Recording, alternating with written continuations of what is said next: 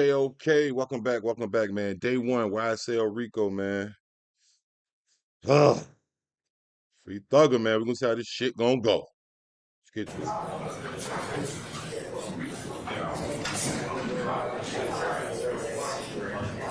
That nigga like Hassan Campbell right there. That one nigga.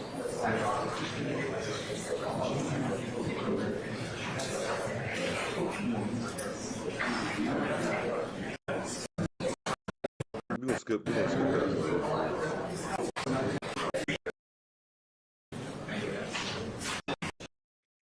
Call her again. I'll stand and wait. Here we go. Also, I'm gonna stand out there and wait. Free thugger. And I'm gonna call her again. I'll stand and wait. Post office will be on time. So Right. I figure it's his aspiration. Go ahead, bro. Hello? Hello?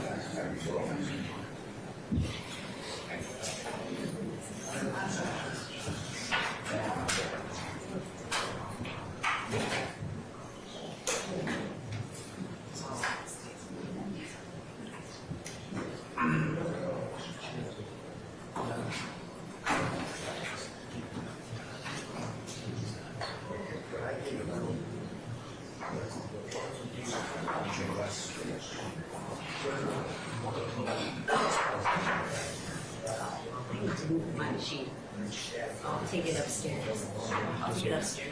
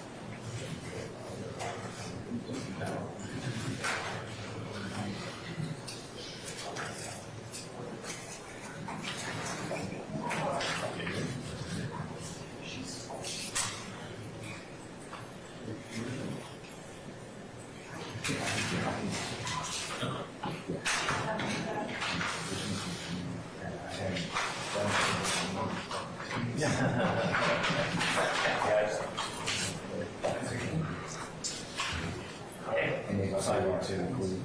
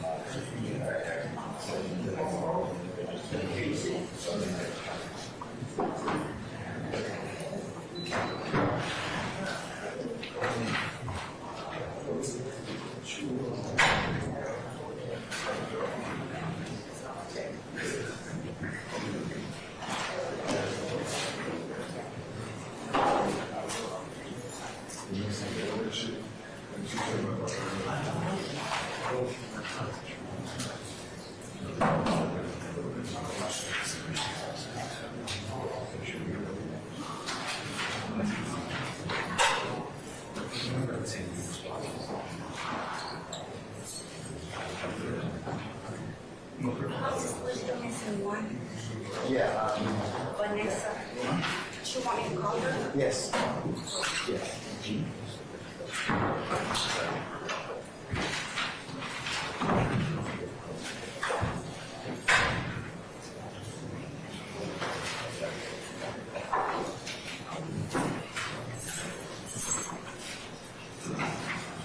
I don't get tired yet, thug. No, it's too early to be yawning, brother.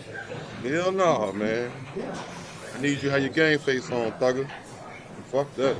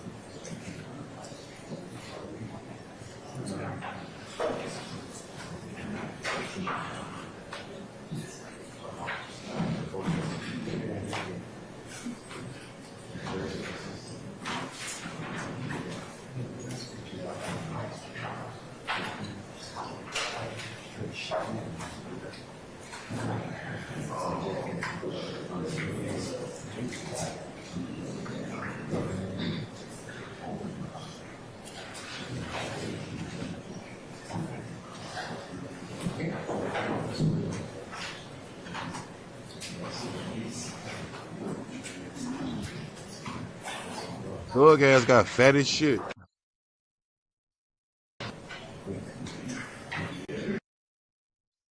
the fuck is all this skipping?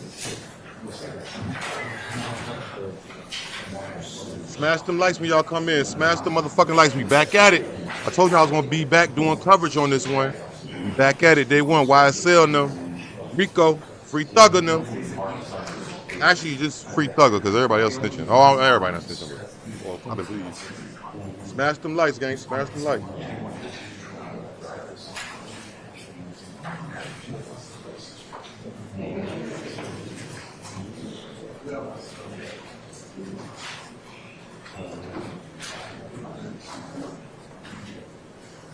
What's good with y'all? Creative culture. Yes, sir. I'm trying to, man. I'm trying to keep working, bro. I should be hitting 100K by, hopefully before the new year. But I told niggas I was gonna get back on this thug trial.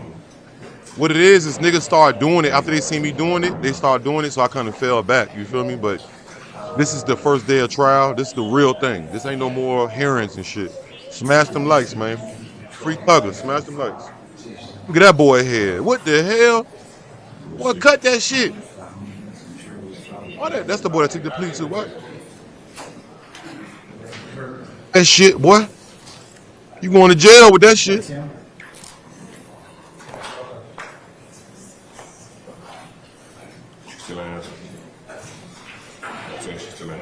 Appreciate you, creative culture. Appreciate you, man.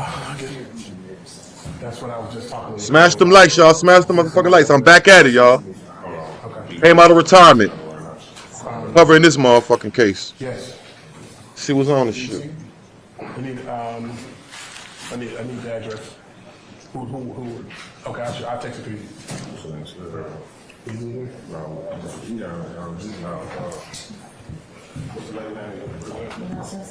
Yeah. Yeah. You got it? Yeah.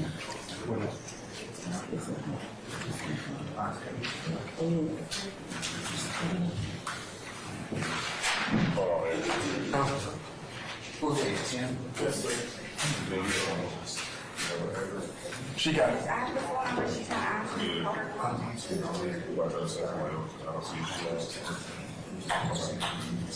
Okay. Hold on just a second. Yeah, I know it. Let me get him started first.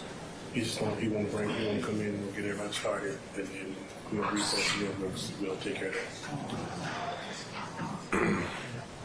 You know a nigga scared when he dap his lawyer like it's his homie. That nigga scared to death. Nigga, that ain't your. Look at Yak got it. Damn, I hate that I hate this for them, bro. I ain't like to use the word hate, bro. Nigga, when a nigga give his lawyer the nigga dap, all right, bro, we got this shit, bro. Nigga. That's not good, nigga. Here we go. Superior Court of Fulton County is now in session. The Honorable Chief Judge Harold Glanville presiding. Court call to order. Hi, good morning, ladies and gentlemen. Please be seated. That's correct. All right, ladies and gentlemen, we're going to go ahead and take roll this morning. We're back on the record in the matter of the state of Georgia versus Khalif Adams et al. In 22 SC 183572. I'm going to just go ahead and take roll for the morning at this point. Mr. Stilwell, Mr. Botts, and Mr. Sharp. Good morning, gentlemen. Good morning, Mr. Williams, Mr. Adams, Mr. Steele, and Ms. Renard. Good morning. Good morning. Mr. Kendrick, Mr. Apt, Mr. Hingerty, and Mr. Weinstein. Good morning. Good morning, Your Honor. All right. Mr. Huey and Mr. Matthews, Jr. and Sr. Good morning. Good morning, Your Honor. All right. And Miss, oh, you have another counsel with you, Mr. Huey? Good morning, madam. All right. And Mr. Nichols, Mr. Harvey, Mr. Garner, Ms. Westmoreland. Good morning. And Mr. Ryan and Ms. D. Williams. Good morning. All right. All right, counsel for the state, ladies, Ms. Love and Ms. Hilton, Mr. Brown and Mr. Smith. Good morning. All right, counsels, we are at this point in time waiting for one juror that has still not been able to be located. I have asked our sheriff's team to go ahead and see if they can find her, and that's what we're waiting on at this point in time. So we're going to just be in pause or in recess until that time comes, and then we'll go ahead and get started once our juror gets here. Okay? So we're going to be in recess probably until I get some more indication on what our efforts are to locate that juror. So we're in recess at this point in time. You can recess in place at this point, okay? All right. Let me make a couple of announcements while I'm still on record for our folks here in the gallery on embedded media, all right? You are welcome, and we appreciate your the full and free and fair press and the benefits of the First Amendment. I would just ask you respectfully to remind you, and I know you all as seasoned journalists know this, do not take pictures of our jurors. Do not try and intercede or try and talk to them in any way, and that goes for anybody else in this courtroom. The jurors are not to be tried to be interfered with in any way or tried to talk to or anything. I know you all know that, and I know you all won't do that, but just so we kind of are all on the same sheet of music. If you have photographic or other equipment, I'd ask that you put it on your silent mode. Some of you have shutters that I can actually hear, so if you could change the setting on those, that would be great. And the last thing I'd just tell you is just please go ahead and within the dictates of your Rule 22, please go ahead and just follow that. If you have any questions, you can certainly ask me at the appropriate time, but all of you are welcome. Okay, all right, so we're going to be in recess until I find out more about whether where our juror is, and then we'll go ahead and get started. All right, so we're in recess. What the fuck? Let me see if they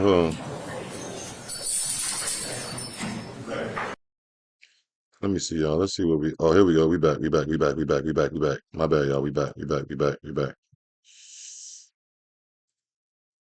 back. Smash them likes, y'all. Let's get interactive in the chat, man. Let's talk. You know what I mean?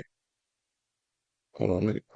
Okay, I'm worried about him right now, okay? But, all right. Smash them likes too, gang.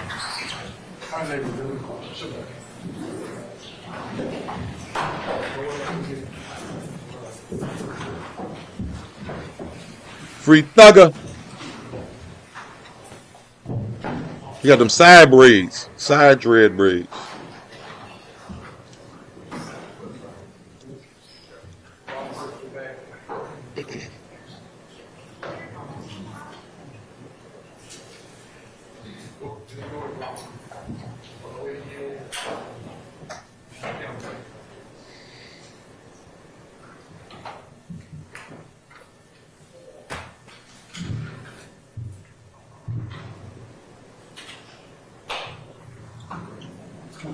Smash them likes, y'all. If you smash it, salute. Let's get this shit cracking, man. I'm back at it, y'all. Y'all say y'all want me to start back covering this shit. Well, it's day one, man. Free Thugger. Smash them likes.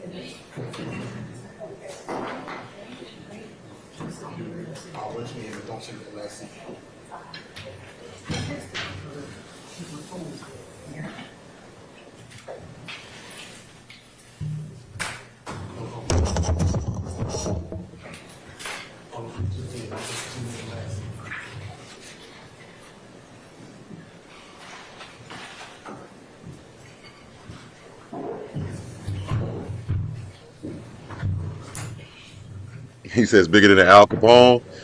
I agree. Because Thug is super famous. And all these other niggas is famous too. I gotta get some chapstick. Hold on. Man.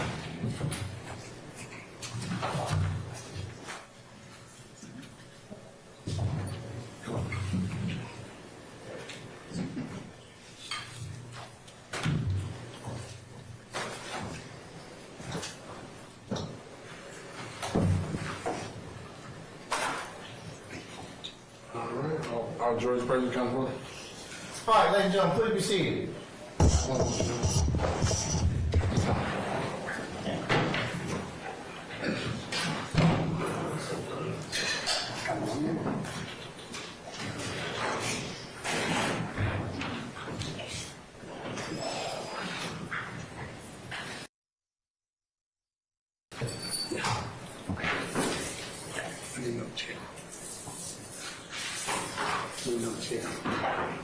Yeah.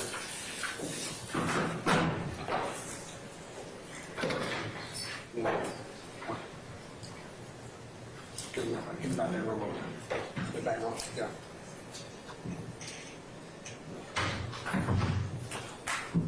That judge just looked like an asshole, bro. Why you got that fucking earring in, yo? You ain't got a flute ass earring in his ear, bro. What the hell? Uncle Phil looking at? It looked like a Batiman, I ain't gonna lie, but I mean, you know, that's neither here nor there. That was coming out. No. All right, all jurors present? Yes, sir. All right, okay. Good morning, ladies and gentlemen of the jury. Oh, come on, that sounds so lame. Come on, all right, let's try that again. Good morning, ladies and gentlemen. Good morning. Oh, much better, much better. Ladies and gentlemen, as you know, I'm Chief Judge Earl Glanville, and I'm presiding over the trial of this case. And at this point in time, I'm going to introduce my chamber staff. In the courtroom, I have my court reporter, Miss Christina Weaver. She's my official court reporter. And then to my right, your left, is Miss Violetta Romano, who's my judicial assistant. To my left, immediate left, is Mr. Wesley Kearns.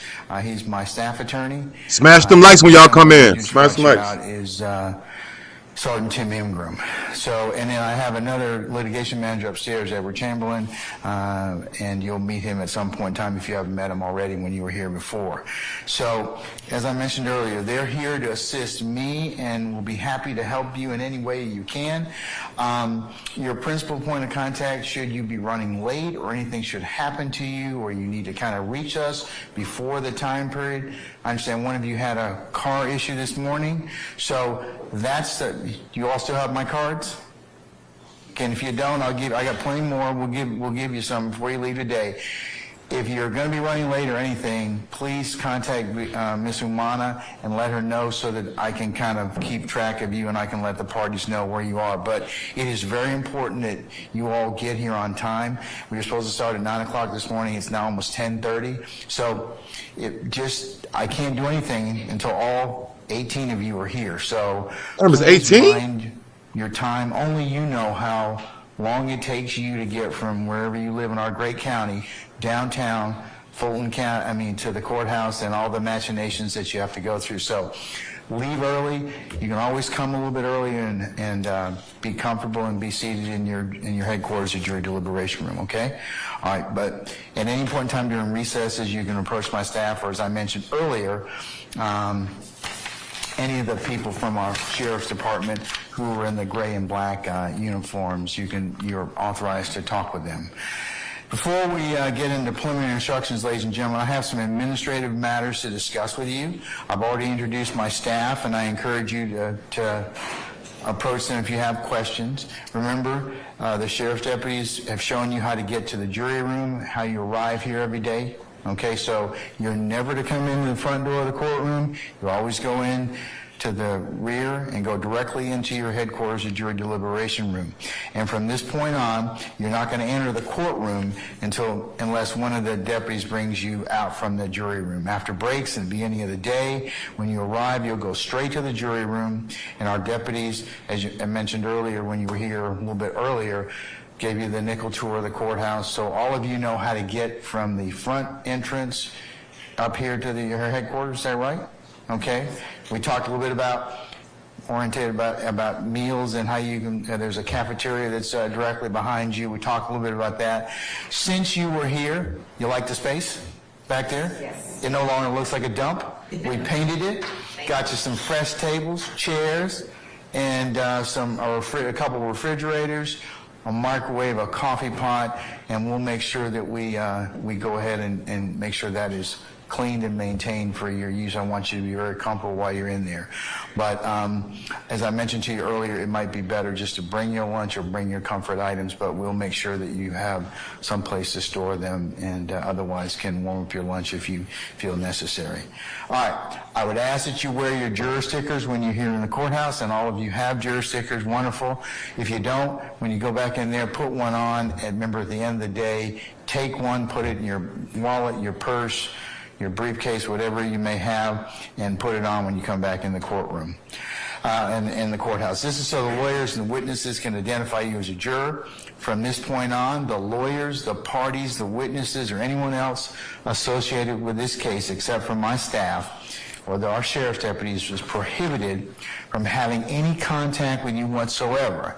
If you happen to encounter any one of them on the street or in the elevator, please do not attempt to communicate with them in any way, and do not be offended, as I mentioned to you earlier, if they ignore you, okay? They're just adhering to their responsibilities and roles as officers of this court to not have any direct or incidental contact with you. So please don't be offended.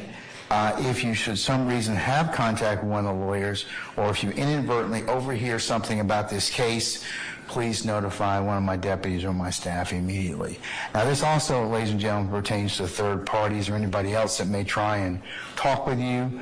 If anybody else, other than the folks I told you about, the lawyers, attempts to talk with you in any way, emails you, texts you, tries to communicate with you when you're going to and from, we need to know about it immediately, okay? So please tell me if that should happen. We generally hold court from 9 a.m. to about 6 p.m. or thereabouts. We'll take some short comfort breaks as needed throughout the day, and a longer break for lunch. And for the sake of your fellow jurors and the parties, as I mentioned earlier, please make every effort to be on time, as we cannot begin or continue the case until all 18 of you are present. If something unexpected happens and you absolutely cannot help being late, please call my office and contact Ms. Umana, and she'll let me know and let us know accordingly.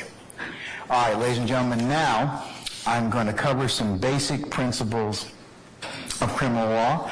I'm going to explain my role, your role, and the lawyer's roles. And then finally, I'm going to tell you how the trial will proceed.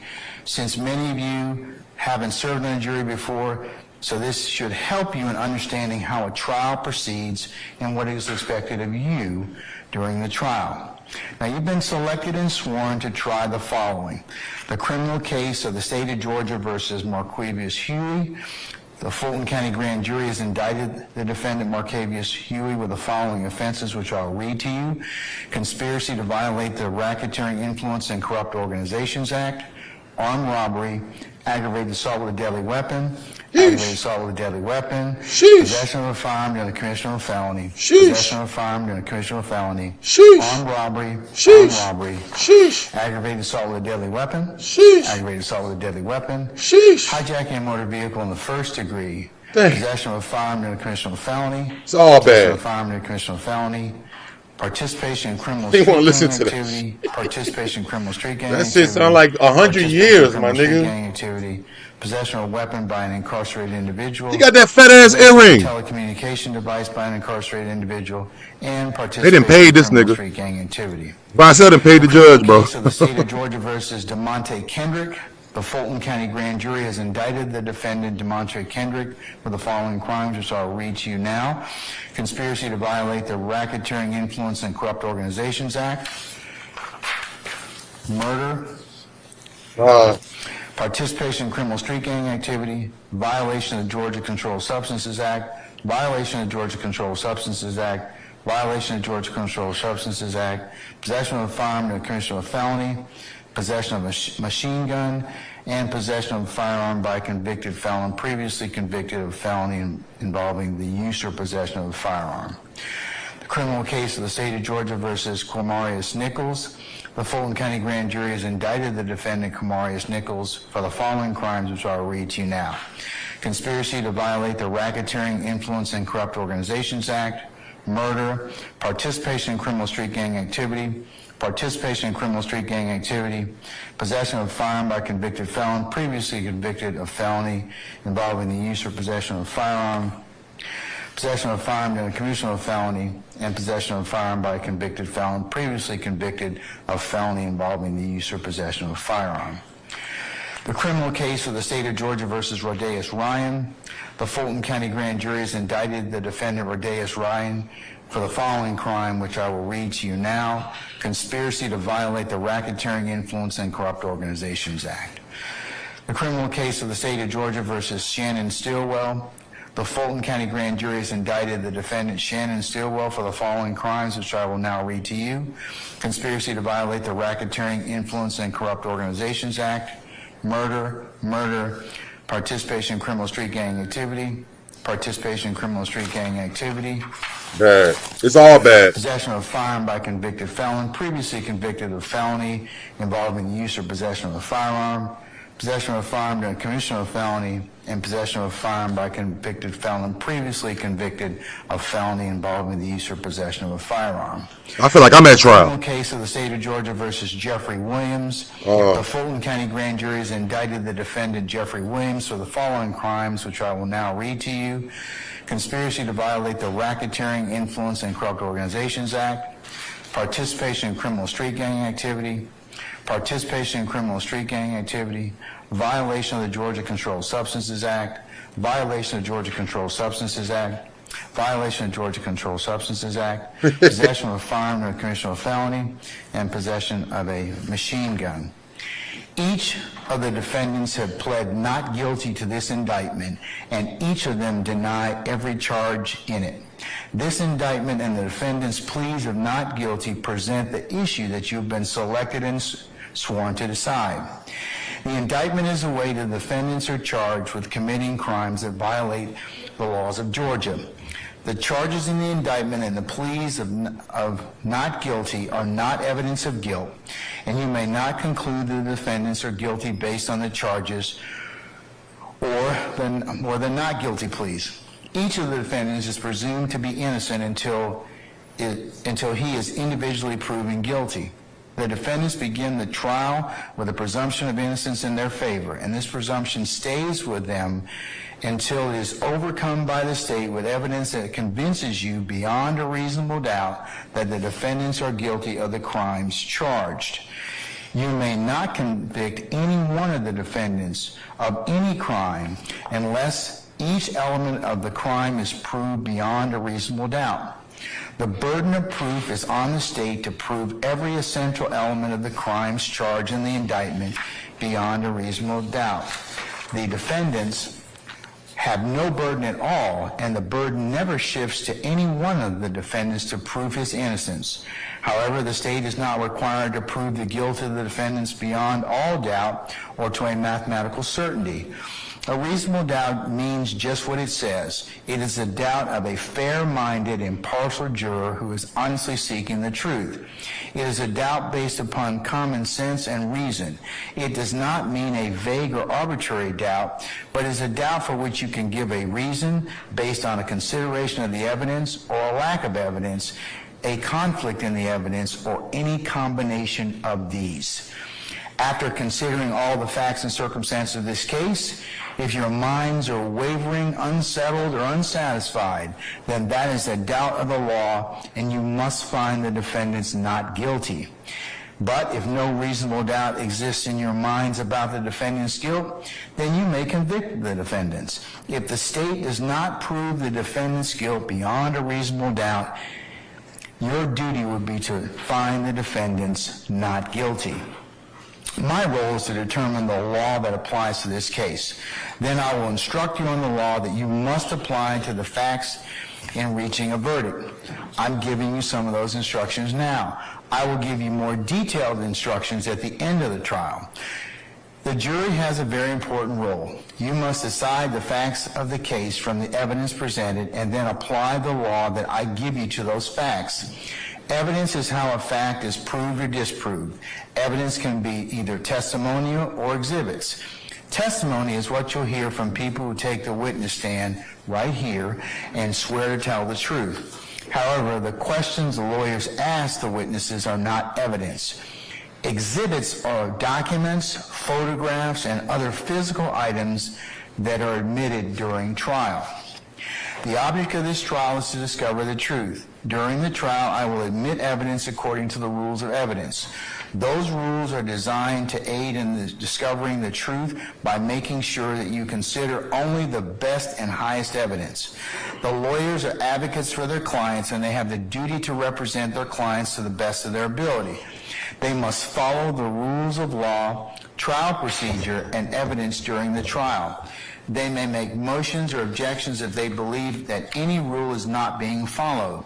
Remember, what the lawyers say in making or responding to objections is not evidence. I will admit or exclude evidence according to the rules.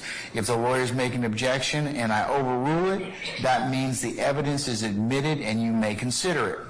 On the other hand, if I sustain an objection, this means the evidence is excluded from the trial and you may not consider it. You should consider only that testimony and only those exhibits that are admitted. You should not assume or infer anything about evidence which I have excluded. If you happen to hear or see evidence that I end up excluding from the trial, you must disregard it entirely in your deliberations and in arriving at your verdict. None of my decisions and nothing I say during the trial are evidence. My decisions and remarks do not mean that I favor or lean to one side or another in this case. I am only interested in seeing that this case is fairly tried based upon the laws and Constitution of the state of Georgia and the Constitution of the United States. Smash them likes. Sometimes I may have to deal with the lawyers' motions or objections without you being here in the courtroom, and if so, I'll excuse you from the jury room. So what I'll say, ladies and gentlemen, is, there's a matter we need to take up. If you Hey, y'all told me y'all want me back covering this case, man. All I ask is smash them motherfucking likes. I ain't gonna do no pausing too much and none of that shit. We gonna rock out, nigga. Smash them likes, and if you did, salute. retire to your headquarters, your jury liberation room, and await further instruction. That's my most artful way of telling you we need to take up something outside your presence and hearing, okay? I'll try and limit those interruptions, and I ask that you be patient when they do happen. I can't tell you when those will happen, but sometimes they do. So please I'll ask for your patience in advance on that particular matter. So the trial will proceed as follows. First, the attorneys may give what's called opening statements. No attorney is required to make an opening statement. Opening statements are not evidence. They're simply an introduction to the evidence, a preview, or an outline of the expected evidence. The state goes first because they have the burden of proof. Second, the evidence will be presented. Third, the lawyers may give closing arguments or summations. They may discuss the law that applies to this case and how you should consider the law in light of the evidence. They may also point out evidence that they believe supports their position. What the lawyers say in closing arguments is not evidence. The goal of a closing argument is to persuade you to decide the case in their favor. Fourth, then I will explain to you the specific law that applies to this case. This is referred to as charging the jury. I will then ask you to go to the jury room, your headquarters, to deliberate and to reach your verdict. It is important that you pay close attention during this trial. If at any time you cannot hear or see any evidence, or you're suffering from any discomfort that distracts you, please inform me or one of my deputies or my team, and we'll do whatever is needed to make sure you can hear and see the evidence and give it your undivided attention. If you need a break at any point in time, please raise your hand or alert one of our deputies. The jurors are not allowed to question witnesses. However, if you have a question you believe is important for your determination of the facts, please write down your question, give it to one of the deputies, and I will determine whether or not it should be asked. If you have a question while the evidence is being presented, please keep in mind that you do not yet heard all of the evidence, and your question may be answered by the time the rest of the evidence has been presented. You should only consider evidence with you should consider the evidence with an open mind, and you should not reach any final conclusions until the trial is over. Do not jump to conclusions before all the evidence is presented. To maintain the integrity of the jury system, I'm going to remind you again, remember my ad nauseum admonitions? Okay, y'all shaking your heads like, okay, we're going to go through those one more time. I'm going to remind you that you must decide this case only based on the evidence admitted during the trial and the law I will explain to you. You may not conduct any research on your own about this case or about any people or places mentioned during the trial. You may not visit any places mentioned in the evidence. You may not refer to any books or documents that were not admitted during the trial. You may not use any dictionaries or other reference materials. You may not use Google or any other search engines or any other resource matters, the internet, websites, or blogs. You may not use any other electronic media to get information about this case. You should not use any of the sources to get any information about the legal terms or about the law. And finally, you may not listen to any accounts of this trial that may appear in the news media, whether it's online, in print, on the radio, on your cell phones, or any other smart devices that you may have, or any other mediums. Remember, you are the ones that have been qualified as fair and impartial jurors deciding this case. No other influence should affect your decision. For that reason, as I mentioned earlier, part of my admonitions, you may not discuss this case with anyone, including your family and friends, or let anyone discuss this case with you or around you or in your presence. This includes discussing or sharing information by email, text, blogging, or other form of social media until actual deliberations begin. That is, until after you've heard all the evidence, the lawyer's closing arguments, the law that applies to this case. You must not discuss the case even amongst yourselves in the jury room during breaks or elsewhere. Remember I told you, would it be a violation for you to sit back in your headquarters jury deliberation room after we take the first witness and say, hey, what do you think? Is that a violation? Yes. Come on now. We all got to kind of shake our heads. Yes. Would it be a violation for you to be, as you're walking lunch, to recap and discuss the case? Yes. What about you in the bathroom? Yes. That's creepy. Remember I told you about that before? Okay, all right. So we're not going to do that, all right? But what about going to the jury shuttle?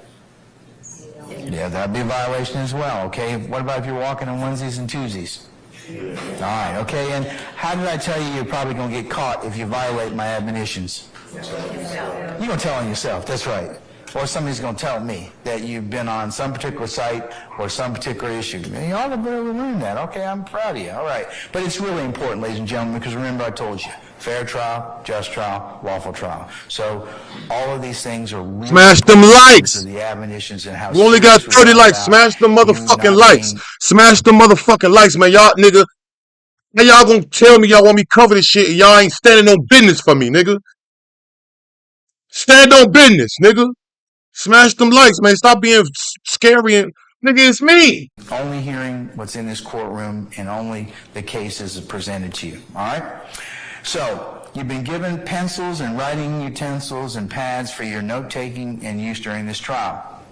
So what I want you to do at this point in time is take and open your pad to the very first page. For those of you that have them, okay? For the rest of you, I'm gonna get you a pad, all right?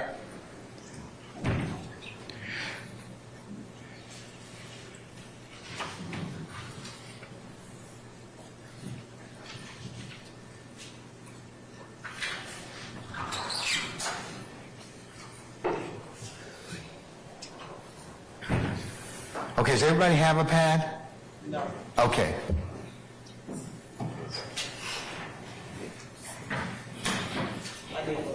I want to know how. All right, who else doesn't have a pad?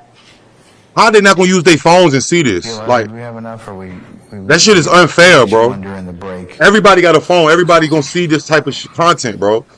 Like this unfair, bro. All of you that have pads, go ahead and write your name on the very first page.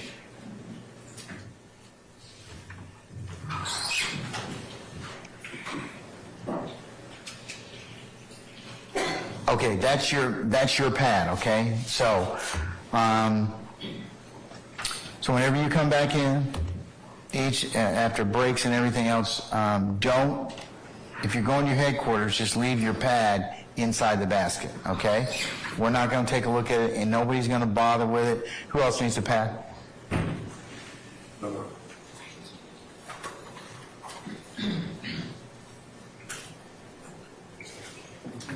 Yo, it's unfair. They can't look at their phones. How the fuck you can't look at your phone? Like, Okay, everybody got a writing utensil? you gonna go home and be on it? Or pen or pencil? It's bullshit, bro. Okay, for those of you, go ahead and who just got pads, go ahead and write your name on the very first page, inside cover. Just go ahead and write your name on it.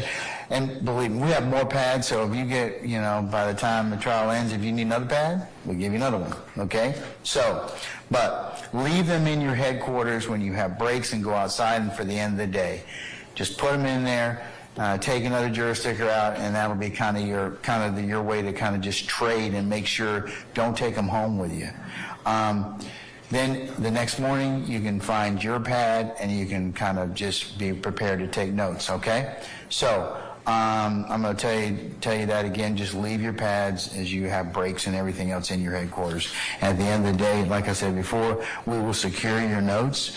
That'll probably be Miss Umana's job, and we'll just leave them in the basket, and we put the basket in your location, and then we bring the basket back down, so you all, when you come back tomorrow morning, or whatever morning you come back, you'll have your notepad, all right? Now, but please keep in mind, all right, you may take notes if you wish. If you do take notes, please do not let your note-taking distract you from paying full attention to all the evidence and witnesses. You may not share or discuss your notes with anyone until you start deliberating at the end of the case, and I tell you how you're to begin your deliberative process. Notes are not evidence, they're only memory aids. They are not more important than your own impression or memory of what the evidence may have been. You may consider another juror's notes to refresh your memory. You should only rely on your own memory of the proceedings. Do not be influenced by the notes of other jurors unless their notes help you in determining your own independent memory. You must leave your notes in the jury room except when you are in the courtroom. They will be collected by the court and destroyed at the end after you finish your deliberations. Ladies and gentlemen, you will not get a transcript of any witness testimony, so please remember what they said on the witness stand in a way that works best for you, okay? I'm going to tell you a couple other administrative, or as I call, administeria. Ladies and gentlemen, I've tried a lot of jury cases, so some of the things I'm going to say to you are the result of debriefing a lot of other citizens. One of the questions I get on a routine basis is, Judge, what are you doing up here on the bench? All right? So I'm going to demystify that, and I'm going to tell you right now, so there won't be any question about what I'm doing, okay? All right. So as I told you earlier, I'm responsible for just about everything that goes on in this courtroom. So on the bench here, I do have a phone, and I can make certain phone calls I need to. These devices here, ladies and gentlemen, you're going to see us use them from time to time. They are audio devices that each pair of litigants has on their table to allow them to hear bench conferences, because I may have to take up things out that I told you outside your presence and hearing, but we may not want to put you out of the courtroom, so we may come up here, I cut my microphone off, and everybody using these devices is able to hear the bench conference that I'm having. Will you be able to hear a bench conference? No. That's not for you to hear. So, but these devices allow us to do that. So if you see people putting on these particular devices to talk, such as this, you'll know that that's what's going on, okay? All right. To my left, I do have a computer. I have a couple of different programs that are open that help me do legal research and other things to keep track of what's going on during the trial. And otherwise, I'm taking notes. So if you see me typing, don't assume I'm booking my next vacation. I could probably be doing that, but I'm not. I do take notes, and I do, pay attention to what's going on. I of course, I'm very interested in your comfortability, and I monitor everything that's going on here in the courtroom. So that's what I'm doing up here on the bench. All right. One other thing that you might hear behind me is this bell that starts jingling, all right? And if you hear a jingling sound like a bell, please don't think that I'm doing anything creepy up here, all right? I have a service dog behind me. His name is Jack. I think some of you may have seen him already. He lives the best life ever. He's pampered. He's really, and he is a Labrador Retriever. He's about almost 2.5, 3 years old at this point in time. So, but if you hear that bell, that's him moving around, all right? He doesn't bark. He rarely gets interested in what's going on, so he might come up here and look, but that's about it, all right?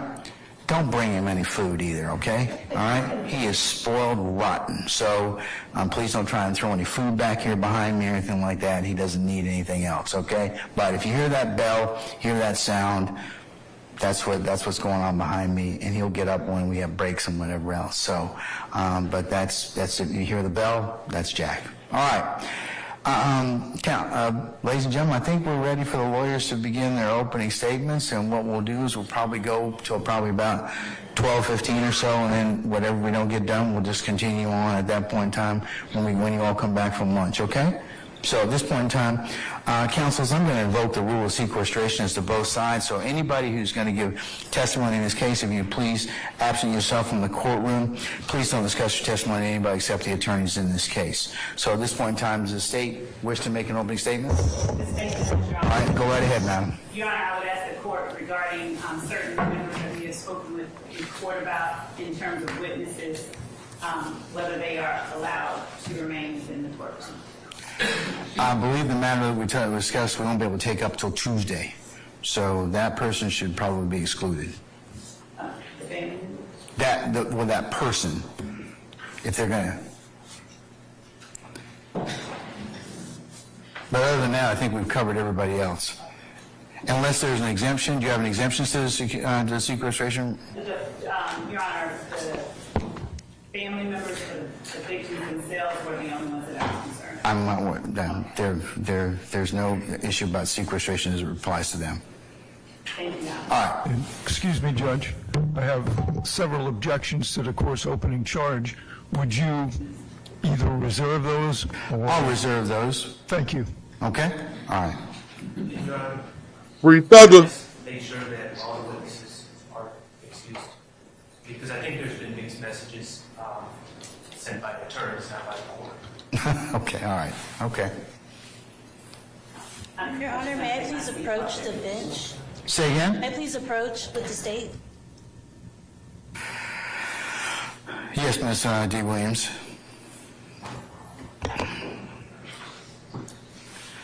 For those of you that wish to listen in, you can go ahead and do so. Smash them likes, y'all. Smash them likes. And if y'all want to support, y'all know I'm demonetized. Hopefully I can get back monetized in, after January the 15th. I don't know. Falsely demonetized. If y'all want to support, I pin the Cash App. Whatever you send is much appreciated. Y'all already know I do this shit for y'all, nigga. Let me get some water.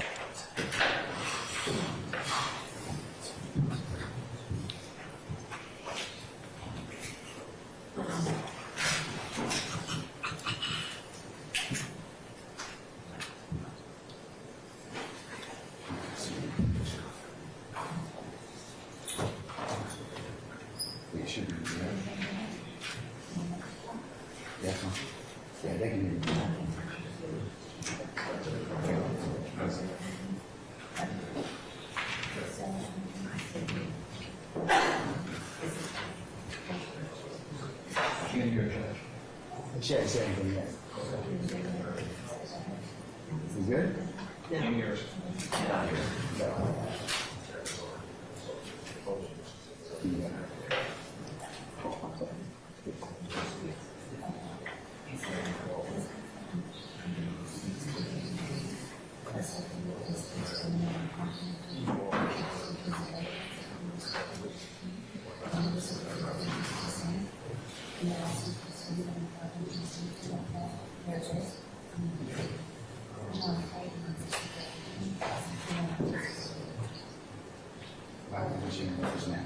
We could have taken this up like 45 minutes, an hour ago.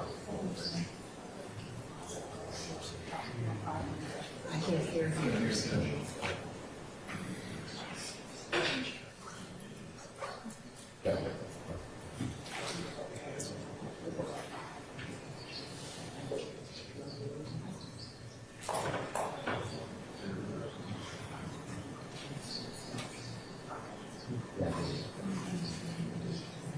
Look at Thug fat ass. Thug ass that got fat, boy. He ain't working out. He just eating. I ain't mad at him, no shit. Man, being in jail, that shit fuck your whole lifestyle up, nigga. Like, nigga got a belly, boy.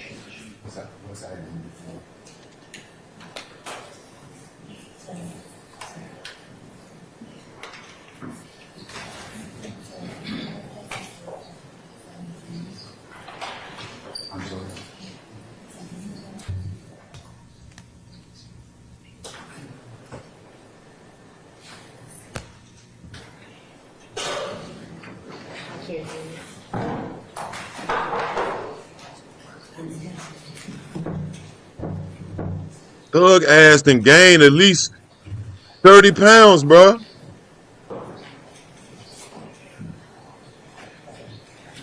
Damn, that's how that shit do, though. If he start working out, he'll get buff as shit. Like, and he already tall. What, Thug, like 6'4", 6'5"? That nigga would be buff as shit, bro. Pause. But seriously, though. I've been there, nigga. Plenty times. Trust me, I know.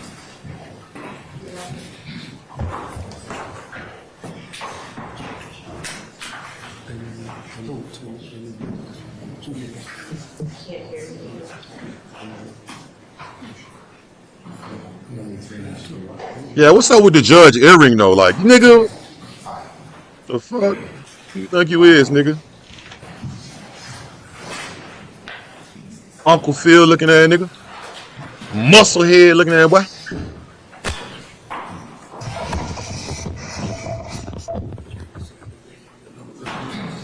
Yeah, what? No, they should have just. Everybody gets at least one. You think he a superstar? No. Cause you trying to convict a nigga. They're not on camera, should they? That white lady look crazy as shit.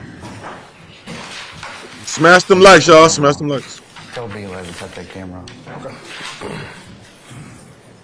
Which camera was it? Witness. Witness.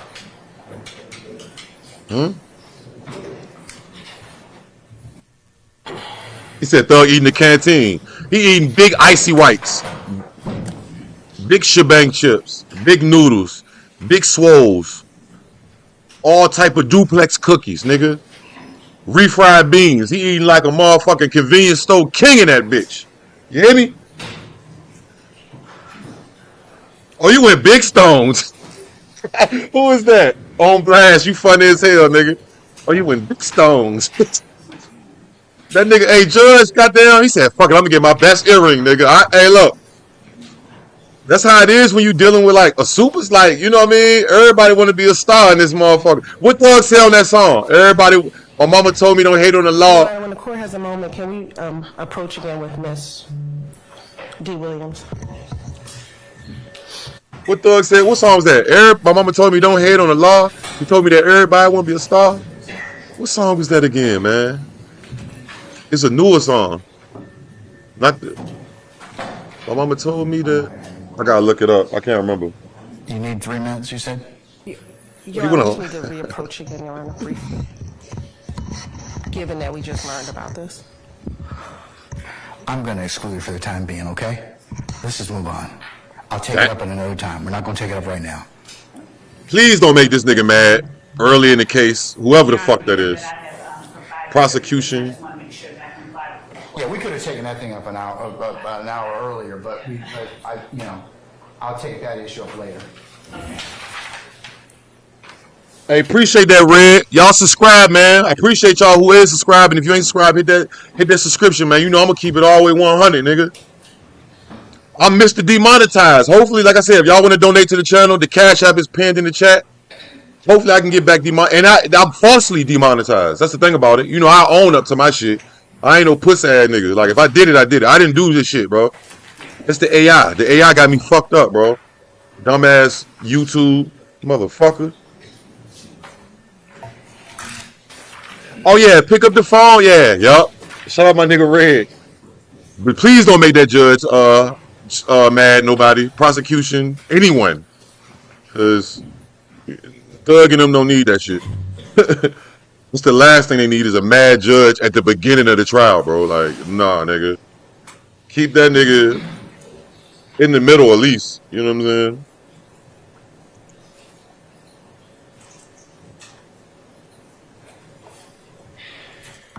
I don't know why that lady like that. She like an Addams family, like a member from the Addams family or something. She look. I don't want to, you know, YouTubers say I'm picking on somebody, but she look crazy as hell. Long neck ass looking at goddamn ostrich looking at girl. You goddamn. She definitely looked like she goddamn a Karen like a motherfucker. Her Karen looking at bitch. Yo goddamn. I roast your goddamn. Yo, string bean neck looking at bitch. Shit. Oh, she look weird as shit. She thinks she on fleek too.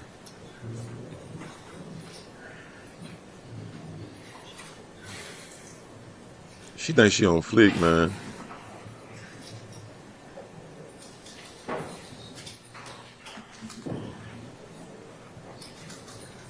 Long neck ass.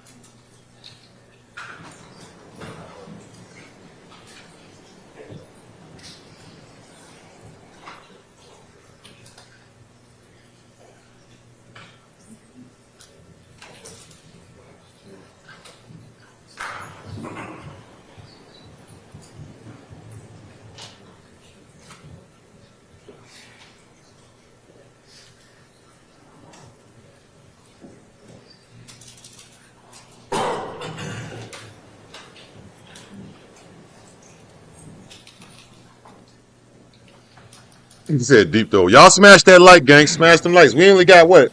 50 likes. Say can't tell she 30. She said she about 40.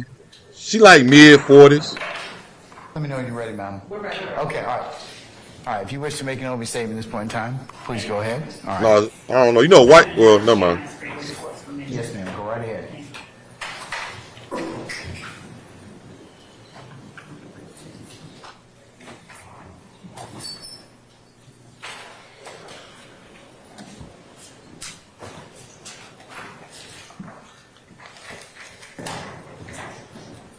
Now, this is the law of the jungle, as old and as true as the sky. And the wolf that shall keep it may prosper, but the wolf that shall break it must die.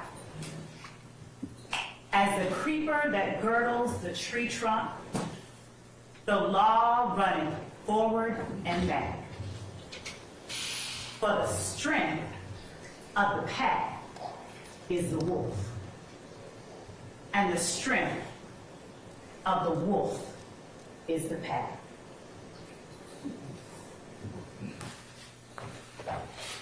Thank you so much, ladies and gentlemen, for being patient. Thank you so much for being honest during this very lengthy process that preceded this point here today during the voir dire process. I appreciate you all being here, exercising your civic duty, and honoring your obligation to pay close attention to what's going on in this courtroom for the next several, however many weeks.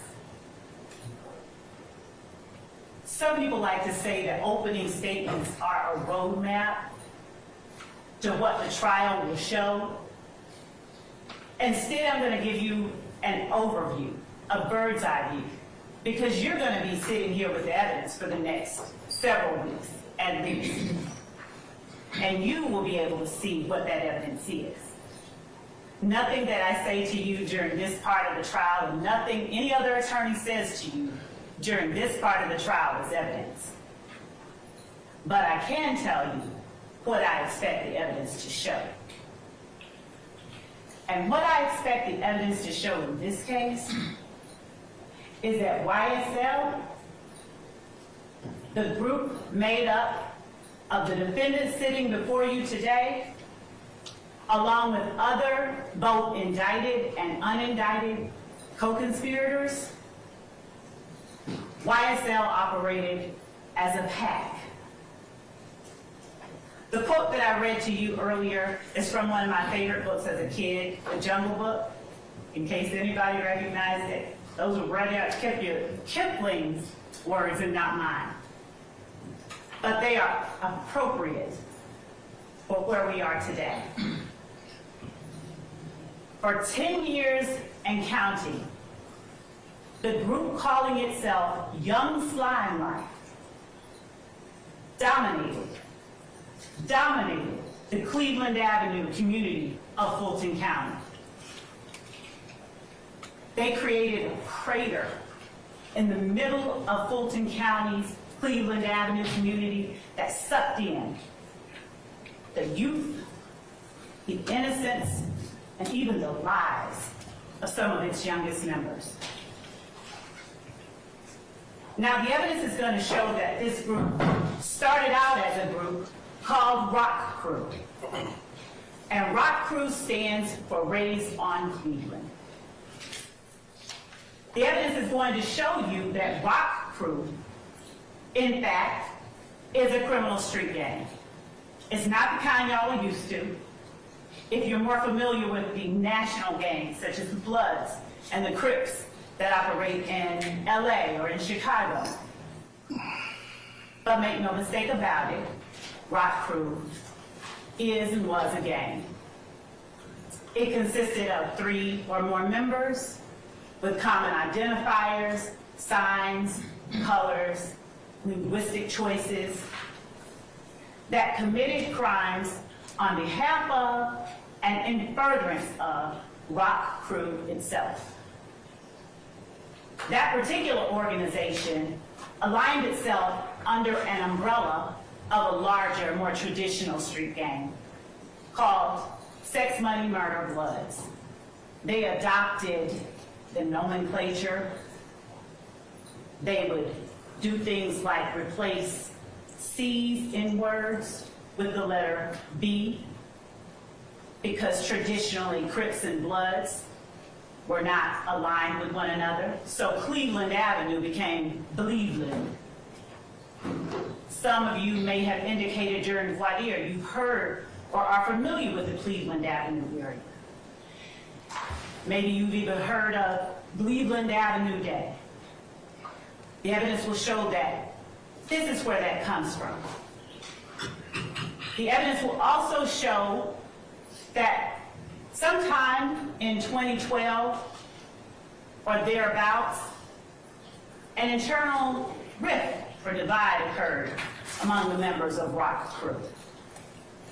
Now, the defendant, Jeffrey Williams, seated back there yawning right now, he was an original member of Rock Crew. And the kind of crimes that Rock Crew did consisted of smash and grab burglaries. What up, Voos? Shout out, Voos. Stealing ATM machines, things of that nature. When Rock Crew split up, YSL, or Young Slime Life, was formed. And the defendant, Jeffrey Williams, was its proclaimed leader.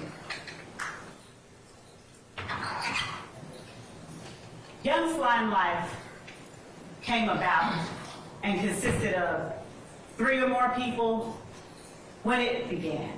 3 or more people who were willing to and who did commit criminal street gang activity, that is crimes, that were intended to further the purposes and advance the directives of YSL itself. Now, there will be no evidence of a written contract or anything like that. You won't see bylaws of YSL, because this was a group of people associated in fact, who used common identifiers, common names, common colors, common symbols to communicate with one another and to express themselves to the rest of the world. So YSL, as the evidence will show, they didn't move individually. The members and associates of YSL, they moved like a pack, with the defendant Jeffrey Williams as its head.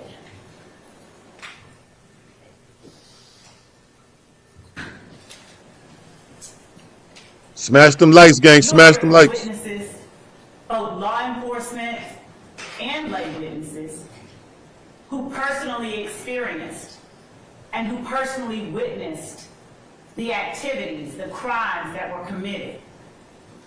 You will hear from law enforcement officers like Kimberly Underwood and Tyrone Dennis, whose main goal wasn't to go out in the streets and lock up people who looked like them. It was actually to touch souls in the streets, to touch young people, and to alert them of the dangers and the drawbacks of becoming a part of and becoming involved in gangs like YSL and Rock Crew. You'll hear about conversations with educators. You'll hear from members and associates of the gang itself. Now, as to how those members and associates will respond or act once they're actually in court and on the stand, that's something that I am truthfully not able to predict to you fully. But the court has given you instructions on determining and judging the credibility of the witnesses. And I trust that all of you will in fact follow those instructions. The evidence will show that YSL checked all of the boxes for being a criminal street gang. As I stated earlier, they are 3 or more people associated in fact. Their members commit crimes on behalf of the gang. They commit crimes such as armed robbery, hijacking, motor vehicle theft, theft by receiving, stolen firearms, so many stolen firearms, possession of a machine gun,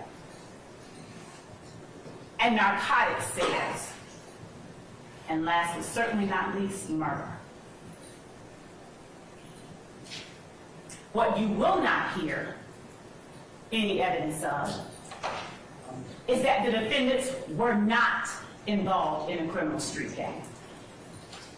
You will not hear any evidence that they did not commit crimes on behalf of YSL.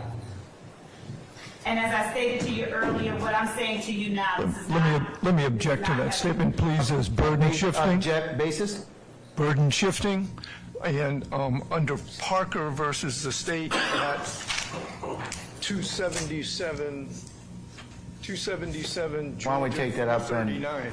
I'll note your objection. I'm sustaining the objection. Why don't you rephrase, madam?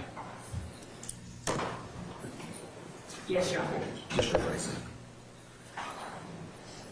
Ladies and gentlemen, I'm going to explain to you at the appropriate time, ladies and gentlemen, what the burden is in this case. Remember what I told you earlier, that the burden never shifts to the defendants to prove for certain innocence, they're presumed innocent, and it's only until you hear evidence that you decide is sufficient, and I'll instruct you on how you're supposed to do that at a later point in time, okay?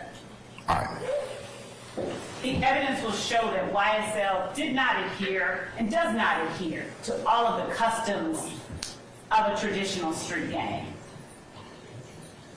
And the fact that YSL does not mirror all the customs of a criminal street gang, the evidence will show makes it no less a criminal street gang. The defendants on trial here today have, through their actions, displayed not only their allegiance, their alliance with one another and with the gang itself.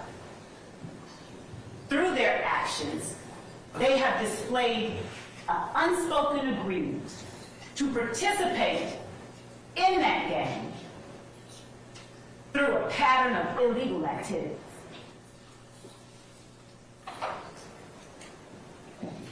And again, the head of this gang is seated in this courtroom too.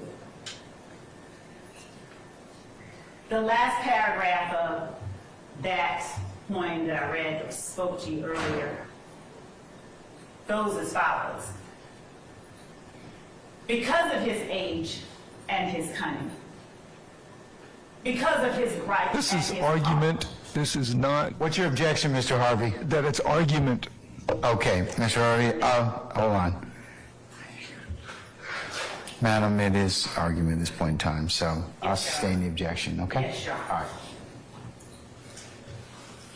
The evidence will show that these defendants, that the members and associates of YSL,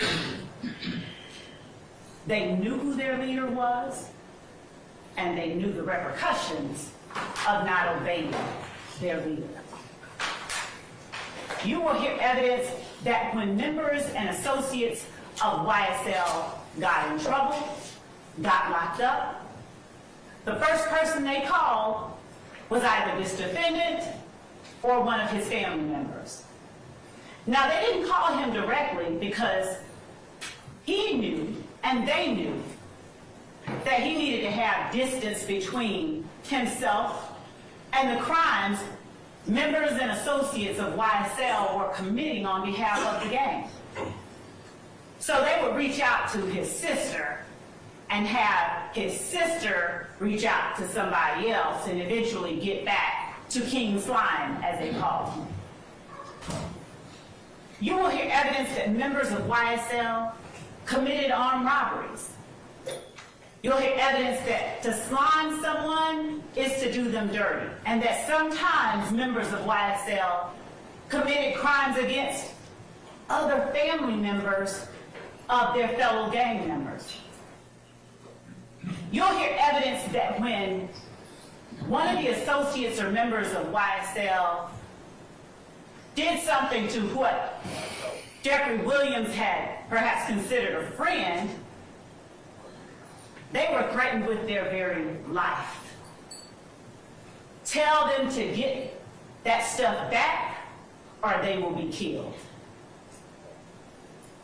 You'll hear evidence that YSL, they had opposition within the city of Atlanta and Fulton County. That there were other gangs that were at various points in time at odds and even at war with YSL. One of those gangs was known as the IF gang, IF, Inglewood Family. You will hear experts come in here and tell you more about how the Inglewood Family Bloods in any way made its way down to Fulton County. You will also hear evidence about how one of the members, one of the beloved, of whom YSL considered an opposition group, was gunned down Donovan Thomas on January the 1st, 2015. January the 10th, my apologies, 2015. Gunned down, openly and notoriously. Because the evidence will show that part of the reasons that criminal street gangs operate the way that they do is to establish dominance and to establish control and to establish fear. You're going to hear that this gang stole at least 3 lives from this community over the last 10 years. At least 3 that are referenced in this indictment. You'll find that as a result of this gang's activities, a young woman who had nothing to do with either YSL or any of their opposition was gunned down by people trying to get back at YSL for what they did. You'll hear evidence that after the murder of Donovan Thomas, no less than 50 shootings occurred over the course of the next several months. You'll hear evidence that hundreds of bullets were fired into cars, into homes, and into people as a result of the rift Young's Limelight had with other people in the community. So what are they accused of, and what are you here for today? The judge read the 4-hour-long indictment to you 12 months ago.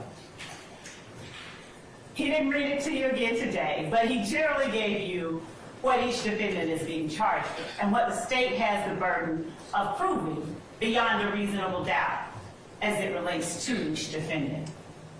But just to broadly touch on those, the crimes that the state will be proving to you over the next several weeks include conspiracy to violate the Racketeer Influence and Corrupt Organizations Act. That is an absolute mouthful. So we'll just say Rico. There's no substantive allegation of Rico violations here. And by that I mean there's a difference. Here the state is alleging that these defendants, they had an agreement, unspoken, but no less an agreement, to obtain property, things of value, cell phones, cars, stolen guns, through a pattern of illegal activity. The evidence will show that it's sort of like if 2 people said, okay, you know what, we're going to go toilet paper our dean of admissions house. And they sat there thinking and talking about it, and someone overheard them and reported them to the police. And the police came and said, okay, I'm going to arrest you all for conspiracy, for planning to go and do this. The evidence will show that it's not enough that they were planning to do it. Somebody has to do at least one thing in order for those 2 people to be found guilty of conspiracy. So say one of you goes and says, let me go get the toilet paper now. Then y'all are in trouble. That's what we have here, and that's what the evidence is going to show. There was an agreement among the members of YSL to obtain property and things of value through a pattern of illegal activity. And it is their actions over the course of the last 10 years. It did not stop, by the way, in 2015. It didn't stop at all. It continued up through and even into 2023, after this case was indicted, as the evidence will show. But their actions are what the state will be looking to you to evaluate and determine, does this action show that they are agreeing to participate in this organization, this enterprise, through racketeering activity? You'll see evidence, as I stated, of not just drug sales, trap houses, drug houses, whole houses out of which drug sales were conducted, where they held long-arm guns by the door, where they stood ready to act on command if either one of their number called.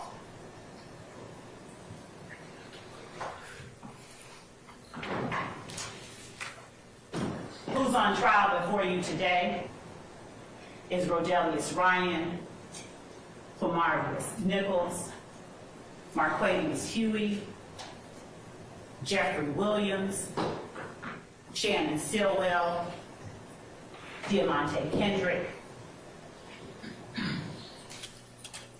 And their actions during the dates that are listed in this indictment are what we are asking that you pay close attention to and you evaluate. Your Honor. You have an objection? Yes, sir. Basis? A motion. All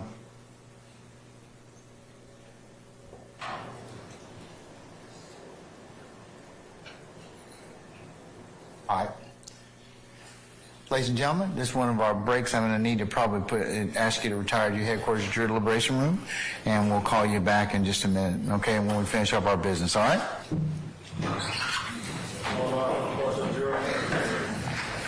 Remember the court's admonitions, ladies and gentlemen.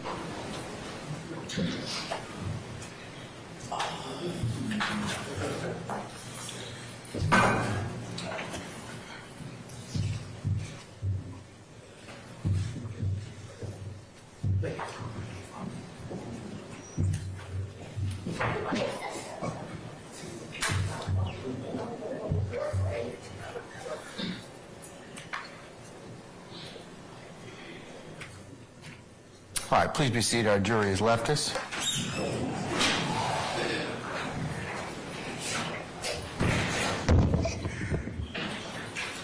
All right, Mr. Steele, what's your motion, sir?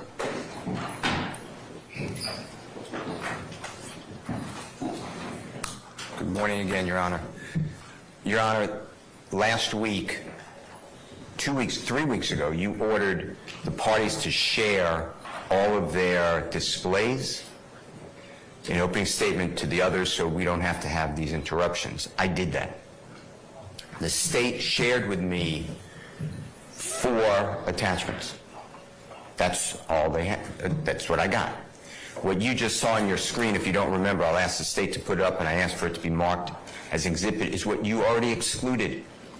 It states that Mr. Ryan was convicted of murder, and I represent the co-defendant who's not on trial on the appeal. How did that not get sent to me so I could bring it to this honorable court's attention, 1? And 2, how do we just violate court orders? So, yes, I have a serious motion for a mistrial because it's intentional misconduct. That's my motion. All right. And I'd like the screenshot to be captured for Mr. Weaver to put in the record. I'll admit it as next court exhibit in order of the state's presentation anyway, so. All right, so that'll be court 1 for purposes of the trial. So, Ms. Love, what's your response to Mr. Steele's assertion about Mr. Ryan? As it relates to Mr. Ryan and the exhibits that the state intended to play and to display for the jury, I sent to Mr. Steele and everyone else the pictures and the photographs that I expected to use. As it relates to the slide to which Mr. Steele is now referring regarding his representation on appeal,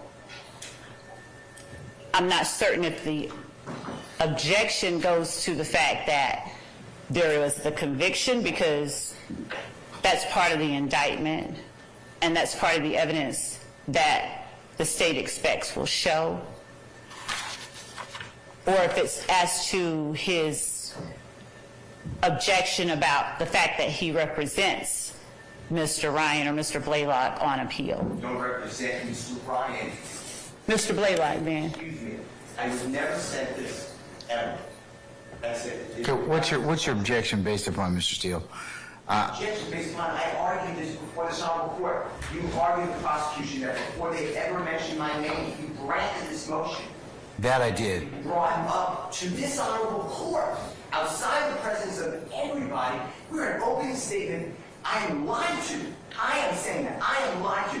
I don't know if anyone else got that exhibit. I did not get that exhibit. And I'm seeing everyone say shaking no. And now it goes against the court's order. We are bound, duty bound, to follow this honorable court's order. I'm going to join in the objection on behalf of Mr. Steele. Let me see the... I can put it back up, Yes, Judge. ma'am. And Your Honor, while I am putting that back up, I will state in my place that initially when there was the objection from Mr. Steele, I didn't have a clue what it was about because I didn't mention his name and didn't intend to mention his name. As I looked at the screen, I saw that part of his name was on the screen for the most part. But I mentioned that, I ruled upon that last week. I did. That we were not, I would take it as it came in this case, and if the evidence got to that point, then I would deal with it accordingly. Yes, Your Honor. So,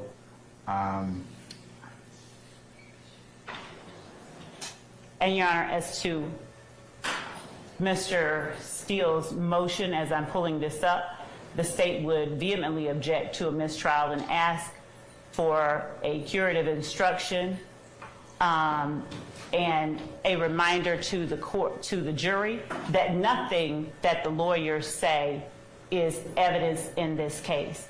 This is not at all the type of thing that rises to the level of mandating a mistrial. Certainly not. It just isn't. I have all right.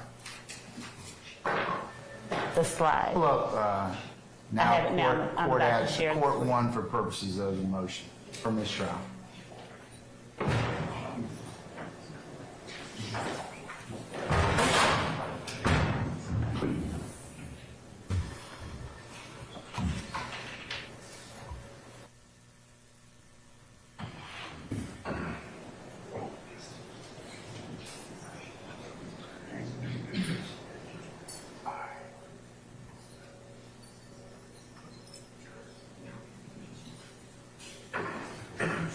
All right.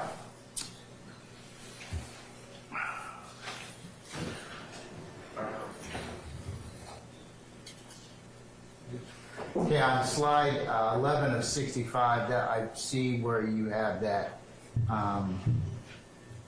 at the bottom, represented by Brian Steele. So we can leave that for the time being. Leave it for the time being because it is what was it was up.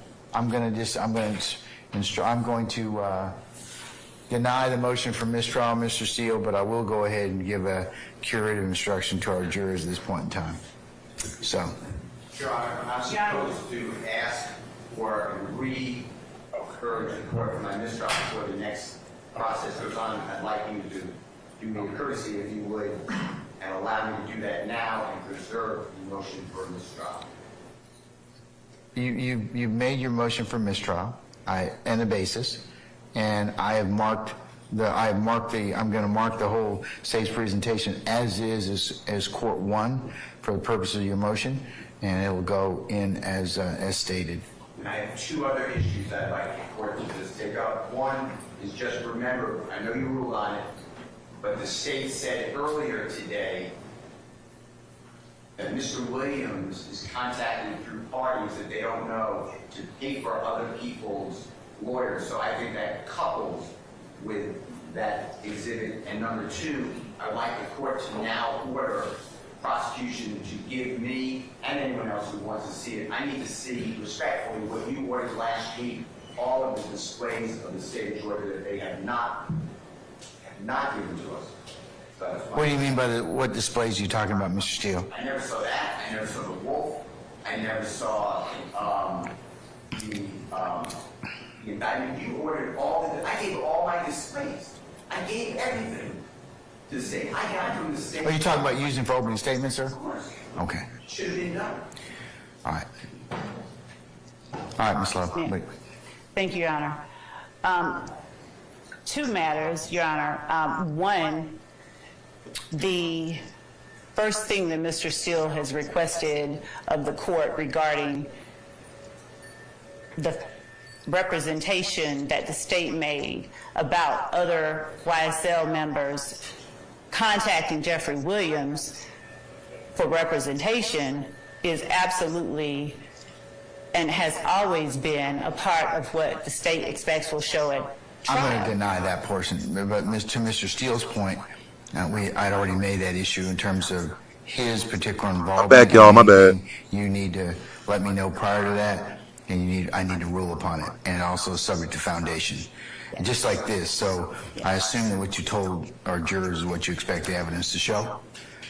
Yes? Yes, All right, definitely. so I'm gonna overrule that part of his objection. What about the last thing you mentioned? And Your Honor, as to the court's directive that we turn over anything or any exhibits or photographs, that was my understanding of the court's directive, that we expect to show an opening statement. As a matter of course, I can again reiterate the fact. Hey, my bad, y'all. My bad. I'm back, y'all. Just smash that like, man. I appreciate y'all for pulling up. Y'all told me y'all want me to start covering this shit again. So your wish is my command. We're on the road to 100K. It's been a long hustle. No more pausing. Shout out to y'all. That it was an inadvertent omission to leave Mr. Steele at least part of his name on here. I got that, but he's talking about, is there anything else you're going to use in open you haven't shown to defense counsel? He's telling us, well, I said that. I told you to do that a week ago. Your Honor, because here's what I told you was going to happen. I've got a jury that's out right now that's being interrupted. And Mr. Williams, you should have made your motion or should have told me about that an hour ago or when you found out about it. Not hijack me at the bench about that. You did what you had to do, but I'm not happy about that. I'm not happy about any of this. Because this is stuff we could take care of before our jury comes in. And that makes you all, lessen your ability as advocates and lessen our ability for this jury to go ahead and get this case seamlessly. This is what I told you all was going to happen. So, have you given them everything you're going to show them during opening statement? Your Honor, I haven't given them all of the word slides. I did give to them what Mr. Williams objected to. I had given that to them previously. I will give them or share with them the things that have been added as of this evening. And can you do that over the next 5 minutes? I sure can. Deputy Ingram, Ingram, can you find out if our jurors are ready? Are they ready? Are they still using the restroom? I'll send that to them right now as we're waiting. Your Honor, we have a few. Your Honor, Jay Apt on behalf of Mr. Kendrick, can we have 5 or 10 minutes to review whatever Ms. Love is going to send us? You can take a comfort break, and I'll come back at 10 of 12. And like I said, whatever we don't finish before 12:15, we'll pick up after lunch. Okay? Thank you, Your Honor. Who's talking? Max Sharp. Yes, Mr. Sharp. On behalf of Mr. Stillwell. We've been operating pretrial with the Harvey rule. I want to make sure that the record is clear that we join Mr. Steele in his motion for mistrial. And if Your Honor... I'll apply the Harvey rule unless you tell me otherwise. Okay? And that will apply throughout trial? Yes. Okay, thank you. Unless you tell me otherwise. Okay? All right. Thank you. All right, we're going to be in recess about 10 minutes, all right? Your Honor, what I'm going to do before sitting is I'm going to actually do a search for the first 4 letters of Mr. Steele's name to make sure that I didn't need anything else in there. So before I do that, I'm going to send that. I'll make that search. Yeah, you see the prosecution fucking up. This like the second time. Well, more than second time, but this like the second major time. Fucking up. Why they don't just mistrial that motherfucker? Oh, they done cut the audio on our bitch ass. Hold on. We're gonna fast forward this motherfucker. Oh yeah, here we go. We back. Or they cut the volume? Is it just me or they cut the volume? Oh, they cut the fucking volume. Yeah. Well, fuck. Um. Yeah, the motherfucking prosecution fucking up already, man. Dumbass. I don't want to disrespect that lady. Let me stop. Let me talk proper. My bad, y'all. Smash them likes. Shout out to everybody. Appreciate it. Yeah. I got this bitch from Walmart. Punisher is my favorite character from what's that? Is that Marvel? Or is that DC? No, that's DC. I'm tweaking.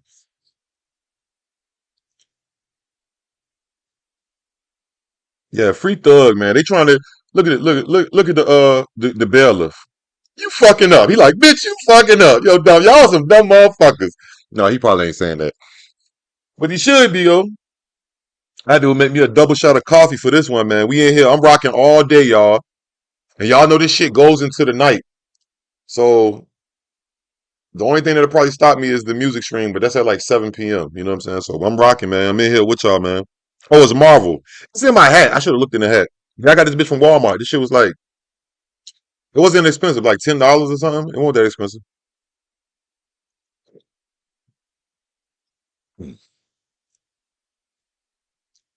Yeah, free slime, man. What y'all think, bro?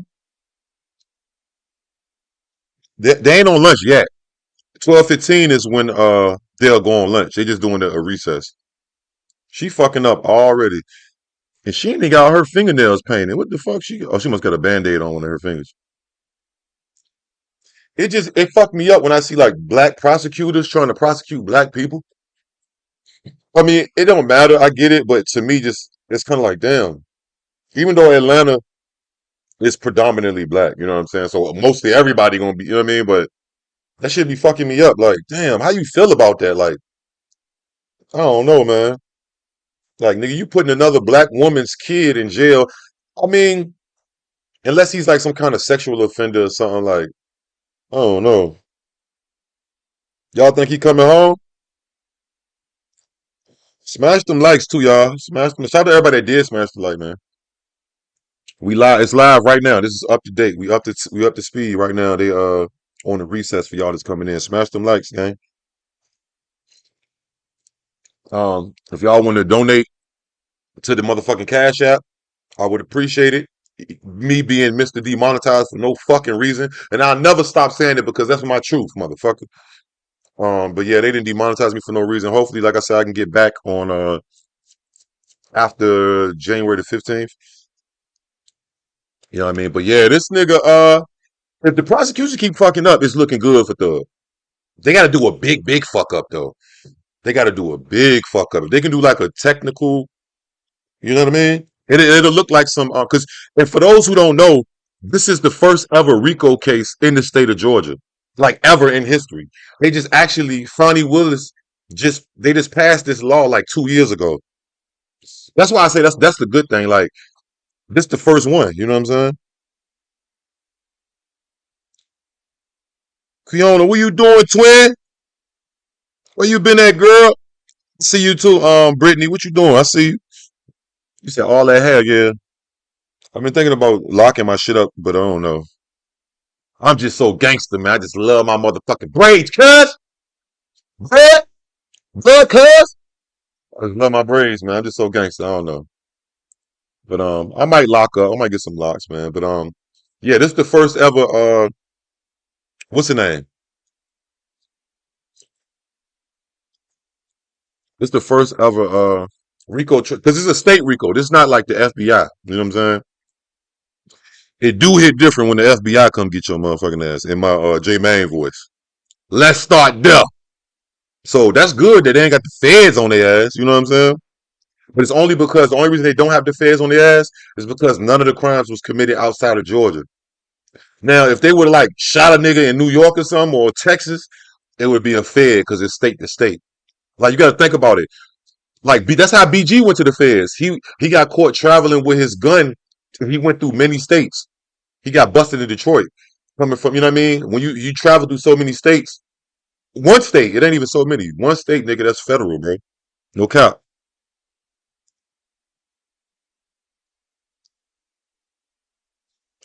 Look at this fat neck ass nigga.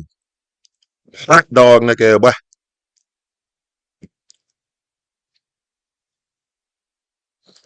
Yeah. Hey, but I respect Thug, man, for standing on business, man. That nigga Thug standing on business. Thug say, nigga, we take that shit to motherfucking trial. Take that shit to motherfucking trial.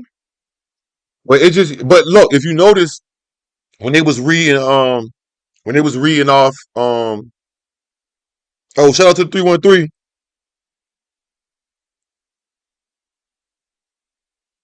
I've been a player for some years. Damn, you fucked me up when you said the shout out to Detroit, man. I remember BG was living here. Oh, I didn't even know BG lived there. See a woman in the gray. I ain't see who was the woman in the gray. What I was fucking saying? You lost me. I lost my damn self. Top of the top. Good morning to everybody. Good morning. Y'all, like I said, man, y'all niggas say y'all want me to cover this shit again, so I'm standing on business. This is the official first day. He says around for the look. Yo, you know what? Oh, this is what I was gonna say, and I really don't want to say it because I feel like other bloggers or other people gonna run with it, but I don't give a fuck. I don't give a fuck, honestly. I don't care. I'm not one of them niggas, blogger, content. I don't care that much about everything. But yo, did y'all see who seen that post I put up where Gunna was in Atlanta? Is Gunna in Atlanta for this, bro? Like if Gunna pop out on this motherfucking trial, my nigga, I'm already highly disappointed, Gunna. I'm sorry, bro. Like you should have stood on business, man. Like real talk. You ain't even do nothing, nigga. They just say you was a part of a gang, nigga. Like appreciate. Hey, shout out! Wow, y'all smash them likes. If you're new to the channel, please hit that subscription. We on the road to 100K. We should be hitting 100,000. I'm gonna put that nice plaque behind me somewhere when I get that plaque, and I'm gonna put like I'm gonna customize it for y'all. I'm gonna put like Snow Gang on it. I'm gonna get it like customized. So, but we should be hitting 100K. But is Gunna in fucking Atlanta for this? How you just pop out in Atlanta out of nowhere like, and then the trial start today? But Gunna, you should have stood on business, bro. You ain't even do nothing, nigga. Like they just saying you in a they all they was saying about Gunna is nigga, you're just in the gang, nigga. Like nigga, that's nothing, nigga. These niggas. Oh no, this is what I was gonna say. That too, but this is what I also was gonna say. Yo, when they read off Young Thug charges, he had the least. No, it is one charge that is bigger than all of his charges. It's the conspiracy. Or all of everybody charges. If y'all don't know what conspiracy is you were planning to do something. You've been planning on doing this. It's like if they catch you, say if you about to go catch a body, or say if you a hitman, say if you hire a hitman to go touch somebody or whatever, and the police stop it before it happened, you can get charged with conspiracy. Conspiracy is like low key, just like killing it, like just doing it, like you know what I mean? That conspiracy, and that's the one charge. All they gotta say is any one of them niggas did this shit in the name of you, and that's it for him. They don't gotta prove that he shot the nigga. Oh, we back. Appreciate that, Wild Wine. No, this is a state case. This is the first ever state Rico for Georgia. Ever in the history. This is the very first one. They just passed the law 2 years ago. Fonnie Willis, the DA. So that's why I say it's pretty good, bro, because you can fuck them up. Like they don't know what they really all doing. This the first go. Like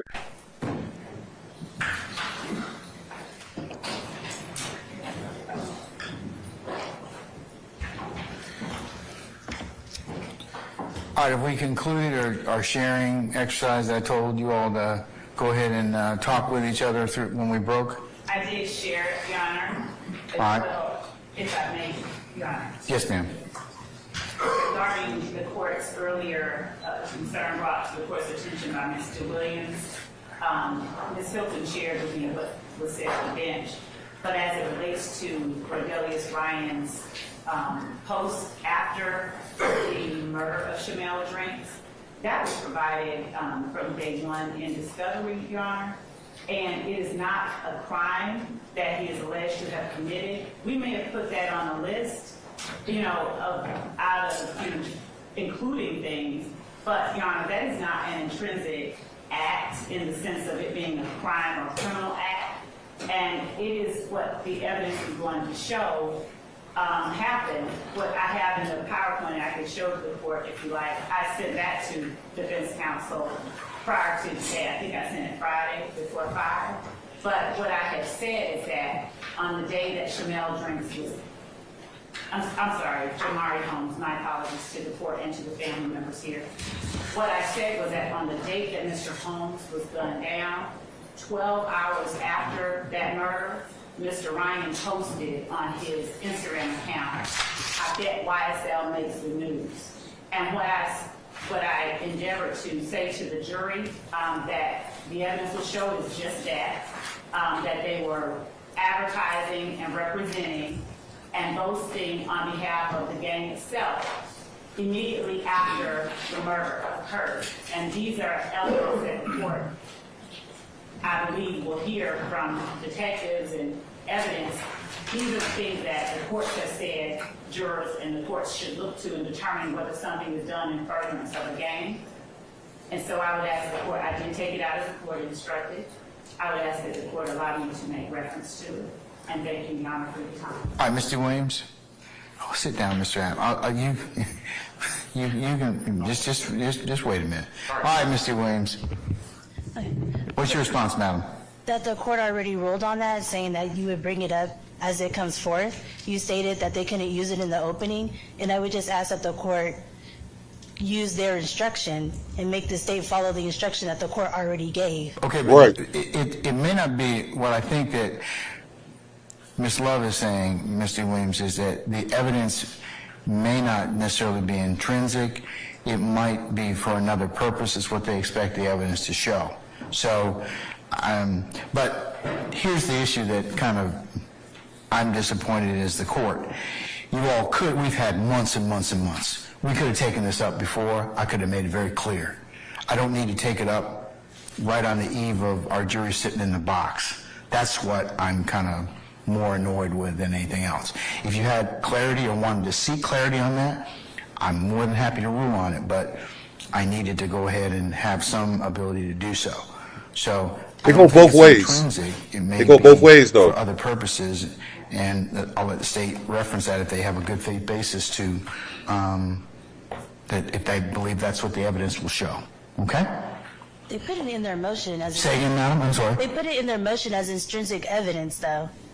So they shouldn't have put it in their motion if they were going to... Yes, ma'am, I would probably agree with you, but did I ever rule on that issue? You said that you would do it later as it came Okay, up. well, here's the thing. Later is now.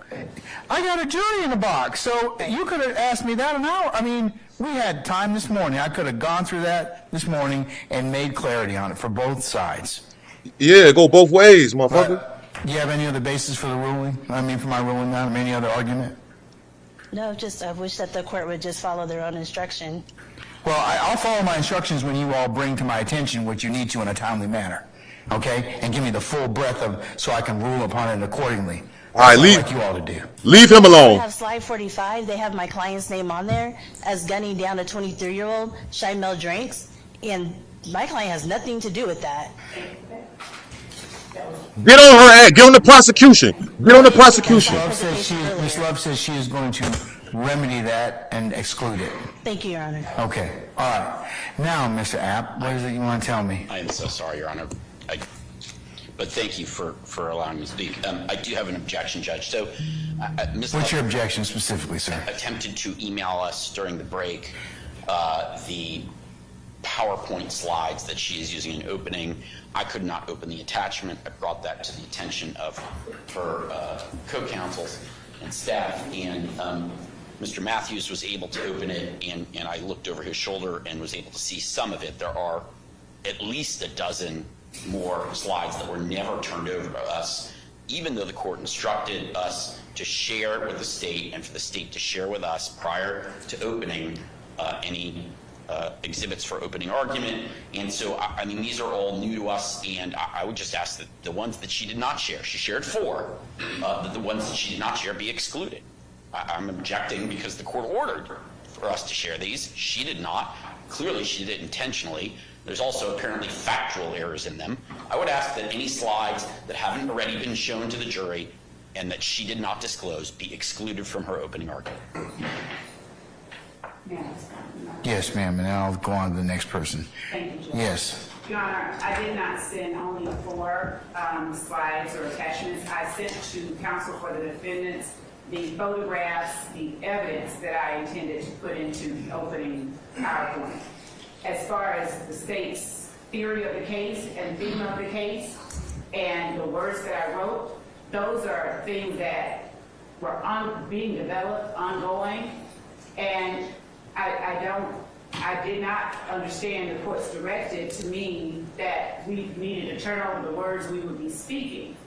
As far as these photographs go, Judge, I sent to them if they can, actually I sent them to them. So there are some, I have only about, Your Honor, they're done over. Hold on, wait, let her finish, and then I'll let you respond, Mr. Apps. so all of these slides that involve Christian Eppinger, I sent to them. And other than the slides involving Christian Eppinger, there is a slide of the vehicle that Donovan Thomas drove on the day he was gunned down. It's the back of the vehicle with the placards of showing the bullet defects. That will be shown. There's no one that has made any objection to that evidence being introduced at trial. Nothing that I have put in the PowerPoint includes anything that has been objected to as being admissible at trial. And I believe that I'm not certain if Mr. App thinks that we only served 4. I don't know if he had trouble opening it up, but we served, I think, all of them, if not the great majority of them, because I don't have that many. I don't even have 20 photographs in this PowerPoint. So everything, and I can show the court, I would share it if I did not, with the court as well. But these photographs, I have a picture of Donovan Thomas in life. I have a picture of the barbershop where he was gunned down. I have a picture of the back of Donovan Thomas's Tahoe. I have a picture of Donovan Thomas's headshot. At the time of the autopsy, no cutting, no nothing, just his face with the number. I have a picture of, as I stated earlier, Your Honor, the truck with the defects noted, and then I have pictures of Christian Eppinger, all of which were provided, and that's the extent of it. The majority of the slides have my words, my theory, my work product on them. All right, Mr. App, before I go ahead and respond. Your Honor, no one's suggesting that she had to turn over the text of her opening argument. But if she's going to show a PowerPoint to the jury, that is what the court instructed us to share. We're visual exhibits, and that's what she's doing. She's placing it up on a screen for the jury to see. And whether that's her own words as part of her opening as a PowerPoint, or it's just demonstrative, she could have shared it, and she didn't. And she did it. And she's suggesting now to the court as a work in progress that she hasn't worked on her opening statement until this past weekend. I don't believe that. I think if that's the case, then she's just lying to the court. But if that's not the case, and she didn't mean to mislead the court just now, then she could have and should have shared those PowerPoints. As to the photographs, those also could have been shared with prior to opening. If there's no one's suggesting they're not admissible at trial. If they're admissible, she can admit them at trial. But to show them to the jury now is part of our opening that violates this court's order that we were supposed to share our exhibits for opening prior to trial, which she did not do. So I think they should be excluded from the opening. And if she wants to introduce them later as evidence during the course of the case, then so be it. But I think there is good grounds for this court to, and Your Honor got upset because these issues could have been handled They didn't have to wait until now. This is wasting time while the jury's waiting. Your Honor's right. And it's not our fault. It's her fault for not doing what the court instructed. And as a result, the appropriate and reasonable remedy is to prevent her from sharing any of these slides with the jury that she did not share with defense counsel prior to today. Whether they're evidence or whether they're text as part of her opening. All right, Mr. Matthews? Yeah, hit on the racks. I'd like to direct the state's attention to slide 15. In slide 15, the third bullet point, it references October 1st, 2020 in terms of that quote from a text message. In the indictment, Your Honor, if you look at Overt Act 102, that's where that particular quote comes from, Overt Act 102. In Overt Act 102, the date of that alleged text message was March 12th, 2020, not October 1st, 2020, as in the PowerPoint presentation. That's number one. Number two, the quote in the indictment is different from the quote in the PowerPoint. So that's two errors in slide 15 pertaining to Marquavius Huey. And then when you go to slide 16, slide 16 is an overt act that is alleged in the indictment as Overt Act 123. In the state's opening presentation, the date they have is October 1, 2020, but in the indictment, that particular overt act is November 16, 2020. So that's a third error in the state's opening slide presentation. So those need to be corrected to mirror the indictment so that it's not misleading the jury and in fact giving wrong information to the jury, Judge. So I would ask that the state correct that, remove it, or correct it. All right. Anybody else? Yes, Mr. Short. Your Honor, on behalf of Mr. Stillwell. Speak up, please. On behalf damn. of Mr. Stillwell, slide number 47, it suggests that Mr. Stillwell is still committing crimes on behalf of the gang even after being indicted on these charges. We began to discuss intrinsic acts and other unindicted allegations last week, but we did not get through it. And my understanding was that anything that you had not ruled upon, we were not supposed to reference or discuss in opening statements. So those are clear references to unindicted charges that we did not get a ruling on its admissibility yet, and I would ask that that just be taken out of the presentation and no mention be made of those. Anybody else? Yes, Mr. Steele. Thank you, sir. If you would look at also I'm looking at now, 48, 49, 53, 54, and 55. That's your prerogative. That's within your zone. That's law. Would the court allow Mr. Steele to repeat those slide numbers? Because what I think that he's referring to is something that I placed in here that the court said during its preliminary instructions to the jury. And it was regarding the court, as a matter of fact, it was the last thing that the court said. And all that I did was put on the slide, judge's law.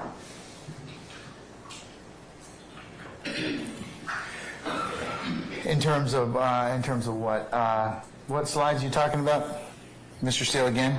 I have 48, 49, 53, 54, 55. So 49, 48 through 55? Excluding, so 48, 49, but then skipping to 53, 54, and 55. 48 and 49. Your Honor, may I share via Zoom the slides that Mr. Steele? I would, yes, please, ma'am. Thank you.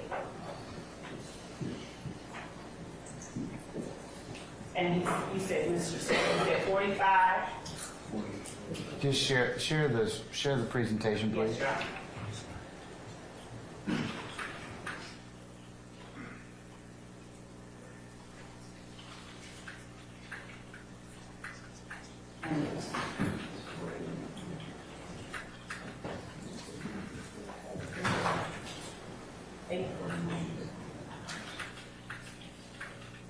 Okay, so Your Honor, I'm showing on the screen slide 48, which is the last thing that the court. Take notes. Yes, Your Honor. All right. And 49.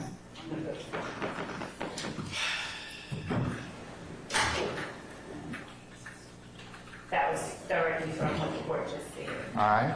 50. And 50, It's not 50, sir, 53. 53. Okay, let's get down to 53. And 53 is what I expect the evidence is going to show. So I'm going to, in speaking to the jurors regarding the witnesses and the instructions that the court has given them, I'm going to say to them, some of them, as I've already alluded to, some of them may not be wanting to speak. Some of them, you're going to see evidence that some of them are afraid, some of them are embarrassed, some of them are intimidated, some of them don't remember, some of them don't want to remember. That's simply what the evidence will show.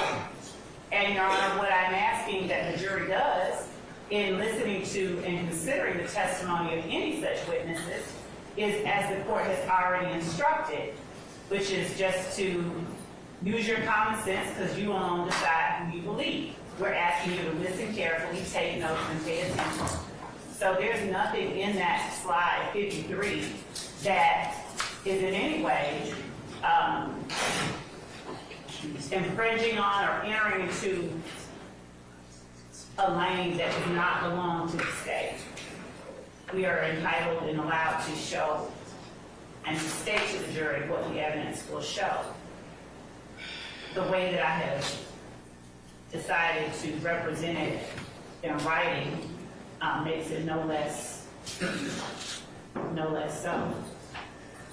Yeah, but it borders on argument at this point in time. So I can change it because I do expect that the evidence will show that some of the witnesses are afraid, some of the witnesses are embarrassed. So I can take out. Well, that's different. You might want to just redo it. I can do that. Any further objections, folks? Yes, Your Honor. I went over to the state's table, Carson Matthews, Mr. Bureau, went over to the state's table and brought to their attention an error in slide 42, and I think it's incorrect. All right. Is that correct, State? Not yet, but in a moment. All right, here's what I'm going to do. Folks, this is exactly why I told you I wanted you to, and let me go ahead and just say this. Ms. Love, I told you to give them your PowerPoint presentation. This is why you give it to them, so that they can get errors and they can also figure out if there's something they object to. So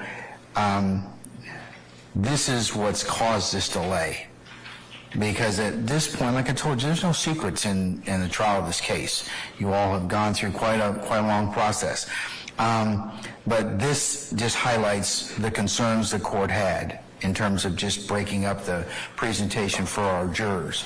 So what I'm going to do, ladies and gentlemen, I'm going to go ahead and call our jurors out. I'm going to go ahead and release them for lunch. I'm going to tell them they're going to be at lunch until 1:30. During the lunch hour, Ms. Love, I want you to play or the slides that you have that otherwise have not been shown. You need to show them to the defense counsel and make sure they're correct. In the absence of them being corrected, I'm going to exclude your presentation. They have the presentation. But it needs to be correct. I don't want, if I get another objection about an error, I'm going to exclude it for the purposes of the opening statement because you didn't follow my instructions. You could do it off rip. That's why I told everyone. And the defendants needed to give you their opening statements and the things they wish to use during their openings as well, because we're having interruptions and delay, and that's what I wanted to avoid for our jurors. That was the reason I told you all to do that. They punish them, motherfucker. Punish the prosecution. Come on, one more time. One more time. Just giving them chances, motherfucker. I'm not worried about that. But I'm not worried about that. But the errors that Mr. Apt, Mr. Matthews, and Mr. Shaw have made our error, and Ms. D. Williams need to be corrected. Okay? No, punish the prosecution. But everyone else needs to see it so they can be comfortable and make sure that you represented something that what you expect the evidence to show to be correct, okay? Thank you, Judge. Will do. And Your Honor, I also wanted to point out to the court that even if I misspoke, the court has already instructed the jury and will continue to instruct them that nothing I say is evidence, and if I misspeak or miswrite, But that's not the point. What are you talking about? And I told him that already. But that's not the point. The point is so that we can have a smooth and orderly presentation of evidence. Okay? Right. So, all right. Desmond, Sergeant Ingram, can we go ahead and call for our jurors, please? Your Honor, I want to talk out also number 6-2. You can go ahead and take up that during the recess. Okay? Yes, sir. Thank you. All right. Yes.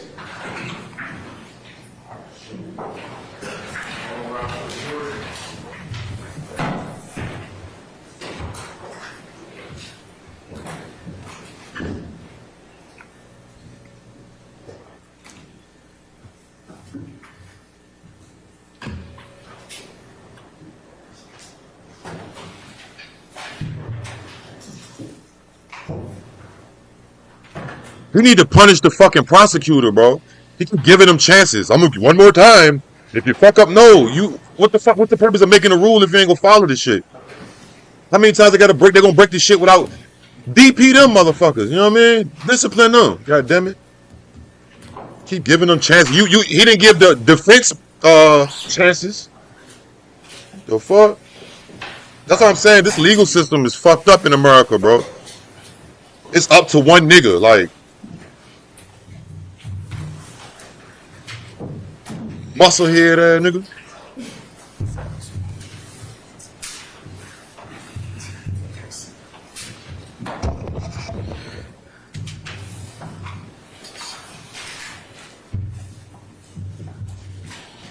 That nigga Thug the game, man. That nigga, I never seen Young Thug that big before. Like that nigga, like it got to be 30 pounds he gained, bro. He done gained 25 to 30 pounds, bro. Easy. That nigga eating. Okay, ladies and gentlemen, please be seated. All right, members of the jury, we apologize profusely for the delay, but I got some good news. I'm gonna send you lunch. How about that? The bad news is I'm not paying for it. So hopefully you all brought something or have made suitable plans consistent with the court's earlier suggestions to you. So what I'll do is at this point in time it's about 12:20, almost 12:25. I'm going to recess you until 1:45 to allow you to take comfort and take a big long stretch and get yourself something to eat. I would advise you from doing this a while, don't eat too much carbohydrate-laden food because you will fall asleep. And then I'll be looking at you and have to embarrass you. I don't want to do that. So I just ask you to take that nugget of consideration from somebody who's been doing this a while, all right? But remember my admonitions I told you. Remember when you go out, if you should decide to go out to eat lunch, remember you've got a time deadline you need to get back for, because we're going to try and call everybody out promptly around 1:45 or thereabouts, and go ahead and get started.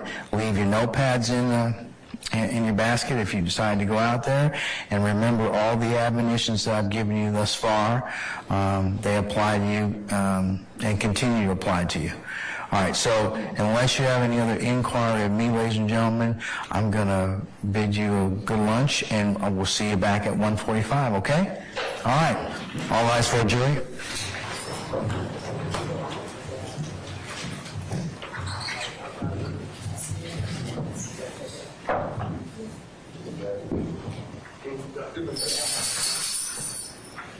Cruella DeVille looking at.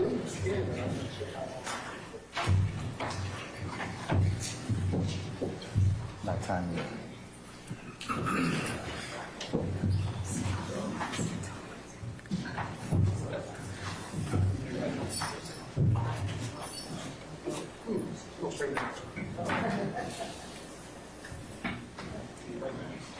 All right, ladies and gentlemen, please be seated. Our jury has left us.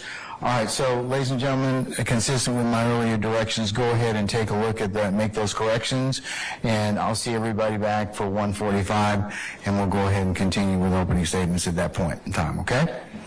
All right, we're in recess.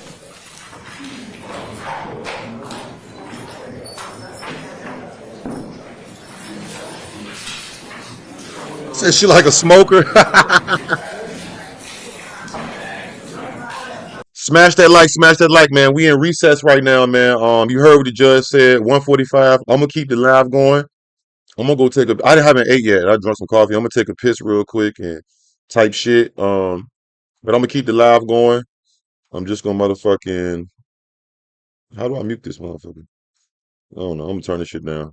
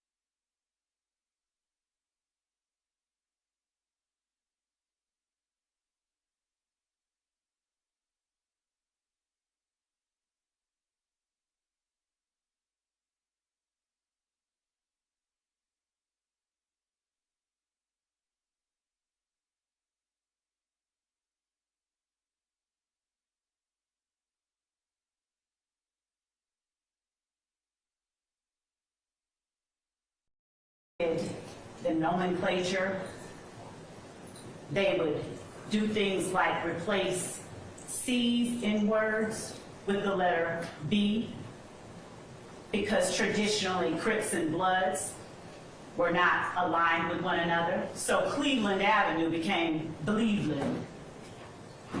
Some of you may have indicated during voir dire you've heard or are familiar with the Cleveland Avenue area. Maybe you've even heard of Cleveland Avenue Day. The evidence will show that this is where that comes from. The evidence will also show that sometime in 2012 or thereabouts, an internal rift or divide occurred among the members of Rock Crew. Now, the defendant, Jeffrey Williams, seated back there yawning right now, he was an original member of Rock Crew. And the kind of crimes that Rock Crew did consisted of smash and grab burglaries, stealing ATM machines, things of that nature.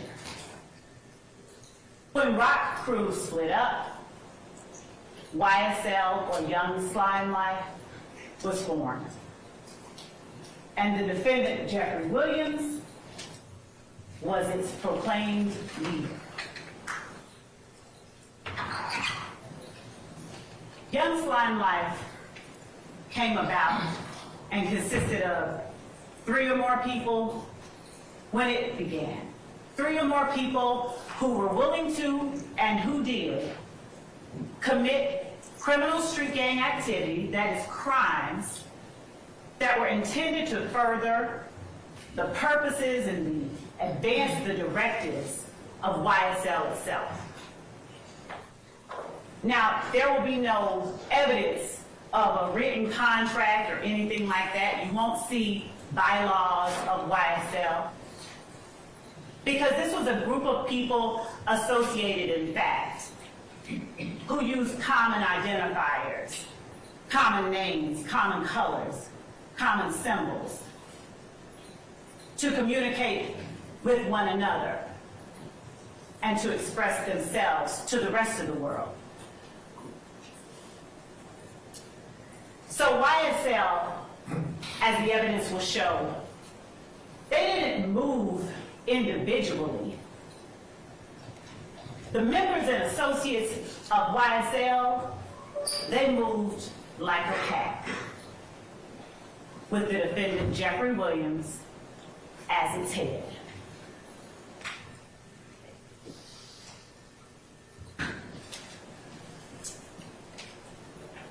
You'll hear from witnesses, both law enforcement and lay witnesses, who personally experienced and who personally witnessed the activities, the crimes that were committed.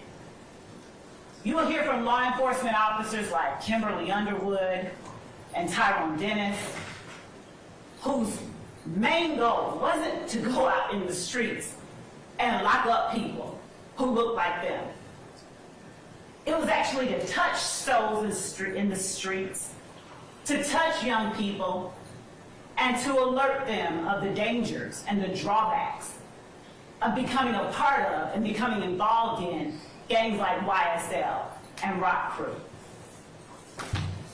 You'll hear about conversations with educators. You'll hear from members and associates of the gang itself. Now, as to how those members and associates will respond or act once they're actually in court and on the stand, that's something that I am truthfully not able to predict to you fully. But the court has given you instructions on determining and judging the credibility of the witnesses. And I trust that all of you will in fact follow those instructions. The evidence will show that YSL checked all of the boxes for being a criminal street gang. As I stated earlier, they are 3 or more people associated in fact. Their members commit crimes on behalf of the gang. They commit crimes such as armed robbery, hijacking, motor vehicle theft, theft by receiving, stolen firearms, so many stolen firearms, possession of a machine gun, and narcotics sales. And last but certainly not least, murder. What you will not hear any evidence of is that the defendants were not involved in a criminal street gang. You will not hear any evidence that they did not commit crimes on behalf of YSL. And as I stated to you earlier, what I'm saying to you now, this is Let me object to that statement, please, as burden shifting.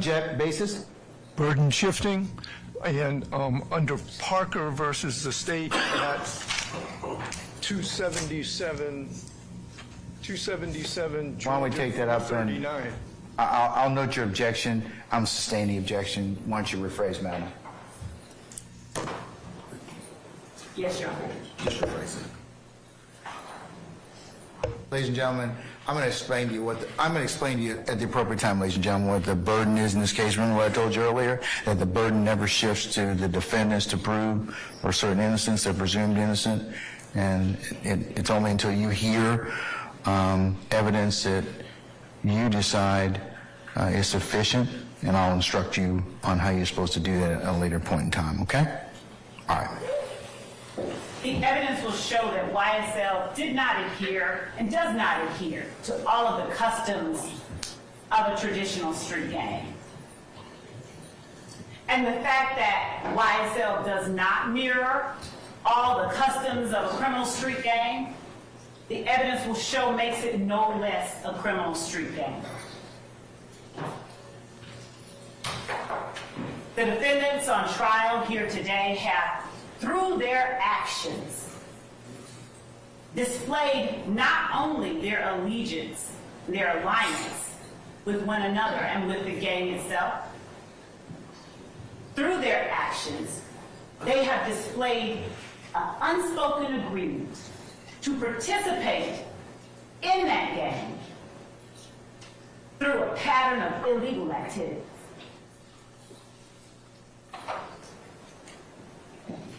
And again, the head of this gang is seated in this courtroom too.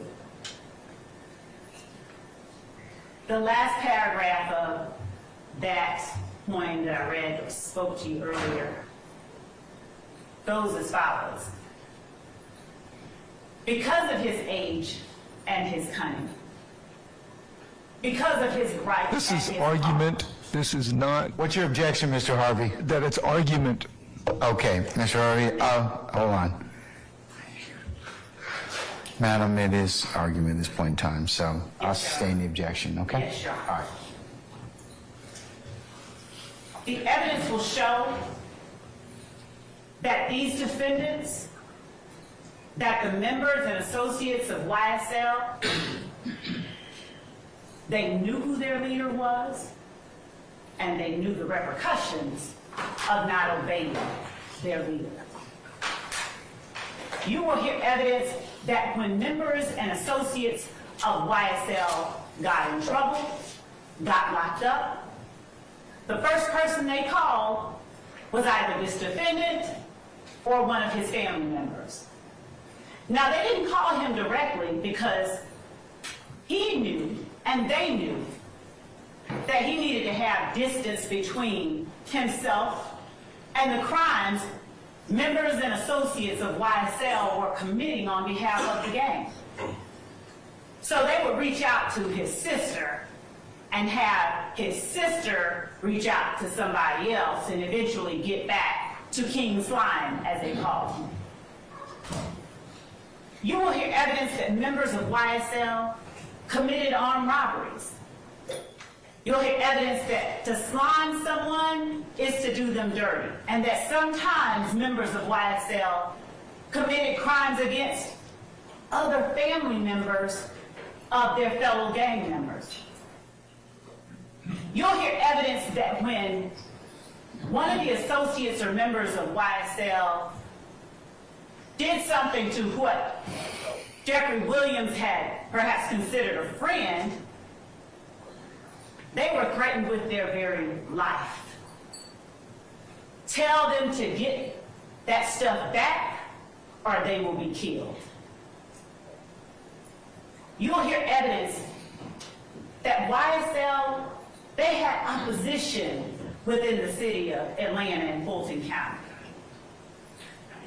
That there were other gangs that were at various points in time at odds and even at war with YSL. One of those gangs was known as the IF gang, IF, Inglewood Family. You will hear experts come in here and tell you more about how the Inglewood family Bloods in any way made its way down to Fulton County. You will also hear evidence about how one of the members, one of the beloved, of whom YSL considered an opposition group, was gunned down. Donovan Thomas on January the 1st, 2015. January the 10th, my apologies. 2015. Gunned down. Openly and notoriously. Because the evidence will show that part of the reasons that criminal street gangs operate the way that they do is to establish dominance and to establish control and to establish fear. You're going to hear that this gang stole at least 3 lives from this community over the last 10 years. At least 3 that are referenced in this indictment. You'll find that as a result of this gang's activities, a young woman who had nothing to do with either YSL or any of their opposition was gunned down by people trying to get back at YSL for what they did. You'll hear evidence that after the murder of Donovan Thomas, no less than 50 shootings occurred over the course of the next several months. You'll hear evidence that hundreds of bullets were fired into cars, into homes, and into people as a result of the rift Young's Limelight had with other people in the community. So what are they accused of, and what are you here for today? The judge read the 4-hour-long indictment to you 12 months ago. He didn't read it to you again today, but he generally gave you what each defendant is being charged with and what the state has the burden of proving beyond a reasonable doubt as it relates to each defendant. But just to broadly touch on those, the crimes that the state is proving to you over the next several weeks include conspiracy to violate the Racketeer Influence and Corrupt Organizations Act. That is an absolute mouthful. So we'll just say Rico. There's no substantive allegation of Rico violations here. And by that I mean there's a difference. Here the state is alleging that these defendants, they had an agreement, unspoken, but no less an agreement, to obtain property, things of value, cell phones, cars, stolen guns, through a pattern of illegal activity. The evidence will show that it's sort of like if two people said, okay, you know what, we're going to go toilet paper our dean of admissions house. And they sat there thinking and talking about it, and someone overheard them and reported them to the police. And the police came and said, okay, I'm going to arrest you all for conspiracy, for planning to go and do this. The evidence will show that it's not enough that they were planning to do it. Somebody has to do at least one thing in order for those two people to be found guilty of conspiracy.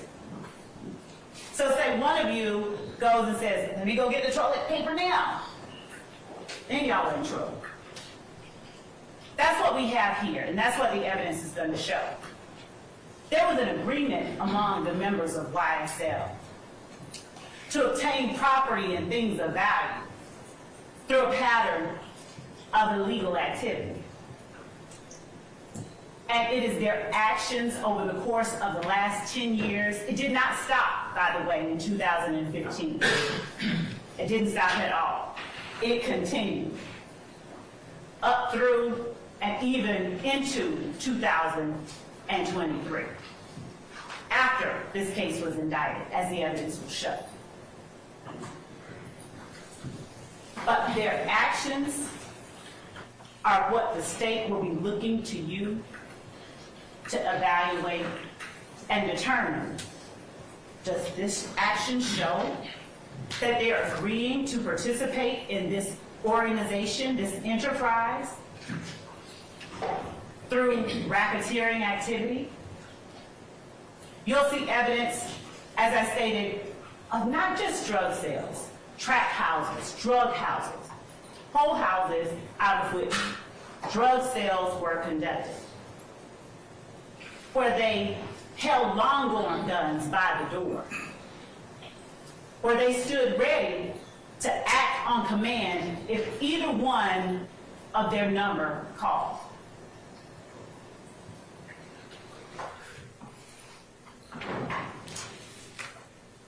Who's on trial before you today is Rodelius Ryan, Flamarius Nichols, Marquavius Huey, Jeffrey Williams, Shannon Stilwell, Diamante Kendrick,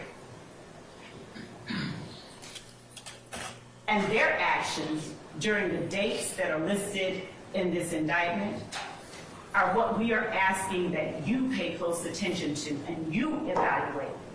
Your Honor. You have an objection? Yes, sir. Basis? A motion.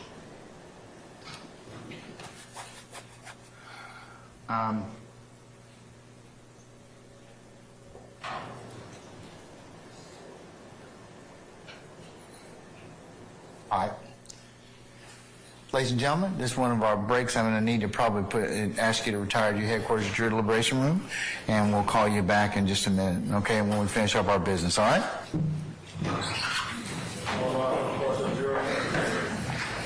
Remember the court's admonitions, ladies and gentlemen.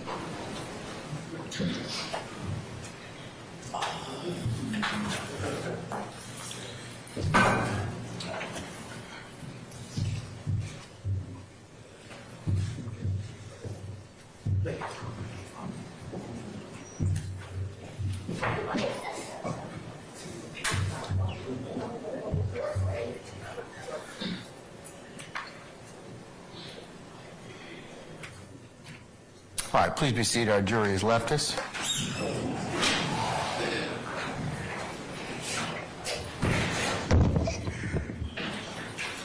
All right, Mr. Steele, what's your motion, sir?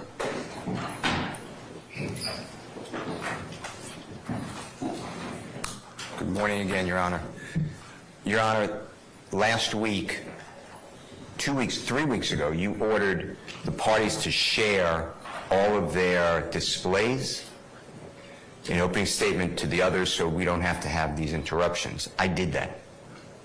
The state shared with me 4 attachments. That's all they had. That's what I got.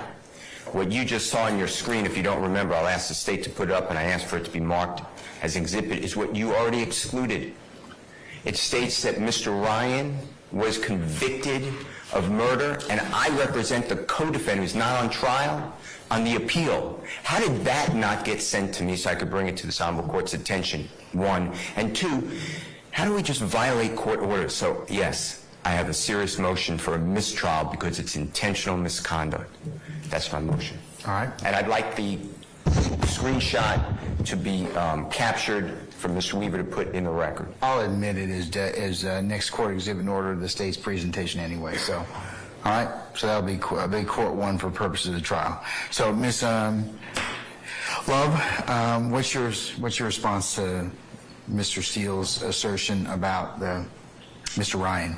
As it relates to Mr. Ryan and the exhibits that the state intended to play and to display for the jury, I sent to Mr. Steele and everyone else the pictures and the photographs that I expected to use.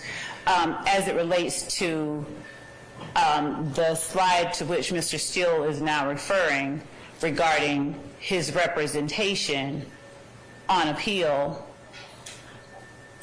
I'm not certain if the objection goes to the fact that there was the conviction, because that's part of the indictment and that's part of the evidence that the state expects will show, or if it's as to his objection about the fact that he represents Mr. Ryan or Mr. Blaylock on appeal. Don't represent Mr. Ryan. Mr. Blaylock, then. Excuse me. I would never said this, ever. That's it. So what's your objection based upon, Mr. Steele? Objection based upon, I argued this before this honorable court. You argued the prosecution that before they ever mentioned my name, you granted this motion. That I did. You brought up to this honorable court, outside the presence of everybody. We're an open statement. I am lied to. I am saying that. I am lied to. I don't know if anyone else got that exhibit. I did not get that exhibit. And I'm seeing everyone say shaking no. And now it goes against the court's order. We are bound, duty bound, to follow this honorable court's order. I'm going to join in the objection on behalf of Mr. Steele. Let me see the... I can put it back up, Yes, Judge. ma'am. And, Your Honor, while I am putting that back up, I will state in my place that initially when there was the objection from Mr. Steele, I didn't have a clue what it was about because I didn't mention his name and didn't intend to mention his name. As I looked at the screen, I saw that part of his name was on the screen for the most part. But I mentioned that, I ruled upon that last week. I did. That we were not, I would take it as it came in this case, and if the evidence got to that point, then I would deal with it accordingly. Yes, Your Honor. So, And Your Honor, as to Mr. Steele's motion, as I'm pulling this up, the state would vehemently object to a mistrial and ask for a curative instruction and a reminder to the court, to the jury, that nothing that the lawyers say is evidence in this case. This is not at all the type of thing that rises to the level of mandating a mistrial. Certainly not. It just isn't. I have all right. the slide. Pull up, now, I have it now. I'm court about to share the court one for purposes of the motion for mistrial.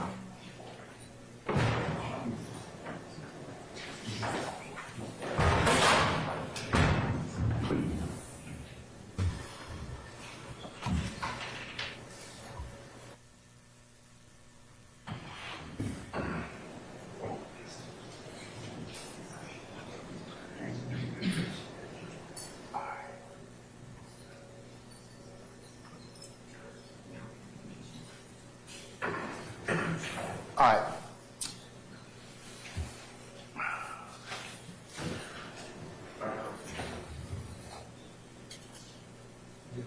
Okay, on slide 11 of 65, that I see where you have that at the bottom, represented by Brian Steele. So we can leave that for the time being. Leave it for the time being because it is what was it was up. I'm going to deny the motion for mistrial, Mr. Steele, but I will go ahead and give a curative instruction to our jurors at this point in time. So. Your Honor, I'm supposed to ask for a re-occurrence report for my mistrial before the next process goes on. I'd like you to do me a courtesy, if you would, and allow me to do that now and preserve the motion for mistrial. You made your motion for mistrial, and the basis, and I'm going to mark the whole state's presentation as court one for the purpose of your motion, and it will go in as stated.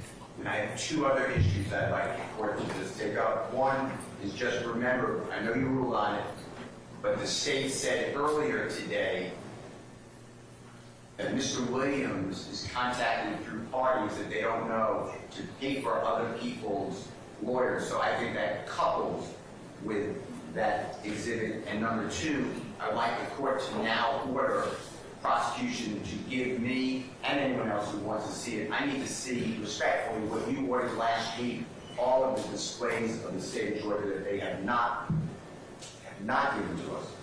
So what do you mean by what displays are you talking about, Mr. Steele? I never saw that. I never saw the wolf. I never saw the indictment. You ordered I gave all my displays. I gave everything to the state. I got from the state. Are you talking about using for opening statements, sir? Of course. Okay. Should have been done. All right. All right, Ms. Love. Yeah. Thank you, Your Honor. Two matters, Your Honor. One, the first thing that Mr. Steele has requested of the court regarding the representation that the state made about other YSL members contacting Jeffrey Williams for representation is absolutely and has always been a part of what the state expects will show at trial. I'm going to deny that portion, but to Mr. Steele's point, I'd already made that issue in terms of his particular involvement, and anything you need to let me know prior to that, and I need to rule upon it, and also subject to foundation. And just like this, so I assume that what you told our jurors is what you expect the evidence to show? Yes? Yes, All right, so definitely. I'm gonna overrule that part of his objection. What about the last thing you mentioned? And Your Honor, as to the court's directive that we turn over anything or any exhibits or photographs, that was my understanding of the court's directive, that we expect to show an opening statement. As a matter of course, I can again reiterate the fact that it was an inadvertent omission to leave Mr. Steele, at least part of his name, on here. I got that, but he's talking about, is there anything else you're going to use in opening you haven't shown to defense counsel? He's telling us. Well, I said that. I told you to do that a week ago. Your Honor, because here's what I told you was going to happen. I've got a jury that's out right now that's being interrupted. And Ms. D. Williams, you should have made your motion or should have told me about that an hour ago or when you found out about it. Not hijack me at the bench about that. You did what you had to do, but I'm not happy about that. I'm not happy about any of this. Because this is stuff we could take care of before our jury comes in. And that makes you all, lessen your ability as advocates and lessen our ability for this jury to go ahead and get this case seamlessly. This is what I told you all was going to happen. So, have you given them everything you're going to show them during opening statement?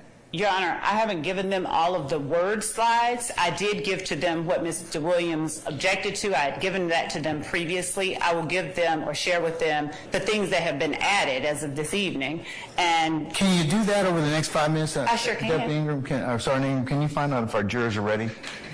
Are they ready? Are they still using the restroom?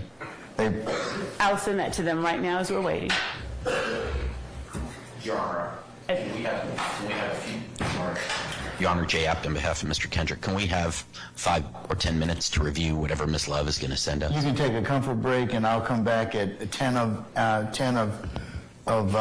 12. And like I said, whatever we don't finish before 12:15, we'll pick up after lunch. Okay? Thank you, Your Honor.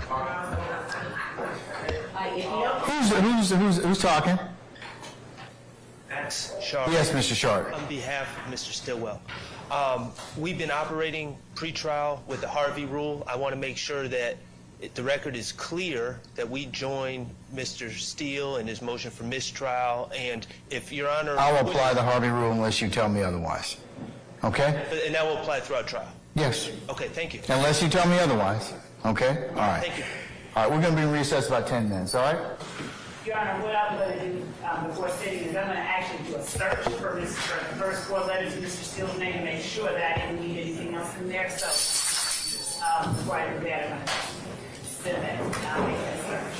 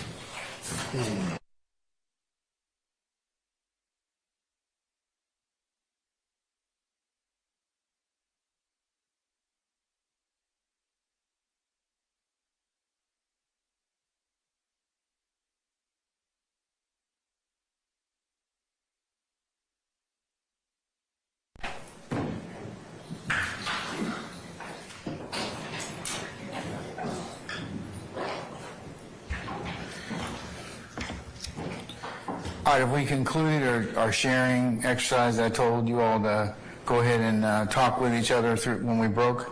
I did share it, Your Honor, as All right. well, if I may, Your Honor. Yes, ma'am. Regarding the court's earlier concern brought to the court's attention by Mr. Williams, Ms. Hilton shared with me what was said on the bench. But as it relates to Cordelius Ryan's post after the murder of Shamel Drinks, that was provided from day one in discovery, Your Honor. And it is not a crime that he is alleged to have committed. We may have put that on a list, out of including things, but, Your Honor, that is not an intrinsic act in the sense of it being a crime or criminal act. And it is what the evidence is going to show happened. What I have in the PowerPoint I can show to the court if you like. I sent that to defense counsel prior to today. I think I sent it Friday before 5. But what I have said is that on the day that Shamel Drinks was, I'm sorry, Jamari Holmes, my apologies to the court and to the family members here. What I said was that on the date that Mr. Holmes was gunned down, 12 hours after that murder, Mr. Ryan posted on his Instagram account, "I bet YSL makes the news." And what I endeavored to say to the jury that the evidence will show is just that they were advertising and representing and boasting on behalf of the gang itself immediately after the murder occurred. And these are elements that the court, I believe, will hear from detectives and evidence. These are the things that the courts have said jurors and the courts should look to in determining whether something is done in furtherance of a gang. And so I would ask the court, I did take it out as the court instructed. I would ask that the court allow me to make reference to it. And thank you, Your Honor, for your time. All right, Mr. Williams. Oh, sit down, Mr. Adam. You can just wait a minute. All right, Mr. Williams. What's your response, madam?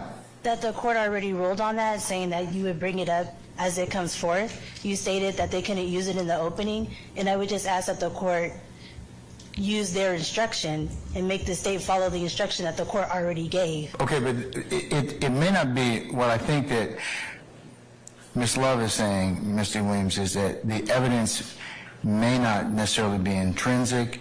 It might be for another purpose. It's what they expect the evidence to show. So, but here's the issue that kind of I'm disappointed as the court. You all could, we've had months and months and months. We could have taken this up before. I could have made it very clear. I don't need to take it up right on the eve of our jury sitting in the box. That's what I'm kind of more annoyed with than anything else. If you had clarity or wanted to seek clarity on that, I'm more than happy to rule on it, but I needed to go ahead and have some ability to do so.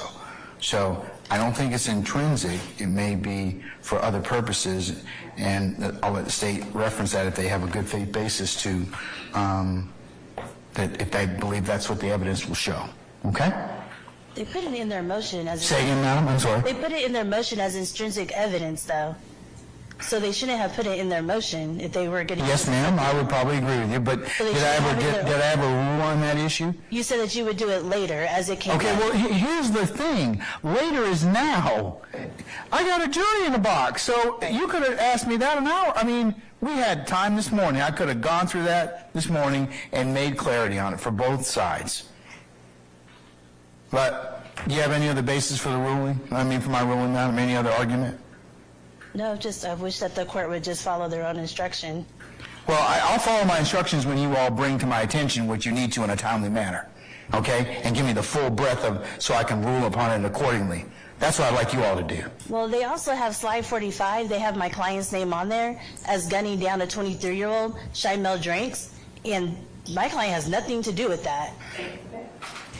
That was another area I'm correct. But I didn't get that Ms. slide Love says presentation earlier. Ms. Love says she is going to remedy that and exclude it. Thank you, Your Honor. Okay, all right. Now, Mr. App, what is it you want to tell me? I am so sorry, Your Honor. But thank you for allowing me to speak. I do have an objection, Judge. So, Ms. What's your Love objection specifically, sir? attempted to email us during the break the PowerPoint slides that she is using in opening. I could not open the attachment. I brought that to the attention of her co-counsels and staff, and Mr. Matthews was able to open it, and I looked over his shoulder and was able to see some of it. There are at least a dozen more slides that were never turned over to us, even though the court instructed us to share it with the state and for the state to share with us prior to opening any exhibits for opening argument. And so, I mean, these are all new to us, and I would just ask that the ones that she did not share, she shared 4, that the ones that she did not share be excluded. I'm objecting because the court ordered for us to share these. She did not. Clearly, she did it intentionally. There's also apparently factual errors in them. I would ask that any slides that haven't already been shown to the jury and that she did not disclose be excluded from her opening argument.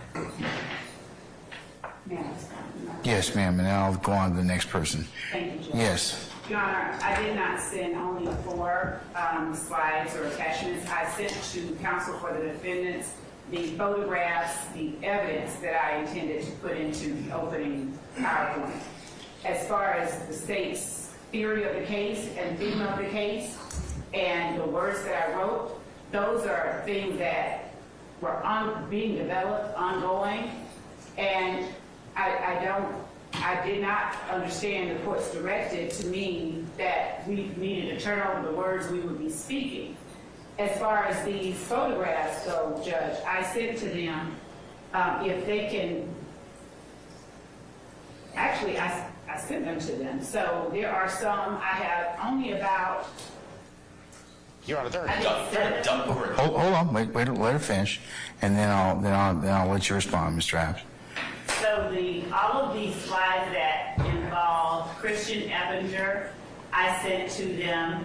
And other than the slides involving Christian Eppinger, there is a slide of the vehicle that Donovan Thomas drove on the day he was gunned down. It's the back of the vehicle with the placards of showing the bullet defects. That will be shown. There's no one that has made any objection to that evidence being introduced at trial. Nothing that I have put in the PowerPoint includes anything that has been objected to as being admissible at trial. And I believe that I'm not certain if Mr. App thinks that we only served 4.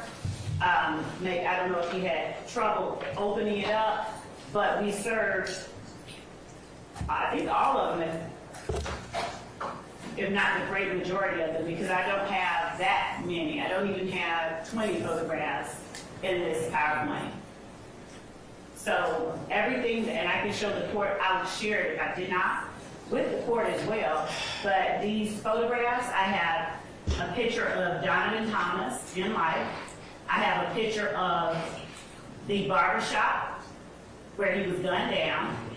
I have a picture of the back of Donovan Thomas's Tahoe. I have a picture of Donovan Thomas's headshot. At the time of the autopsy, no cutting, no nothing, just his face with the number. I have a picture of, as I stated earlier, Your Honor, the truck with the defects noted, and then I have pictures of Christian Eppinger, all of which were provided, and that's the extent of it. The majority of the slides have my words, my theory, my work product on them. All right, Mr. App, before I go ahead and respond. Your Honor, no one's suggesting that she had to turn over the text of her opening argument. But if she's going to show a PowerPoint to the jury, that is what the court instructed us to share. We're visual exhibits, and that's what she's doing. She's placing it up on a screen for the jury to see. And whether that's her own words as part of her opening as a PowerPoint, or it's just demonstrative. She could have shared it, and she didn't. And she did it.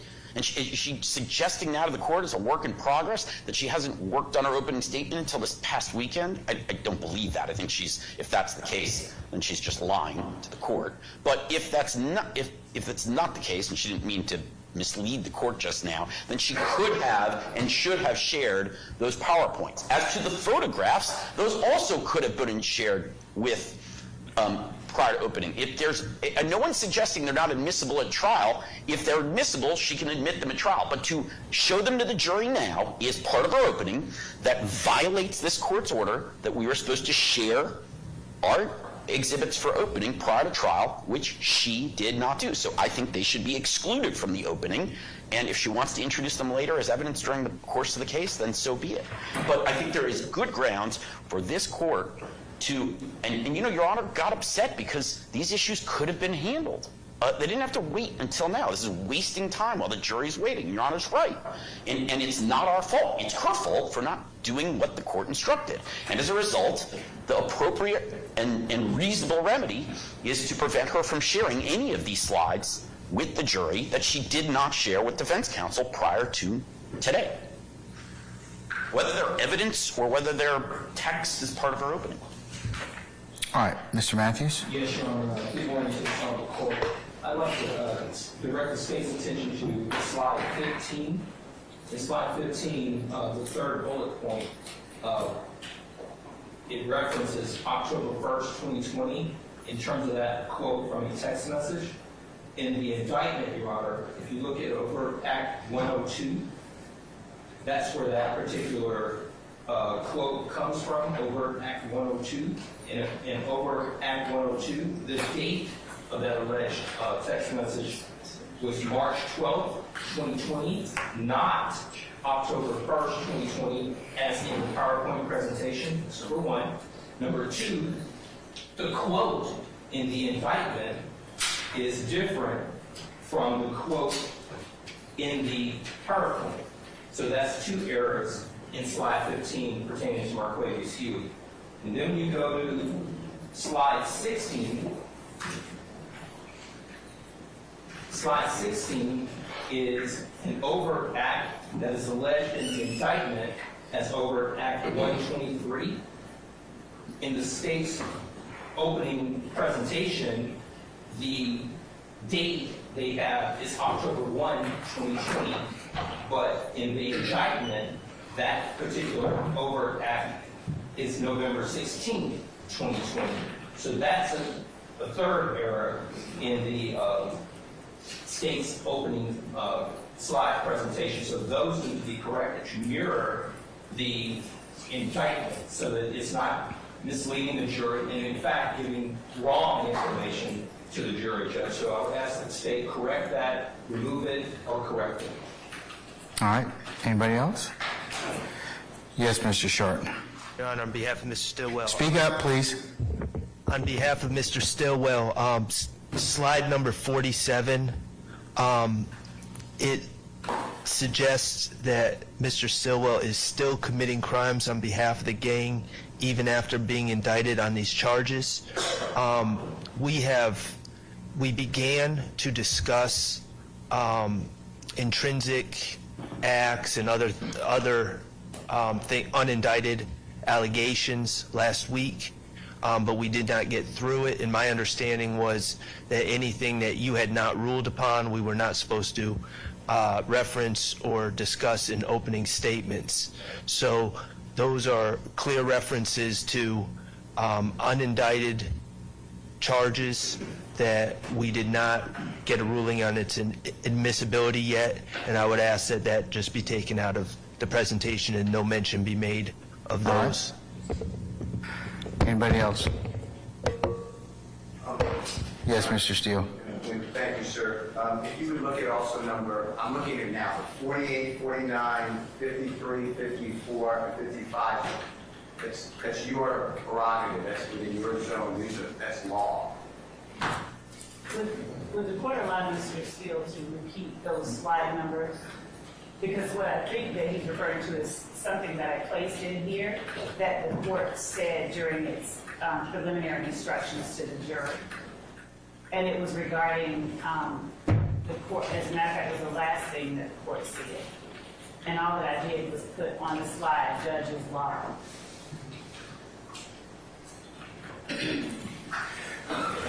In terms of what slides you talking about? Mr. Steele again? I have 48, 49, 53, 54, 55. So 48 through 55? Excluding, so it's 48, 49, but then skipping to 53, 54, and 55. 48 and 49. Your Honor, may I share via Zoom the slides that Mr. Seals? I would, yes, please, Your Honor. Thank you. And he said, Mr. Seals, you said 45? Just share the presentation, please. Yes, Your Honor.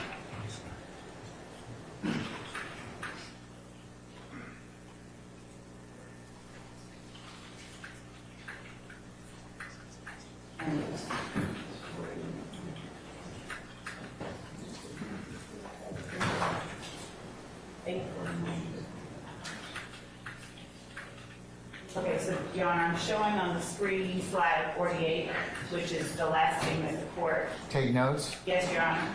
All right. And 49.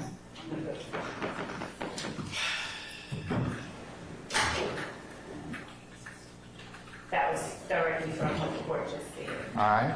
50. And 50. It's not 50, sir, 53. 53. Okay, let's get down to 53. And 53 is what I expect the evidence is going to show. So I'm going to, in speaking to the jurors regarding the witnesses and the instructions that the court has given them, I'm going to say to them, some of them, as I've already alluded to, some of them may not be wanting to speak. Some of them, you're going to see evidence that some of them are afraid, some of them are embarrassed, some of them are intimidated, some of them don't remember, some of them don't want to remember. That's simply what the evidence will show. And Your Honor, what I'm asking that the jury does in listening to and considering the testimony of any such witnesses is, as the court has already instructed, which is just to use your common sense because you alone decide who you believe. We're asking you to listen carefully, take notes, and pay attention. So there's nothing in that slide 53 that is in any way infringing on or entering into a lane that does not belong to the state. We are entitled and allowed to show and to state to the jury what the evidence will show. The way that I have decided to represent it in writing makes it no less so. Yeah, but it borders on argument at this point in time. So I can change it because I do expect that the evidence will show that some of the witnesses are afraid, some of the witnesses are embarrassed. So I can take out. Well, that's different. You might want to just redo it. I can do that. Any further objections, folks? Yes, Your Honor. I went over to the state's table, Carch and Matthews, Mr. Bureau, went over to the state's table and brought to their attention an error in slide 42, and I think it's incorrect. All right. Is that correct, State? Not yet, but in a moment. All right, here's what I'm going to do. Folks, this is exactly why I told you I wanted you to, and let me go ahead and just say this. Ms. Love, I told you to give them your PowerPoint presentation. This is why you give it to them, so that they can get errors and they can also figure out if there's something they object to. So this is what's caused this delay. Because at this point, like I told you, there's no secrets in the trial of this case. You all have gone through quite a long process. But this just highlights the concerns the court had in terms of just breaking up the presentation for our jurors. So what I'm going to do, ladies and gentlemen, I'm going to go ahead and call our jurors out. I'm going to go ahead and release them for lunch. I'm going to tell them they're going to be at lunch until 1:30. During the lunch hour, Ms. Love, I want you to play or the slides that you have that otherwise have not been shown. You need to show them to the defense counsel and make sure they're correct. In the absence of them being corrected, I'm going to exclude your presentation. They have the presentation. But it needs to be correct. I don't want, if I get another objection about an error, I'm going to exclude it for the purposes of the opening statement because you didn't follow my instructions. This is why I told everyone. They need to get, and the defendants needed to give you their opening statements and the things they wish to use during their openings as well, because we're having interruptions and delay, and that's what I wanted to avoid for our jurors. That was the reasons I told you all to do that. So, Your Honor, as far as any typographical errors, I'm not worried about that. I'm not worried about that. But I'm not worried about that. But the errors that Mr. Apt, Mr. Matthews, and Mr. Shaw have made are errors, and Ms. D. Williams need to be corrected. Okay? yes, Your Honor, I will, of course, do it for the record. And but everyone else needs to see it so they can be comfortable and make sure that you've represented something that what you expect the evidence to show to be correct. Okay? Thank you, Judge. Will do. And Your Honor, I also wanted to point out to the court that even if I misspoke, the court has already instructed the jury and will continue to instruct them that nothing I say is evidence, and if I misspeak or miswrite, But that's not the point. I'm going to tell them that. But and I told them that already. But that's not the point. The point is so that we can have a smooth and orderly presentation of evidence. Okay? So, all right. Sergeant Ingram, can we go ahead and call for our jurors, please? Your Honor, while I walk out, also number 6-2. You can go ahead and take up that during the recess. Okay? Yes, sir. Thank you. All right. Good. Yes.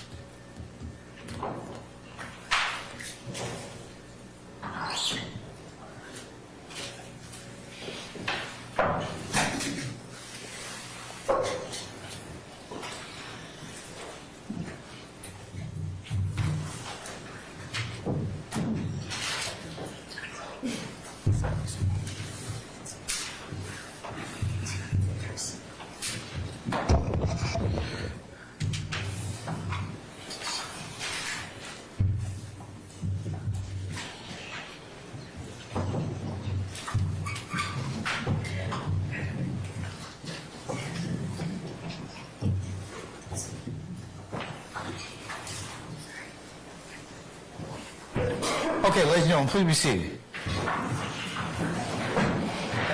All right, members of the jury, we apologize profusely for the delay, but I got some good news. I'm going to send you lunch. How about that?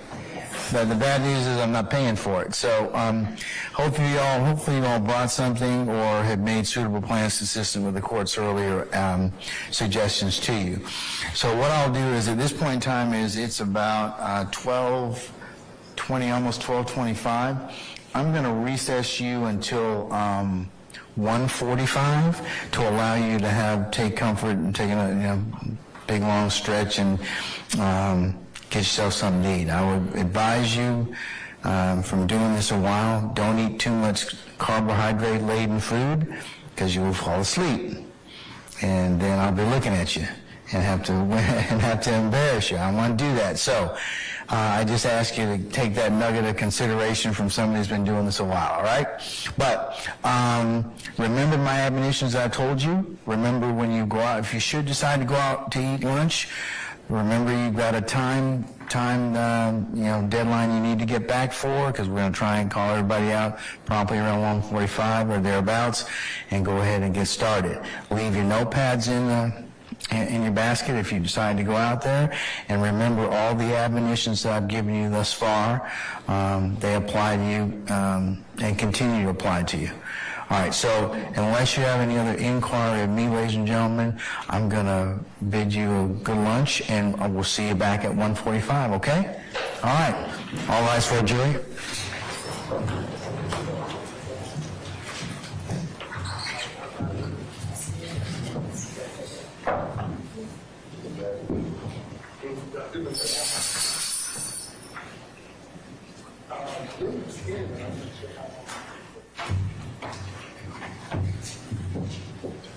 Not time yet.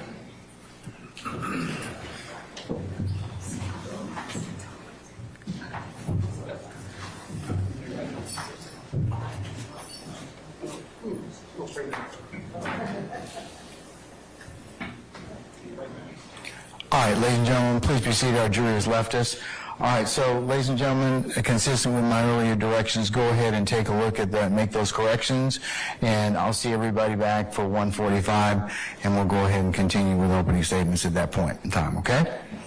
All right, we're in recess.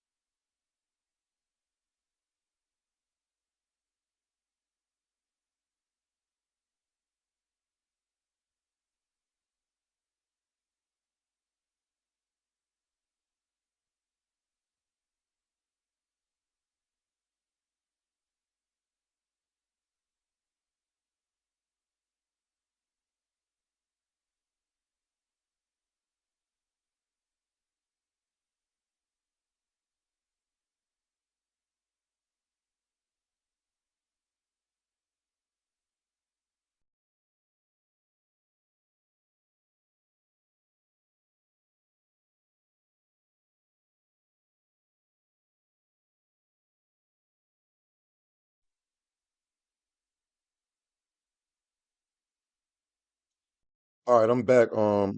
They ended the fucking stream? I don't know.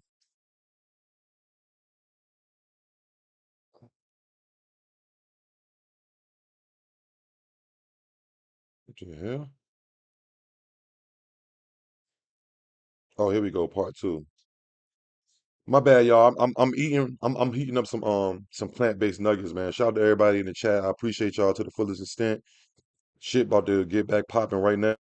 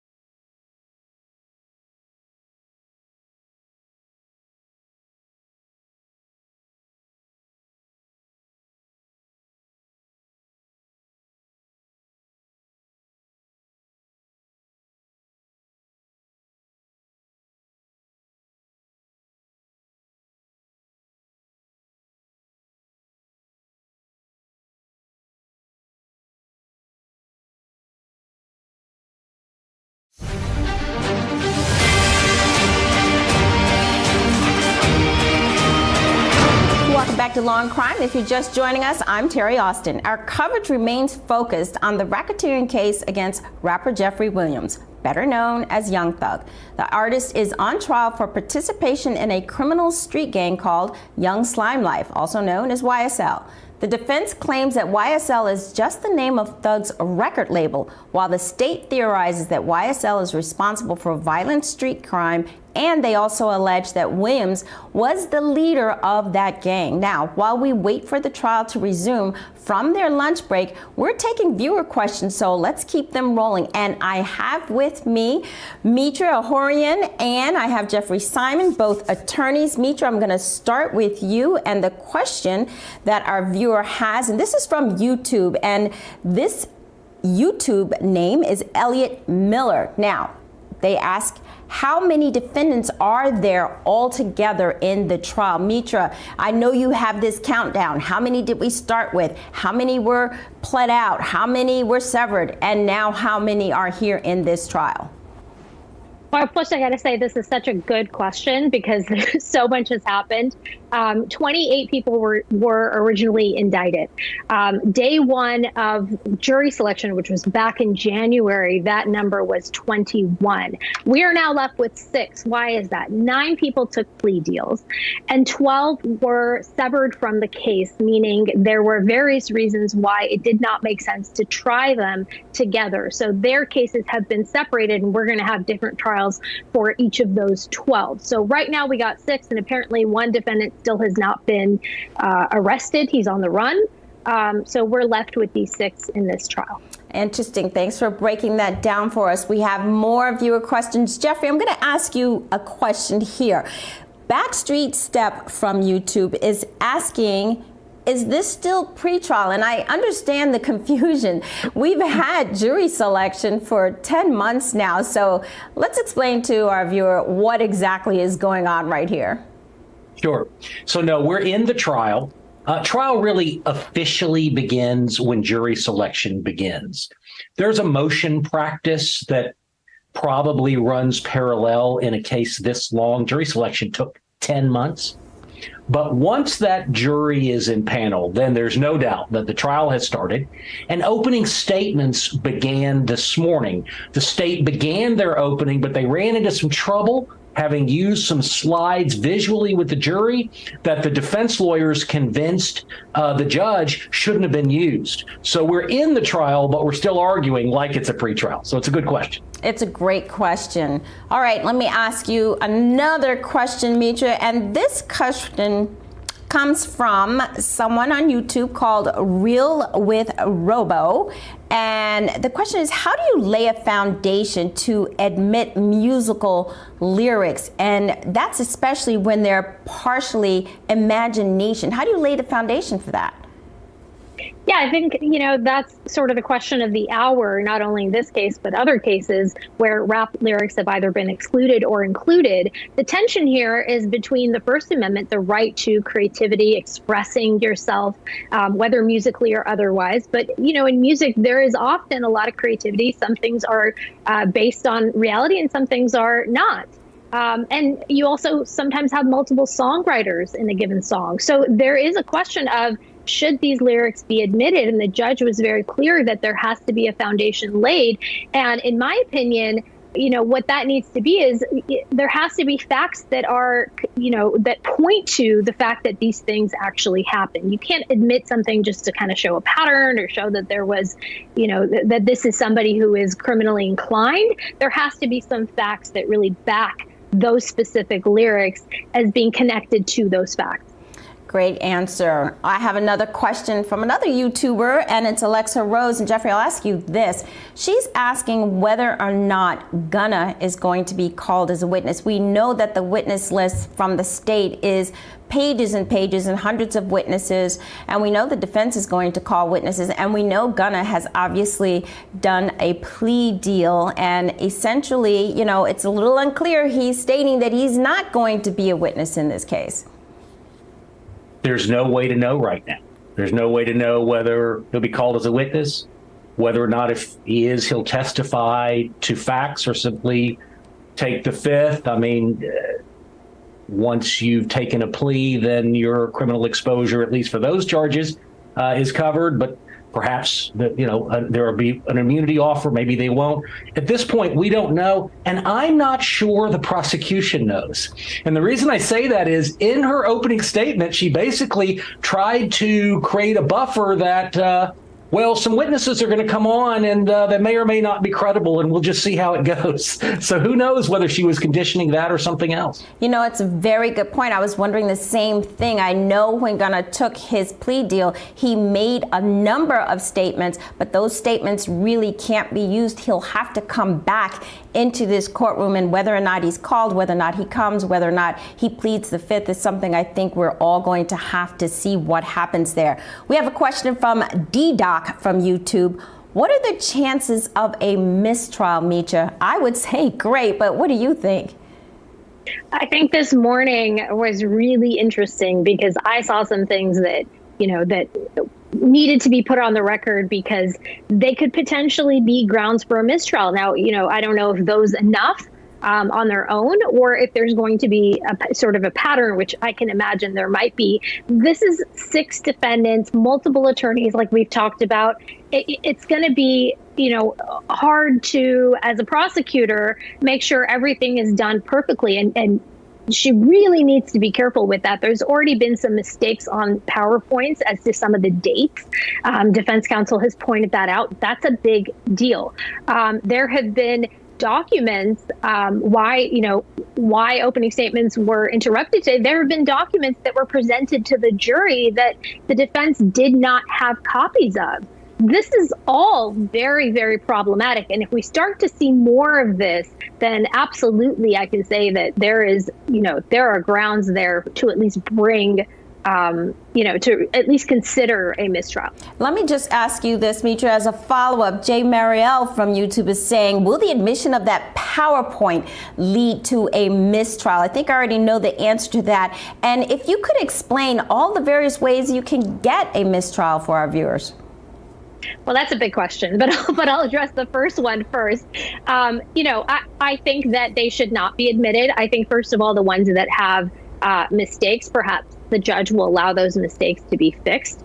But it'll depend on whether the reason for not submitting them to the defense in advance is a valid reason. And it doesn't sound, her answers do not sound convincing to me.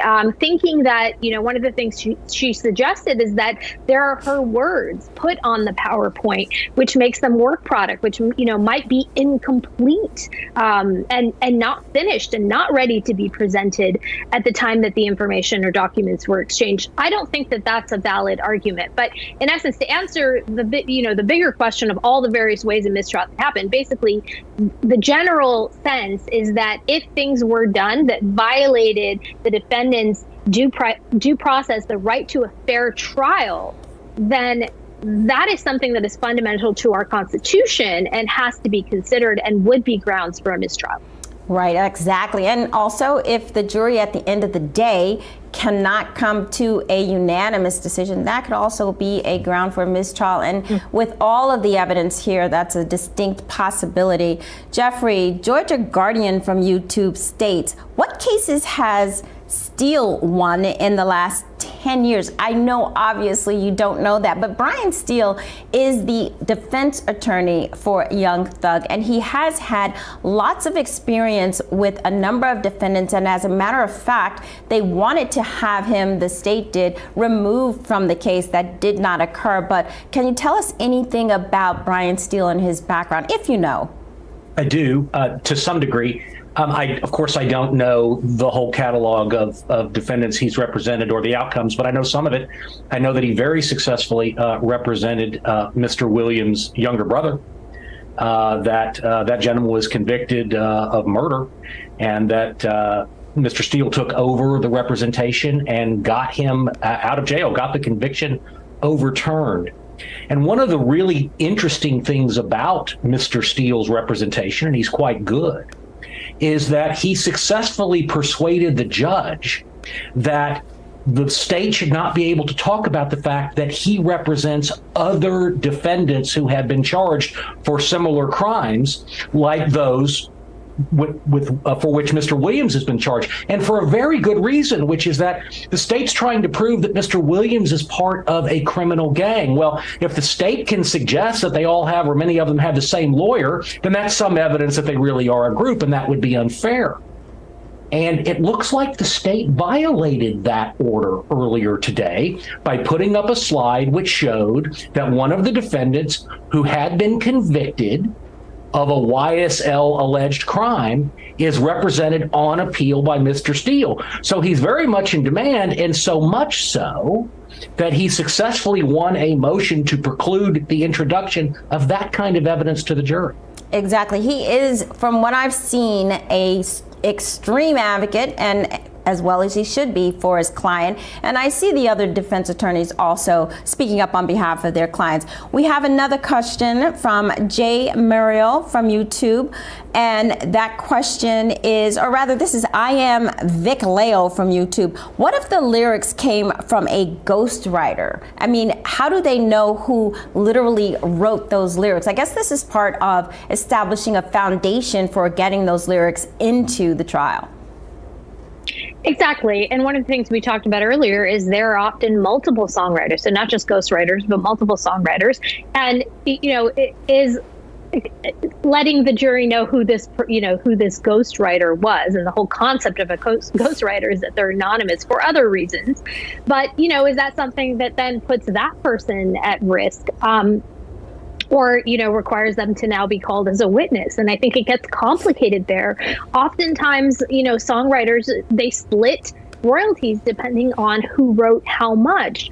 And a lot of times it's really hard to tell how much of a song someone wrote. So in essence, it might be split by the number of people in the room, which might include producers, which might include, somebody who's sitting there and just put some of the beat. It might not even be that much, but if there's 5 people in a room, they might all 5 get songwriter credits just to not get in a bit of a battle over who wrote what and who gets what amount. So that practice is very common.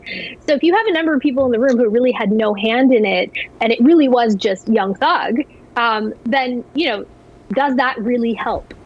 Exactly. Jeffrey, we have lots of questions from our viewers, and I'm really glad to see this. We have Montana Dior from YouTube asking, do we know how much evidence is involved? We know we have multiple witnesses listed on both sides. Do we know how much evidence may come out of this? I think it's hard to quantify from here. And I think it's even harder to characterize qualitatively. By that, I mean, we know the trial's going to take months. There are lots of defendants, and so there are lots of witnesses for and against lots of defendants, presumably. But the simple fact of the matter is that many of the witnesses the state's going to call are people who have taken plea deals. And so, the cross-examination will be, listen, isn't there anything you wouldn't swear to in order to have gotten a reduced sentence, right? And so it's hard to say, first of all, how much evidence there'll be, other than to say a lot. But how strong the evidence is, that's another matter. Exactly. And, we've already talked about what is Rico, but we have a number of viewers asking about that. So, Mitra, I'm just going to ask you to explain it again. Angela Turnstile from YouTube, just very quickly, what exactly and why are they charging all this? They're charging all of this to try to get crime off the streets. There is a large percentage of the crime that is happening in that district as a result of this group or this gang of people. And I think it's not enough. They're finding that it's not enough to just get, one person off the street for a murder charge, or get 1 or 2 off the street. And so these charges are being brought because, one, oftentimes you can't get an individual off the street. Well, that's right. We heard Fannie Willis talk about that. She's talking about she needs to get crime off the street. Thank you both. Stay with us, viewers. We'll be right back. More on the Young Thug trial.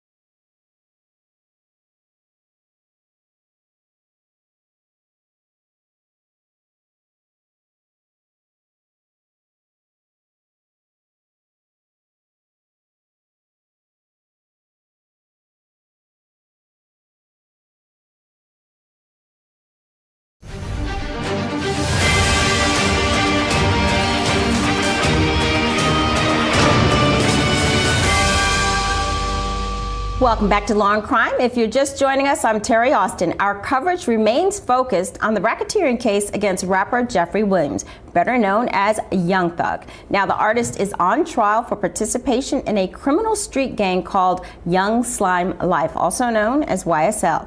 The defense claims that YSL is just the name of Thug's record label, while the state theorizes that YSL is responsible for violent street crime. They also allege that Williams was the leader of that gang. Now, while we wait for the trial to resume from their lunch break, we're taking viewer questions, so let's keep them rolling. And I also have with me now Richard in my studio, Richard Storenstein. He's a litigator. I still have with me Jeffrey Simon. He's a trial attorney. And I am going to start with you, Richard. And here's the question. I know you saw some of the opening statements by Adrienne Love, and I'll start here and then I'll go to the viewer question. What was your thought about her opening statements? Well, the last thing in the world you want when you're giving an opening statement is to have an intermission. So for her to get cut off because she didn't give some slides to the defense when the trial judge ordered them to exchange their slides in advance, that's a huge unforced error. I mean, giving an opening statement in this case is tremendously difficult. It's a very involved, very complex case, and you have to stand up and tell a jury what it's about. So the last thing you want is to be sat down in the middle of that process. I thought that was a big problem. I thought it was a big problem as well, Richard. Now, one of our viewers from YouTube, I am Vicky Leo, is asking, what about the drugs that were smuggled in the courtroom during the pretrial? Does that not get taken into consideration as far as that gang association is concerned?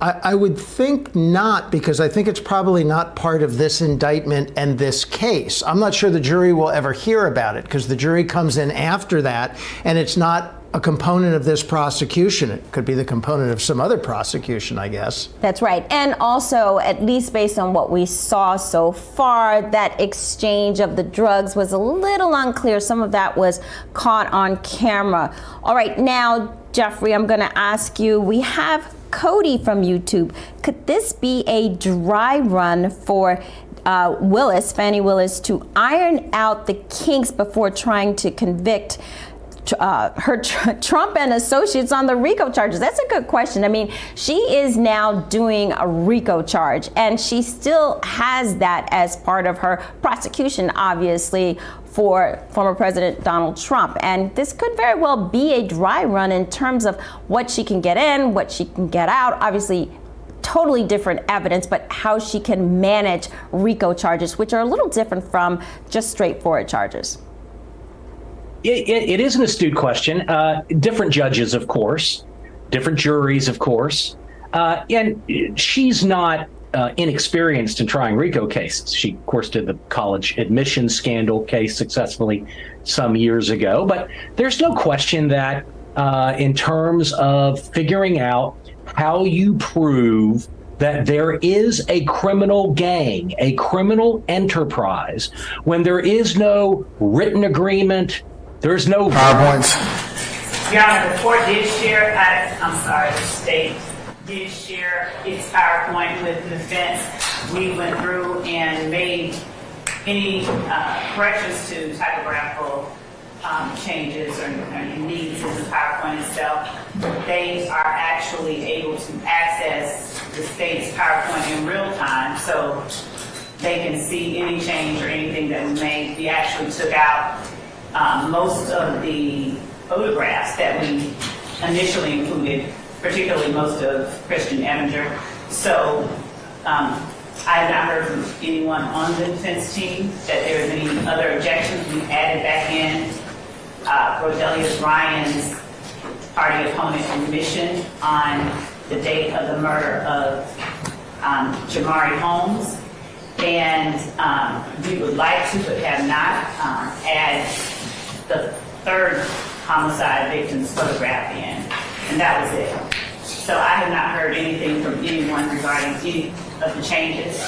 Okay. Do I have any further objection, or are there any further objections to the state's PowerPoint that you all, or changes that you all individually have objections as to going forward? I would propose. Go ahead, Mr. Steele. Your Honor, I understand the court's ruling, previous ruling. Just renew my objection that I think because the state didn't turn these over, they should be excluded. Mr. Steele? Yes, Your Honor, I was unaware that there were changes. I apologize. No one told me that. I didn't get an email to that or text. I told you all to do that during lunch. That was my last conversation with you all before I went ahead and broke for lunch. That's what I've been doing. I've been waiting. Right here, in the hallway, and in that other room gate. So I understand that the state updated something, and not realize that that's what they were doing. Your Honor, we did indicate that we would be making those corrections. You know, you all don't listen to the court, and it's going to get you all in a lot of hot water. You need to listen to me when I tell you something, and don't rely upon your own understanding. If you have clarification, ask me at that point in time. I'm more than happy to do that for you. But that's not what I told you all to do during the break. These jurors are waiting back there. We are dallying out here.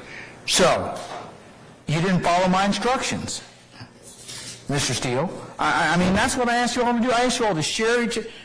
We're already behind to begin with. So...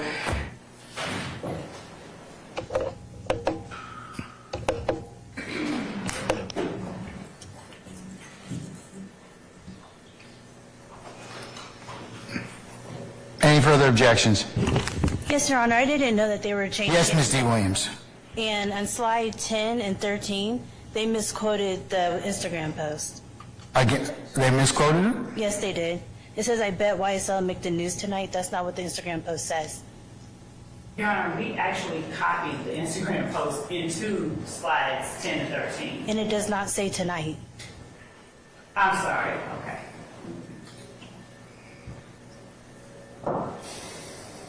I will take out the word tonight. He's right. Anything further? Mr. Shard, did you rise to... Well, I'm just seeking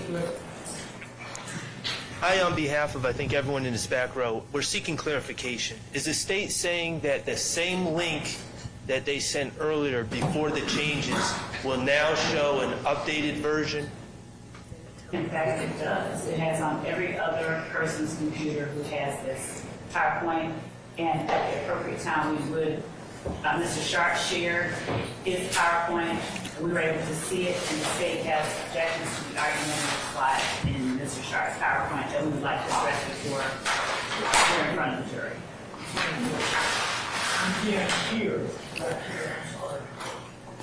Could you repeat that, Ms. Love, again? Yes, Judge. Mr. Harvey can't hear back there. So the state shared its PowerPoint with all parties, including other members of the state's team, and the other members of the state's team that have looked at the PowerPoint, they were able to see in real time the changes that are being made, as are anyone with the link that I shared with the defense earlier. Additionally, Mr. Sharp, over the lunch break, shared for the first time his PowerPoint and has included slides to which the state objects and has responded and told the court and Mr. Sharp that we object to. But I just wanted to make the court aware before we were in front of a jury again, as this, I think, is the appropriate time to do so. But the changes that the state made were available and published to everyone on counsel for the defense team. All right. Okay. I think the confusion, Your Honor, I understand what the state's saying now. The confusion is no one on the defense team was, we were waiting on a new email with a new version of the PowerPoint. That's not what I told you all to do. I was pretty clear. I said, y'all, over lunch, just take a look at the state's PowerPoint, make sure you have no further objections. I didn't tell you to email it to you. I just told you to look at it. I don't care how you did it, but that would be the thing I would probably have gone through and said, hey, let me see slide 1, 2, 3, 4, 5, 6, 7, 8, 9, whatever else. Okay. Yeah, we were waiting, we had voiced some concerns already, and we were waiting on a new version. And I'm just, Explaining, Your Honor. I Work- don't think anyone was aware that it was being edited on that old link. I think people were waiting on a new version of the PowerPoint. Okay, here's what I'm going to do. I'm excluding the PowerPoints. Y'all are just going to have to make this thing up the whole way. You have to just make an opening statement. No PowerPoints. Let's bring our jury in. No PowerPoints, because you all did not do, hold on, I'm starting, you didn't do what I told you to do, and that was to exchange PowerPoints. We have wasted almost 2 hours trying to get this stuff done, and my orders to you are not aspirational. They're given for a reason, and when you don't follow them, then I have a way to remedy that. So the remedy is nobody uses no PowerPoints, okay? If I could address the court, Archie Matthews from Mr. Newton. In terms of what we have done here on our team, we have provided our opening statement to the state of Georgia as well as to every other person on the defense side. We have received from the state of Georgia an updated, came to my email from the state of Georgia with the changes as it relates to Mr. Hugh. I have it. I will be hamstrung, Your Honor, if I am not able to use my opening statement because I prepared my case with my opening statement. I have not committed every single slide to memory, Judge. I'm depending on my opening statement to present to the court, to the jury, Judge. So I'm asking the court to reconsider its position as it relates to Mr. Hugh. Respectfully. All right. Mr. Steele? I sent our entire PowerPoint to the state of Georgia last Tuesday. Which the court has already. I do acknowledge that. Now I did everything the court demanded. All right. So I'd like to use mine. Okay, all right. And Your Honor, to be clear, on behalf of Mr. Stillwell, I sent over all the... When did you send it? On Friday, I sent all the photos of the exhibits I plan to use or the demonstratives I plan to use, save for one which I did not have physical custody of, which is a Fulton County jail uniform, which I took a picture of. And I have it with me right now. But I did not have that on Friday when I sent that over. I did not have custody of that object. Regarding the PowerPoints, when the state finally handed over their PowerPoint and said that they didn't realize they were supposed to hand over the entire PowerPoint or give these exhibits, which they didn't do that either, by the way. I did. I sent them out of an abundance of caution my entire PowerPoint. So. And Your Honor, I don't object to, generally speaking, the PowerPoints that have been shown. What the state did do was exactly as the court directed during the lunch break, as Mr. Matthews was able to see, we provided to each member of the defense team every change that we made. And respectfully, Your Honor, we would also request that the court allow the state to continue in the path that it has gone. We have complied with the court's directive. No, you didn't, actually. The court's directive was you were supposed to turn this over way beforehand, because then we could have corrected these issues and not spent 2 hours in doing this.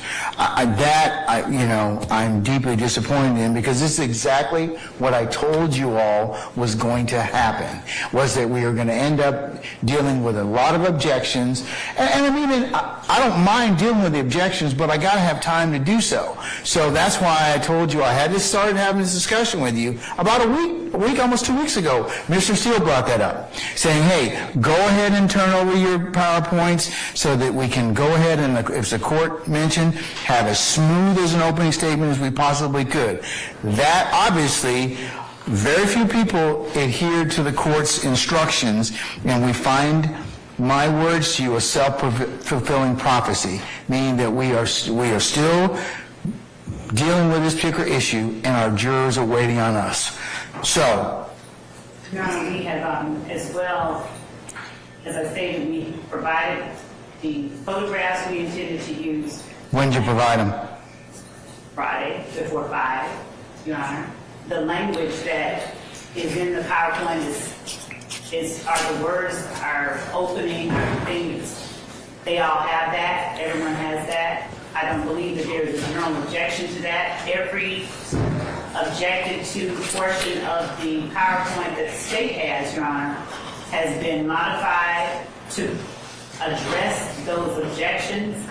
And we just ask the court to allow the parties to proceed as we have been proceeding with respect to presentment of opening statements. Additionally, Your Honor, I am not objecting on the basis of anyone having given the state the PowerPoints today. I'm not objecting as it relates to when anyone gave us the PowerPoints. I only objected to these photographs that were provided to us just a few moments ago on the basis of that they were argumentative. And I want to bring that to the court's attention. If the court decides that they stay in, even though they're argumentative, the state has, you know, we can get past that quite easily. We would just ask that the court allow the parties to proceed as we have. Are you referring to I'm in possession of 2 emails with photographs while marked as the next court exhibit in order. One of them is, it has the subject of the state objects to arguments contained in Shannon Stillwell slides below, and I have a couple of, it has like 3 slides. Yes. And I'm marked as the next court exhibit in order. Yes. Mr. Sharp, why don't you believe this is objectionable? It would seem to me it's got pictures of a couple folks here at in our facility, and a picture that's probably more prejudicial than probative, and it has somebody that's purports to be an inmate. So why wouldn't that be? Your Honor? Yes. I don't believe, I'm not seeing the email. I see an email saying the state objects to use of these photographs during opening. It's got your 4 slides, state's key witnesses, Nicholas Robinson, and then Nicholas Robin, a.k.a. Spencer Wright. Those are 3 that I'm looking at. It's not showing that in my email. I'm seeing 2 pictures of jail. I got that one too, which I'll mark as the next court exhibit in order, and that's the 2 pictures that you referred to, and it has the state, subject matter is the state objects to the use of these photographs during opening. Could I see what we're talking about? Because I don't have it on my email. Sure. I'm not seeing it. Christina, can you mark these in the next court exhibits and then show them to Mr. Sharp? Counselors, you can approach and take a look at it.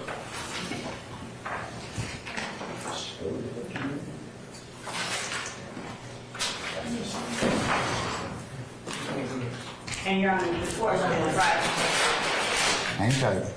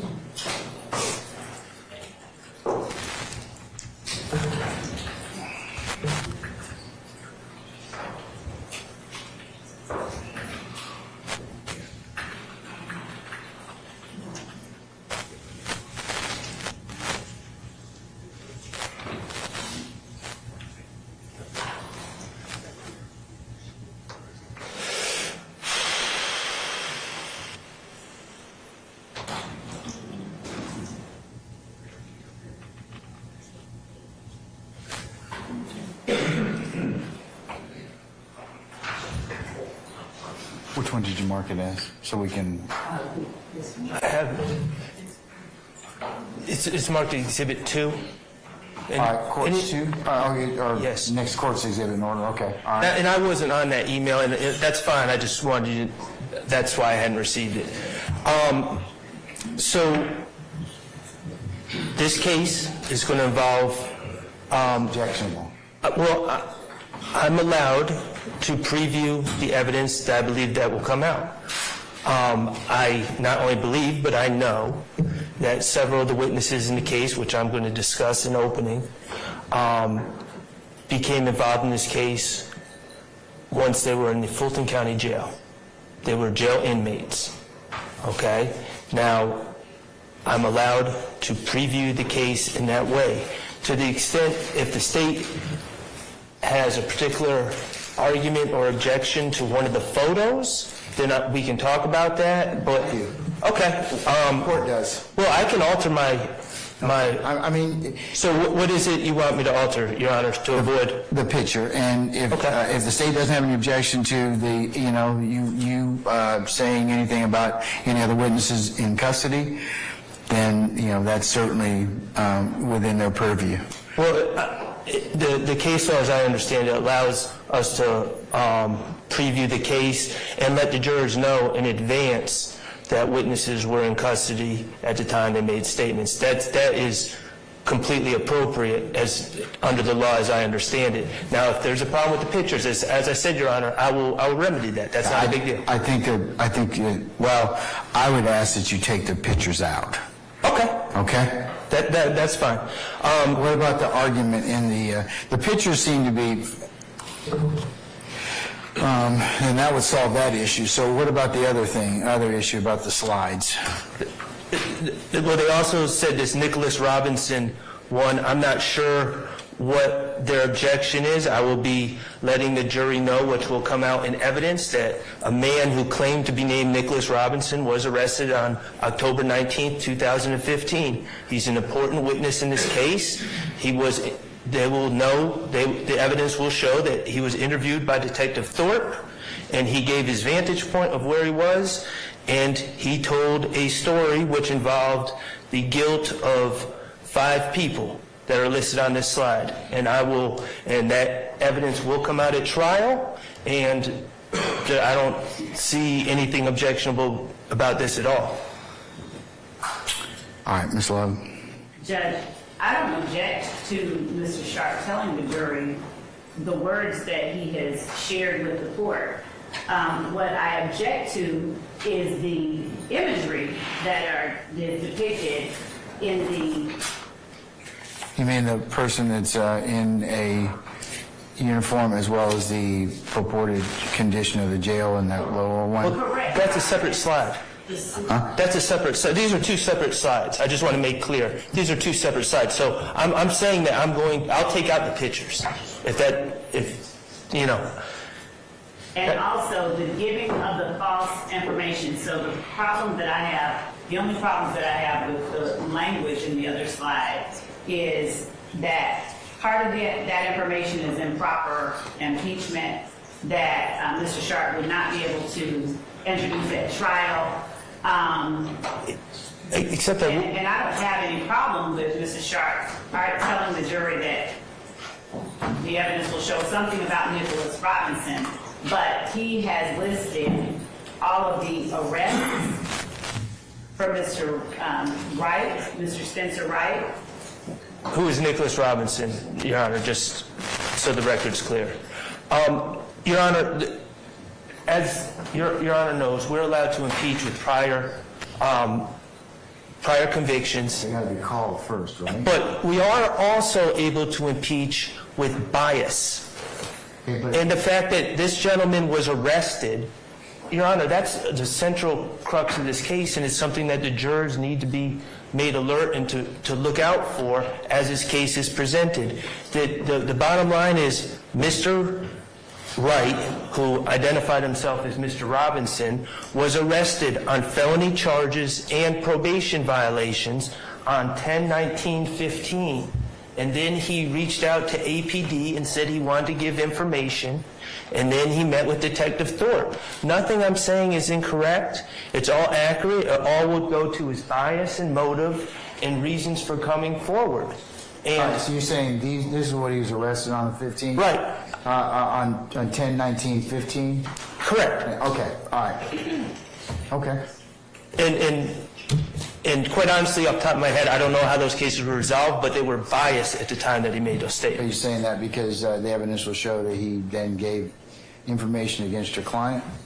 Yes. Or involving your client? Yes.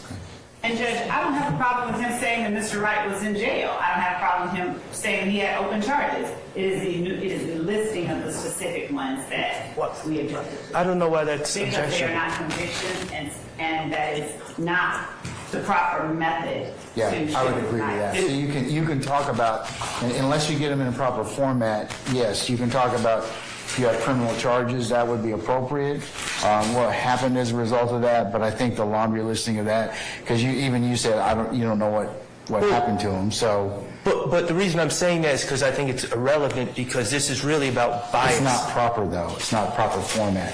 Bias is fine. You can talk about the... But he had the bias because he was facing these... Certainly, if someone's arrested for murder... You just can't mention the individual charges themselves unless they're in the proper format. I okay? understand. But my only point would be, Your Honor, certainly if someone was charged for jaywalking, arrested for jaywalking, and someone else was arrested for murder, the bias, the level of bias would be different. So, okay, but what does that have to do with them not being in proper format, though?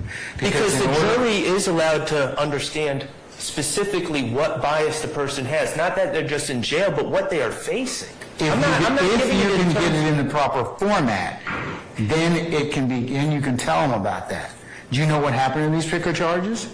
Well, is Nicholas Robinson going to testify? At the time that Answer my question. Is Nicholas Robinson going to testify? If the state doesn't call him, I will. Okay, well then, at that point, then it might be appropriate for you to get into that specifics. But unless you're going to package that up, and certainly that's not, you can decide that. You don't have any responsibility to present anything on behalf of your client.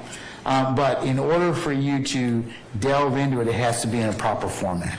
I would agree with the state with that. I would sustain that objection. Well, but you can talk about arrests, you can talk about pending charges, you can talk about that, you'll present evidence sufficient to show that he's got an axe to grind, he's got bias. So you're, just for clarification, because I want to get this right, we're saying your instruction is that I can say that he was arrested and he had pending charges, but I just can't say what those charges are. Until and unless they become in the proper, you get them in the proper format where you have a witness to, you can lay a foundation for those. Okay? Okay, and the third thing, Your Honor, is I have a Fulton County jumpsuit. This is the same uniform, not actually the same one, but is the same make and model that a number of the state's witnesses were wearing when they inserted themselves into this case.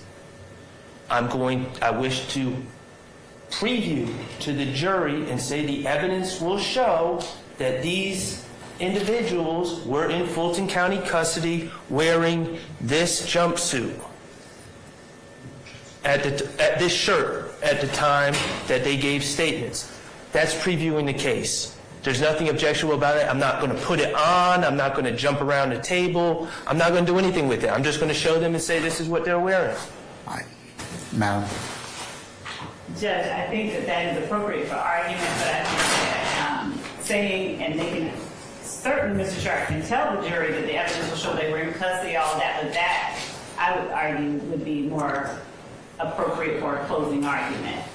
And that is argumentative. I believe it is appropriate for a closing argument, but I think it's also appropriate for an opening argument, and I'm allowed to use demonstratives to try to get my point across to the jurors in a way that will stick in their mind, because we all know that they're going to be listening to 15 hours of or 10 hours of opening statements and 6, 9, whatever of testimony in this case. All right, I'm going to sustain that particular objection and also remove the ask you to remove that picture of what purports to be as, I think it's a cell or something like that.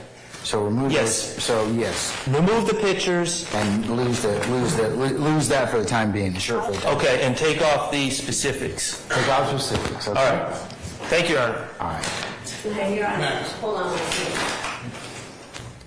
Oh. See? Mr. App, have your client put on his shoes. All right. Anything else? Anybody else?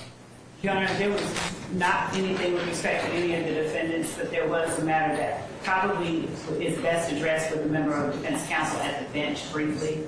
It is a short matter. Okay. All defense counsel? Either one, it doesn't matter. It's not substantive. All right. Put your headsets on, please.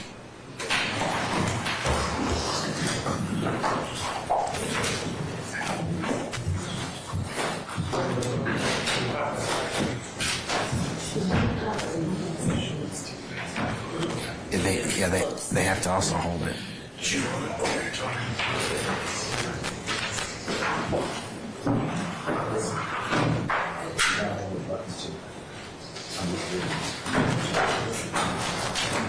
All right, can you hear me?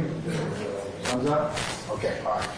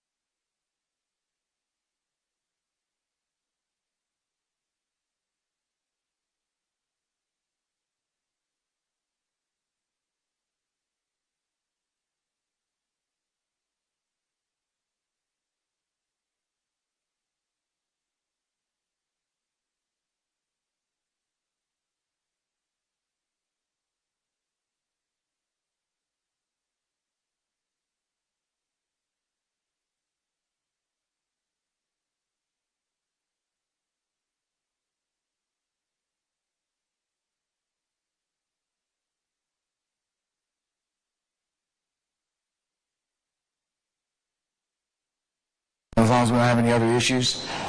Thank you. Okay. Thank you, Your Honor. And I wanted to make certain no objections to Mr. Trent. Yes, Mr. Steele, what is it? On the PowerPoint, I'd like you to grab the newest one, and I got the last one. Number 19 is argumentative. Number 41 through 47, 51, and 54 is the law that they take from the court. I would object to those numbers. And Your Honor, I believe that the argument about the law was raised prior to lunch. Hold on. As it pertains to number 9, I'm going to mark the state's second PowerPoint as the next court exhibit in order. In terms of number 19, that is... We didn't chase the lyrics to solve the murder. We chased the murder and found the lyrics. Is that what you expect the evidence to show, madam? Yes, it is. All right. I'm going to overrule that objection. What's your next one, sir? 41. 41.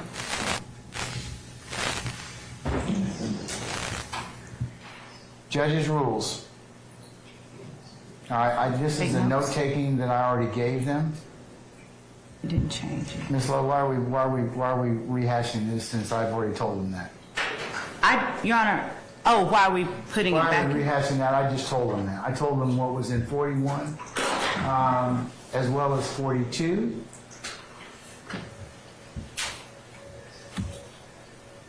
Your Honor, I can take them out. I don't mind.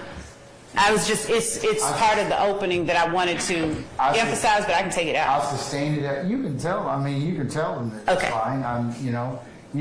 I'll ask that you take out 41 and 42. So I sustain that objection, Mr. Steele. What about 49, 43? Did you have an objection, sir? Correct. Your Honor, is the court directing me to take out the picture, or can I just take out the word take notes?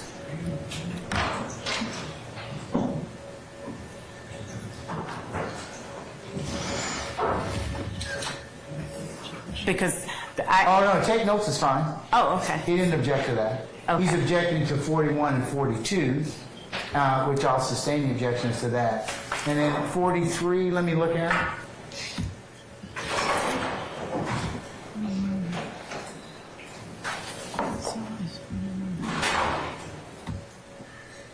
Oh, okay. I'll take that. Okay, I have not instructed them on how to judge credibility as of yet. So the 1 through 7 would not be appropriate at this time. Okay. So. But you can leave in bullets 1 and 2. This 1 and 2. Okay. So You must remember in any way that works for you what they said on Wednesday. That's fine. Okay. And use whatever memory aid you need, just not to remember what you heard, but to remember who said it and how credible you found them to be when they testified, or some words to that. Okay. But the other things, I have not instructed the jury as of yet on how to judge credibility. I didn't give them a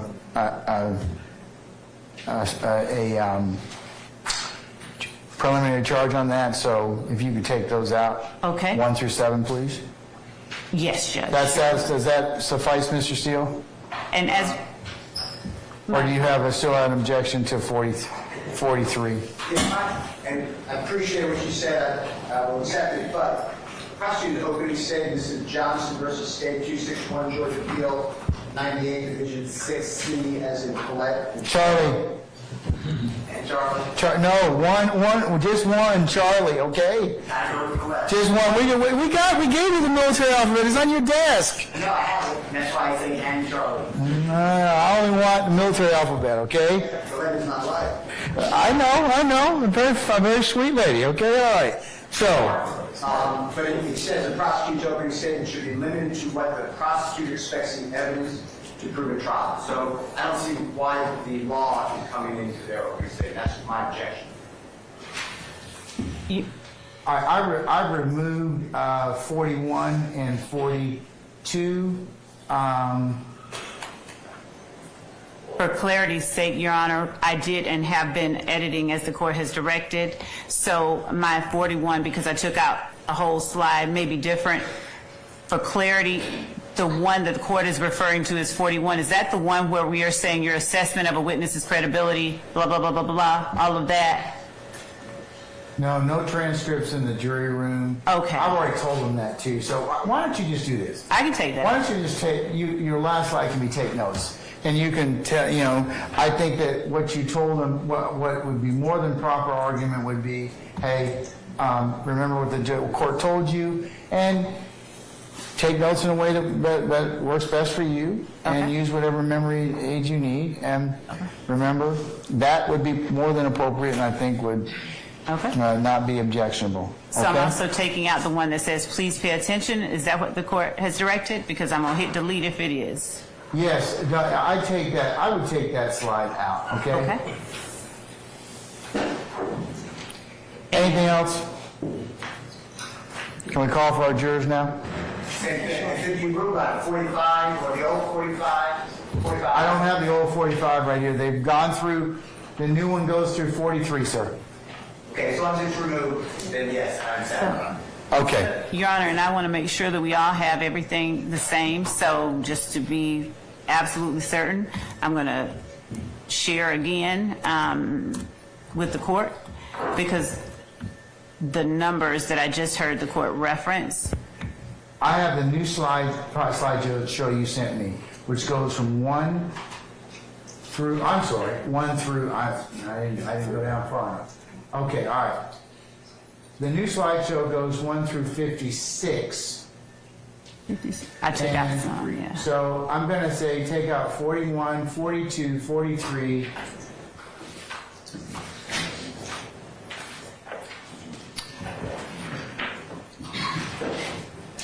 And I'm changing them in real time, so I'm taking them out.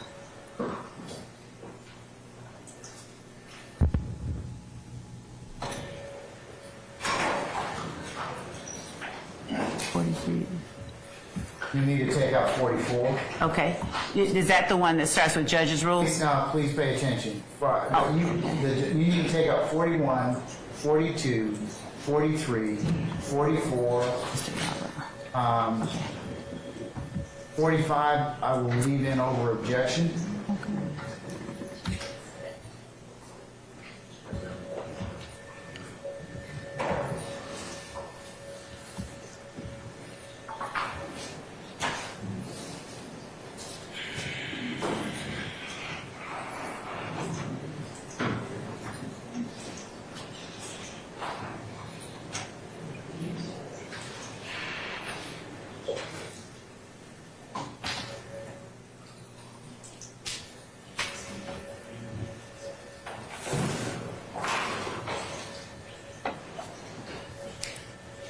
Okay, I'll let you leave in 45 and 46 over objection. 47, judge's rule, 47 needs to come out.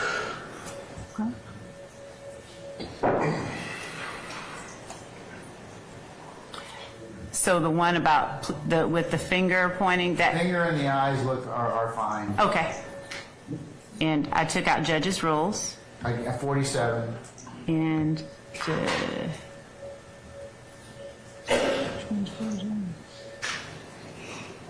I think I've already taken out 47. 47 is judge's rules again. I took that out. Any further objections, Mr. Steele? Because I am going to leave in 45 and 46, okay? But I'll take out the other ones that you just mentioned. Okay. So, Waiving my mistrial, thank you, sir. say again? I apologize. Without waiving my mistrial, thank you, sir. All right, and your motion for mistrial has been denied, and I've noted your objection for the record, sir. And confirming everyone has 1 through 52 with the edits that the court has directed.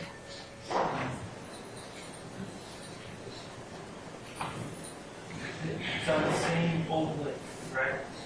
Yes, it is.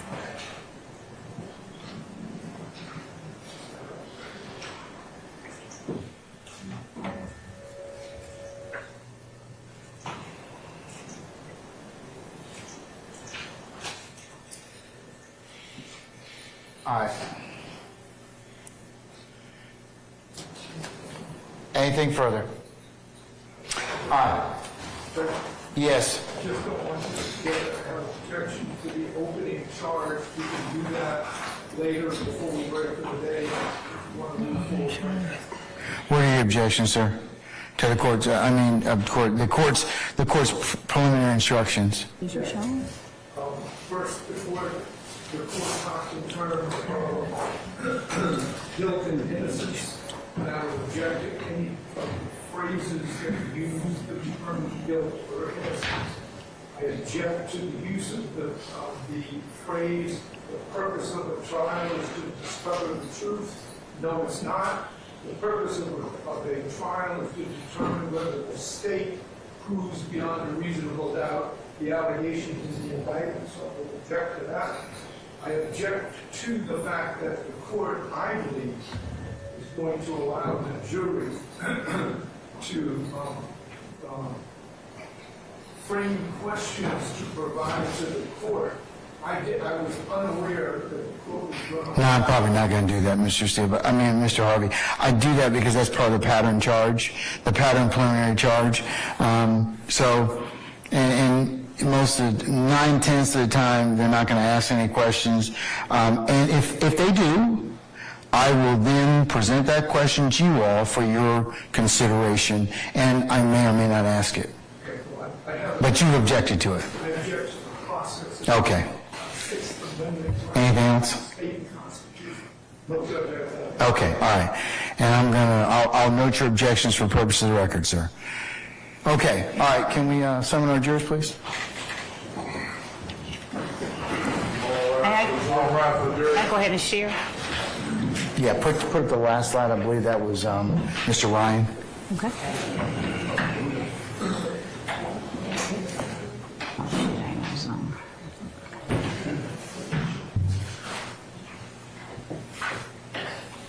I'm gonna go back to the Zoom. This is Zoom.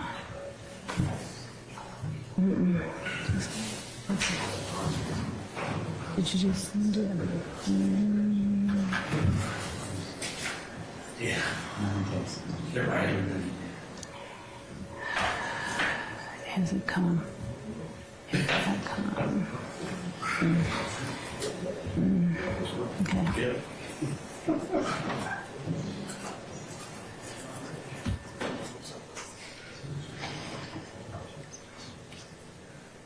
Okay.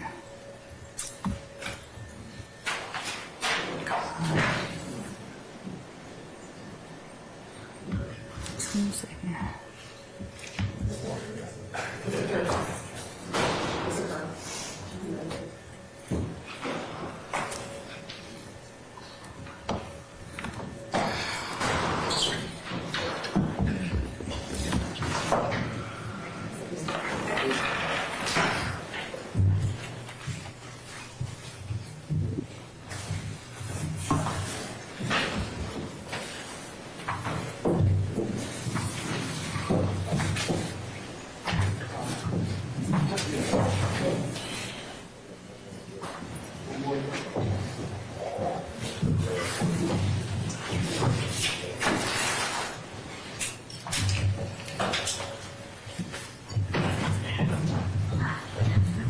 All right, ladies and gentlemen, please be seated. We're just going to wait on one.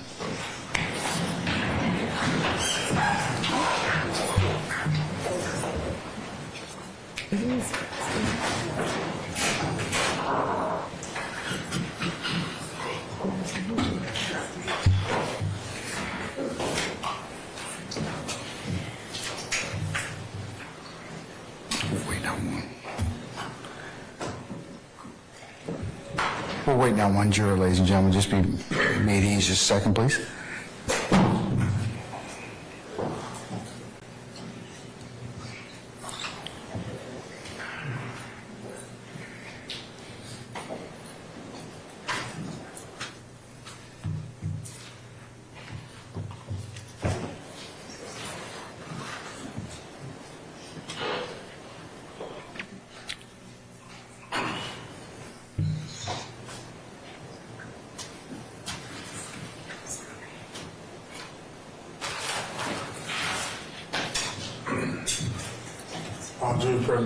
All right, thank you, Sergeant Ingram. All right, ladies and gentlemen, how was your lunch? All right, good, good. Okay, ladies and gentlemen, before we go ahead and continue with the state's opening statement, I need to kind of just advise you of just something that was said to you earlier, okay? So with your patience, all right? I believe the state council earlier referred to some representation of the parties, and I just want to remind you of two things. Remember that opening statements are not evidence, and that what the attorneys say is not evidence. And with that, Ms. Love, you can continue, okay? Thank you, Your Honor. All right. And thank you, ladies and gentlemen of the jury. I like the court. I hope you all had a great lunch and can stay awake with me for just a few moments more. So where we left off, the crimes that the defendants are accused of committing in this case. You're going to have the indictment with you. It's going to go back. A listing of them include the following: conspiracy to violate the Racketeer Influenced and Corrupt Organizations Act, murder, armed robbery, aggravated assault, possession of a firearm during the commission of a felony, possession of a firearm by a convicted felon, possession of a firearm by a first offender probationer, and death by receiving stolen firearms, among other things. This list is not exhaustive. You will have again with you the indictment, and you are to consider it as the state met its burden. So breaking it down, the evidence is going to show that the defendants, when we say conspiracy, it's nothing elaborate. It's a legal term, which simply means the evidence is going to show that the defendants had an agreement. It will not be a written contract presented to you. There will not be a letter signed in blood by any of the defendants. But what you will see evidence of is the defendants' actions, their presence, their companionship, their conduct, before, during, and after a long list of crimes. And what you will see is that the defendants weren't always convicted of these crimes. Sometimes the state no-prossed or dismissed charges. Sometimes the police never brought formal charges. But what the evidence would show is that the defendants did commit those crimes. And when we're talking about a conspiracy, an agreement, just an agreement, unspoken agreement, we're going to participate in YSL through a pattern of racketeering activity. That's another large word that is used in the legal community, but regular folks, myself included, just don't generally tend to use it. Racketeering activity is nothing more than certain crimes, the crimes that are listed out in the indictment. You will see that, and the court will instruct you, I expect, that those crimes constitute racketeering activity. And as I stated before you all broke for lunch, a conspiracy requires just one overt act. So you will see evidence of several overt acts. Several acts that were done by these defendants and by unnamed and unindicted people as well, to further the interests, to further the goal of the conspiracy that the defendants participated in. You will see overt acts meant to establish YSL's dominance and control.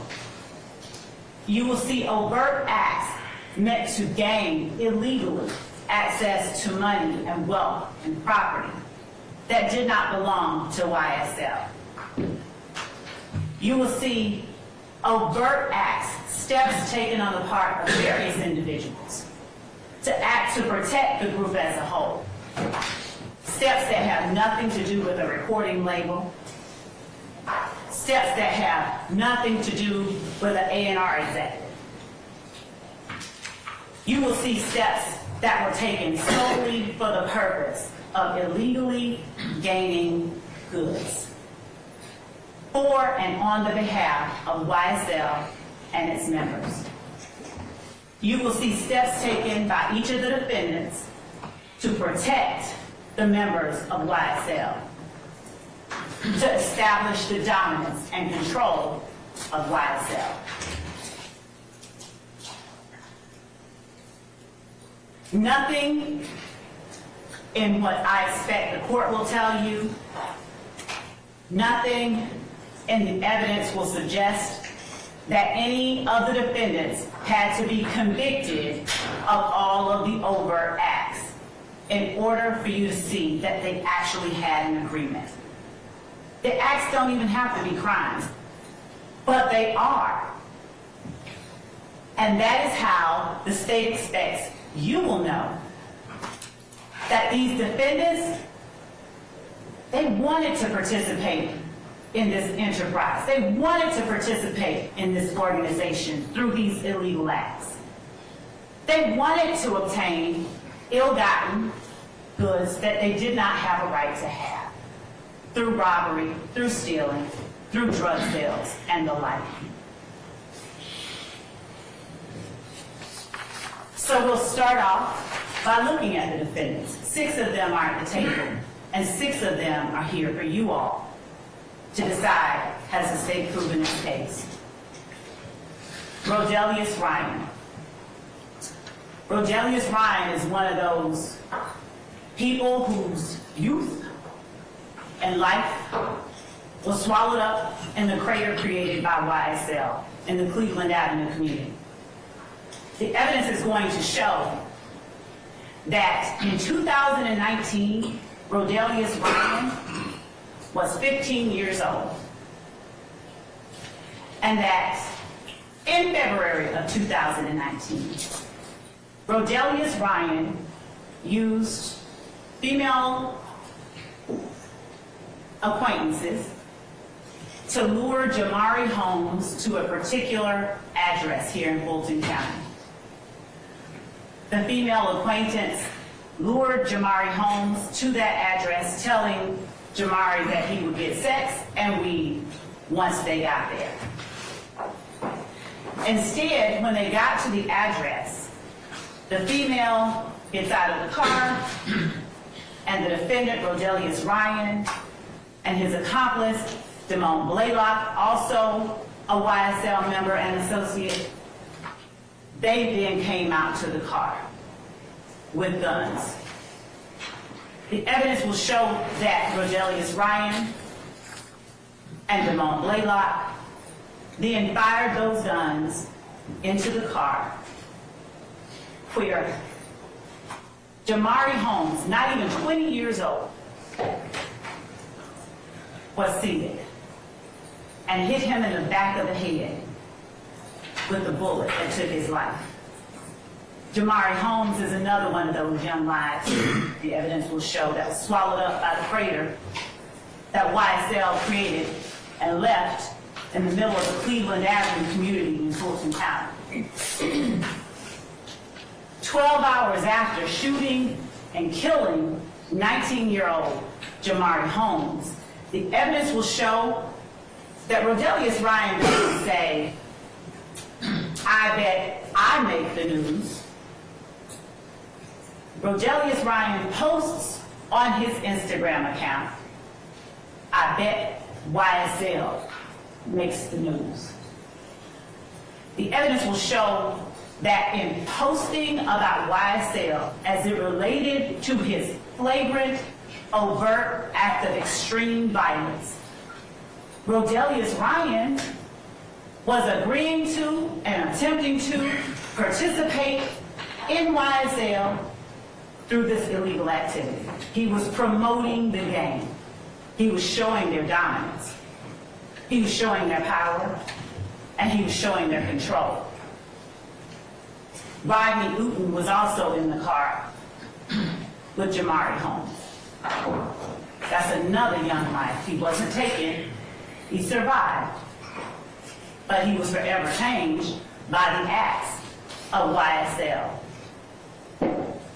conducting and committing violence on behalf of the entire organization.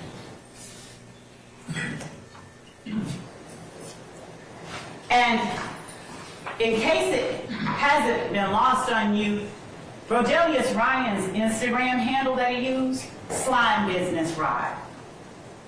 Because as the evidence will show, slime is spoken and used to signify doing someone dirt. And Rodelius Ryan is proudly proclaiming his association with YSL as he talks about and as he promotes the gang itself. Rodelius Ryan's accomplice, another YSL member who's not here today, but who is a co-conspirator. What did he post after they killed Jamari Holmes? The evidence will show that Damone Blaylock didn't say friendship over females. He didn't say Blaylock over buddies. He said slime over sluts. Slime over sluts, while posting a YSL gang hand sign with the caption, slime over sluts, a green heart emoji, and a green snake emoji, which I expect the evidence will show are the common identifiers associated with YSL. They're the identifiers that they use to announce and project themselves to the rest of the world. And then, on February the 25th, 2019, Rodelius Ryan made another posting where he's flashing cash money on his Instagram page with the caption, "Fuck YFN." YFN being a rival criminal street gang. The evidence will show that none of this None of this was a part of what anybody has to do to be a part of a record label. The evidence will show that these acts were done in furtherance of and to promote the goals of the enterprise, the criminal street gang that is Young Slime Life.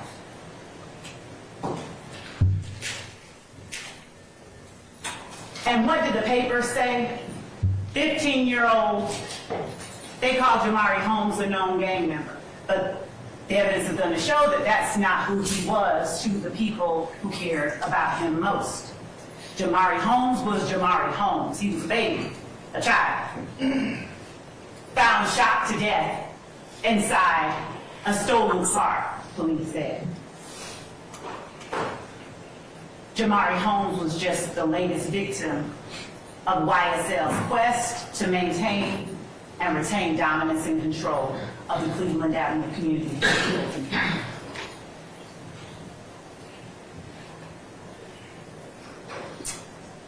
Again, Rodelius Ryan didn't post, "I bet I make the news." He said, "I bet YSL makes the news." Marquavius Huey, he's also on trial for you to determine whether the state has met its burden of proving he committed the acts that are listed in this indictment. Marquavius Huey showed his agreement to participate in the activities of YSL through a pattern of racketeering activities. He showed his willingness to commit acts on behalf of the gang through his actions.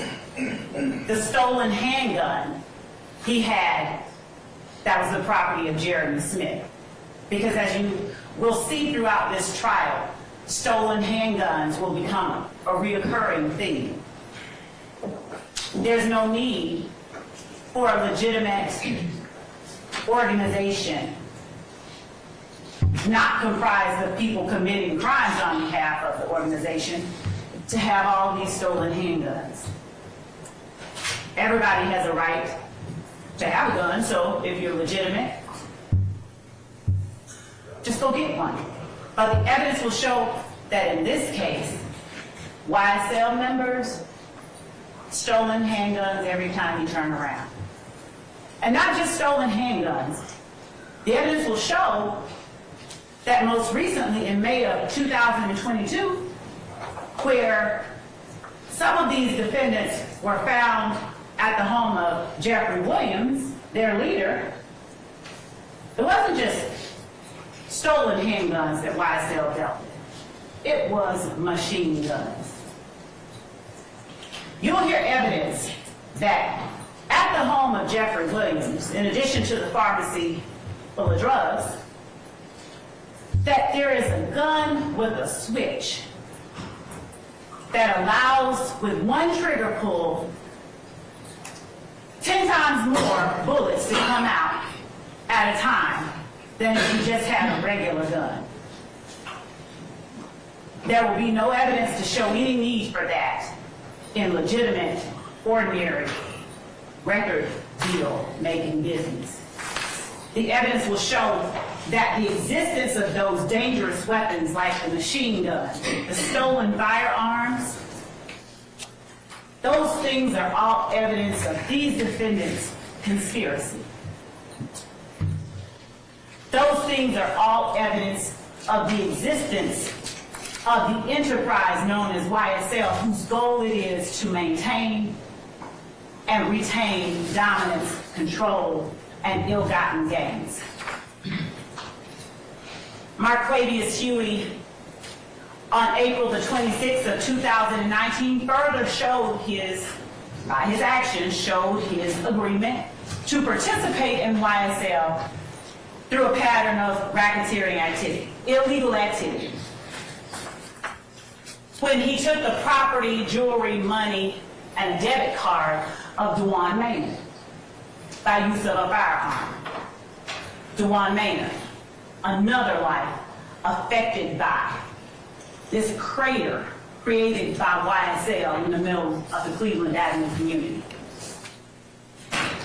Marquavius Huey showed his agreement to participate in this enterprise when he struck Maynard in the face with that gun that he used to take Mr. Maynard's belongings. Marquavius Huey hijacked on October 1st of 2020 a Buick LaCrosse from yet another victim of YSL's violence, Gary Holloman, by force in violation of the law. Mr. Holloman has since passed away, not from that incident.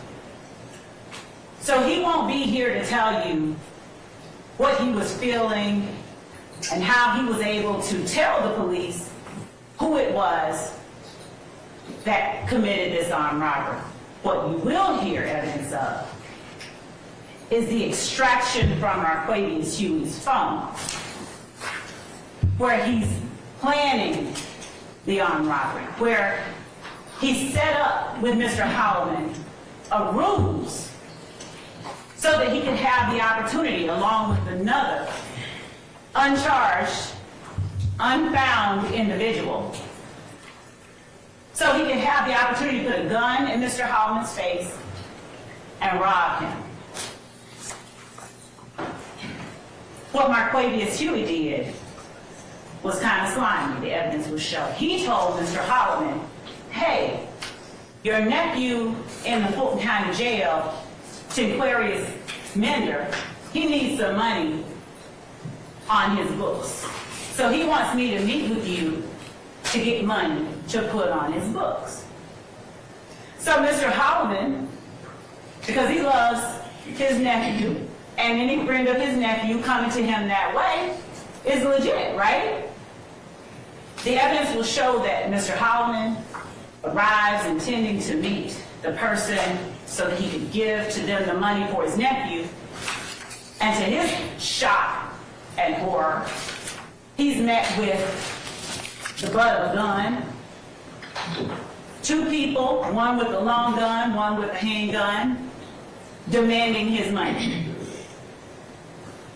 And that day, as the evidence will show, Mr. Holloman wasn't the only person affected by the violence perpetuated every day by YSL. Delmisha Coppage, she just happened to be on scene. She just happened to be right there conversing with and talking to Mr. Holloman when the defendant and his accomplice came up, held him at gunpoint, and demanded their belongings. You'll hear how they directed Delmisha Coppage to just sit on the ground, just give me your stuff. You'll hear how they robbed Delmisha Coppage at gunpoint. The evidence is going to show Mr. Huey's tight relationship with their leader, Jeffrey Williams. The evidence will show that Mr. Huey, on various occasions, checked in with, reached out to Mr. Williams to see, hey, I got this stolen item. You want first dibs on it?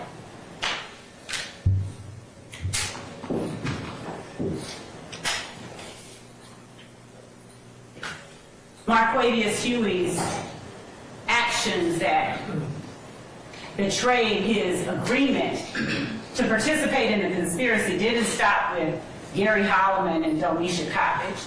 The evidence will show that in November of 2020, he made terroristic threats towards Justice Woodard after Woodard told Mr. Huey she'd see him in court. He said, you will die if you put the police on me.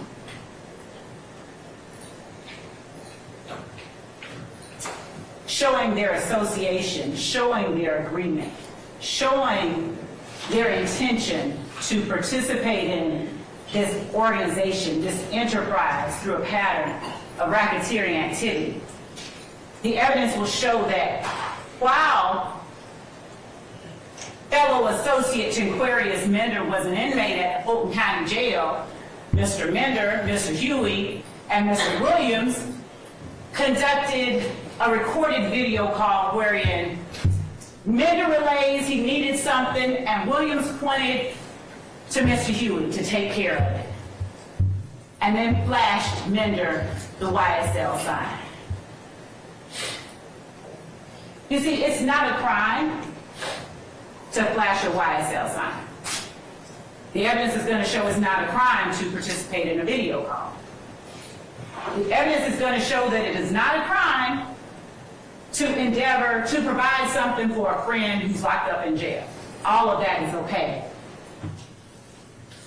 These acts aren't listed on the indictment because they're crimes. They're listed because they are actions.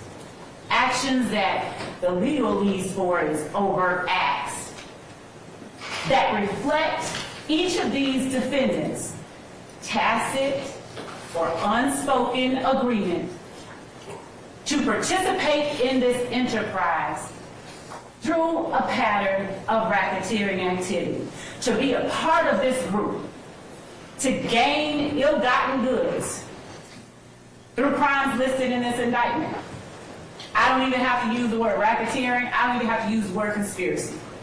They endeavored to do some illegal stuff to get a bunch of stuff that didn't belong to them. And somebody, more than one, but all we need is one, the evidence will show that at least one person took a step towards furthering that goal. So when you get the indictment, after however long it takes us to get there, and you're looking at 191 acts and thinking, state, really? I sustain the objection. Thank you, Judge. I'll move on. Move on. That's argument. The evidence is going to show that these steps that they took are akin to you just going out and get some toilet paper to further a conspiracy to go TP a house. Doesn't have to be a crime. It's just an act, an action.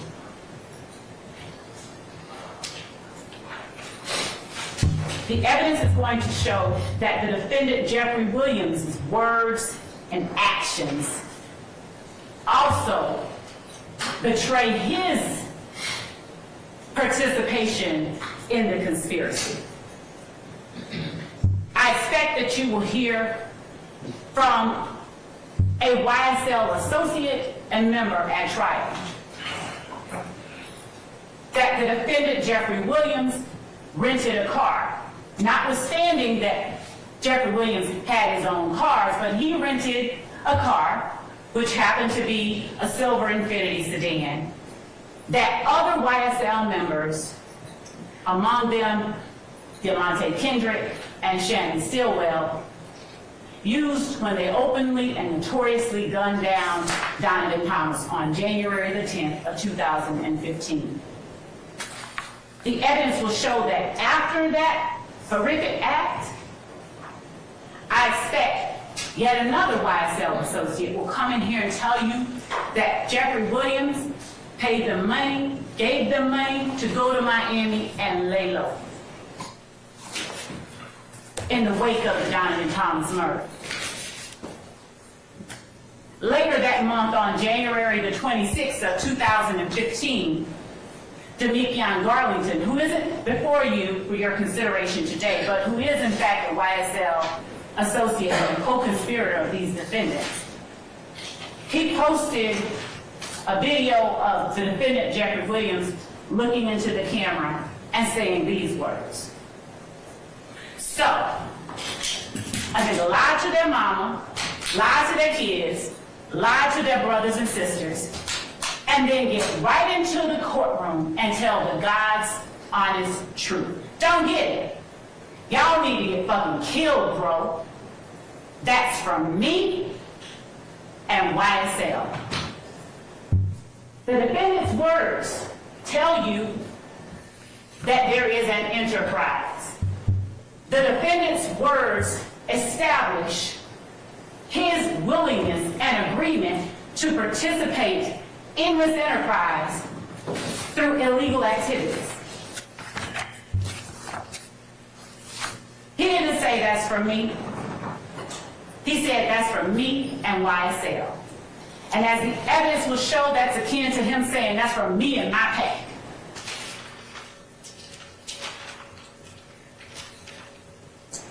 Kendrick's and Williams' words, there's been a lot of talk about lyrics. But y'all, the evidence are going to show in this case, we didn't chase any lyrics to solve any murders. Law enforcement in Fulton County chased the murders and found the lyrics. They're investigating, they're finding out who committed it.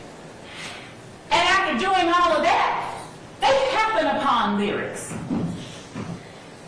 Lyrics that have an uncanny similarity to very true and very real and quite specific events, as the evidence will show.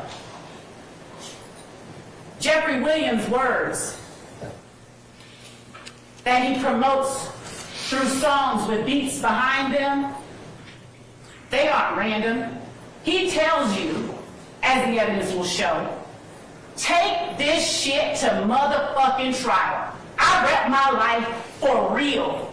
For slimes, you know I kill. Trial, I done beat him twice, Kendrick's. I'm undefeated, like feds came and snatched me. I don't know, no point in asking. I was on what? Bleeding.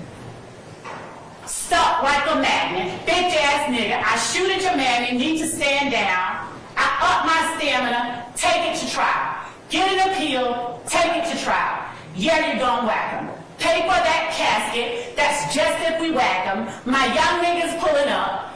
Bentleys, Austin Martins, Rares and Teslas, strapped with an FN. You're gonna hear a lot about FNs.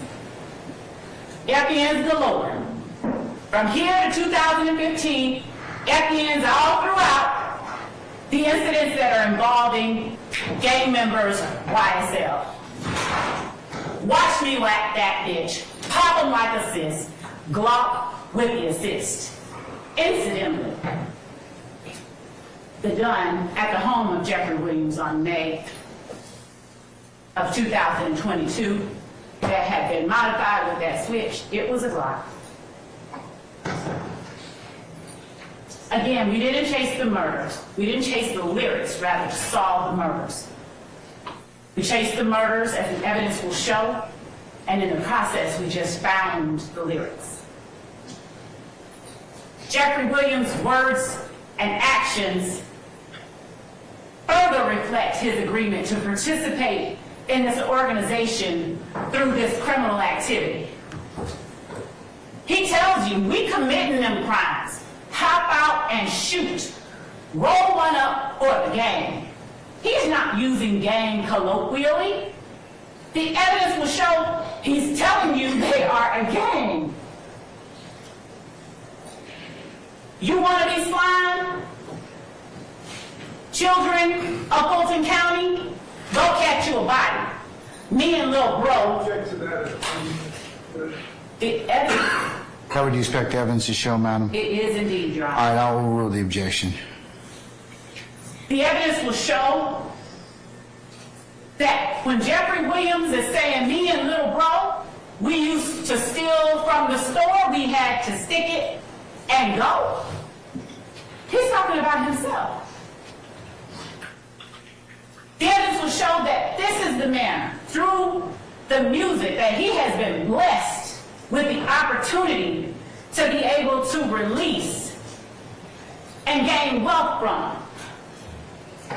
Through that music, through that blessing, the evidence will show that Jeffrey Williams led the group of people that wreaked utter havoc on Fulton County. Jeffrey Williams' words and actions, as the evidence will show to the members of his gang, you'll hear in a conversation he has with them, y'all ain't beat him up or shot him yet, y'all he's getting soft. The evidence will show that there's no place or need for that kind of edict or statement. when all you're doing is making music? And to clarify and put a very clear and fine point on it, the evidence will show that no one is attempting to take away from Mr. Williams the fact that he has had a lucrative rap career. The evidence is simply being put before you to show that he is guilty of committing the crimes that are laid out in this indictment. That he and his fellow YSL gang members and associates on trial before you now agreed to participate in this organization through the illicit, illegal activity listed in this indictment. And that they further committed all the other crimes listed in the indictment beyond count one. Because as you'll see, count one consists of 191 overt acts. Acts that aren't all crimes, they're just acts.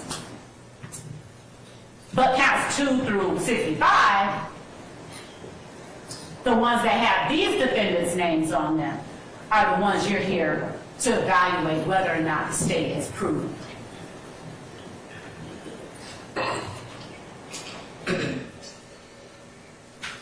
Actions and words, words and actions.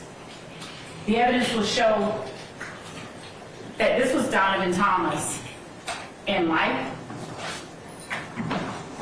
that on January 10th at 2:15, about 7 o'clock in the evening, Donovan Thomas was living his best life. He was up at the barber shop at 330 McDaniel Street.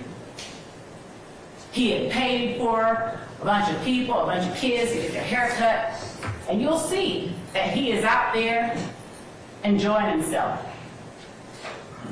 The last actions that he took while he was fully alive and healthy, joking with his friends.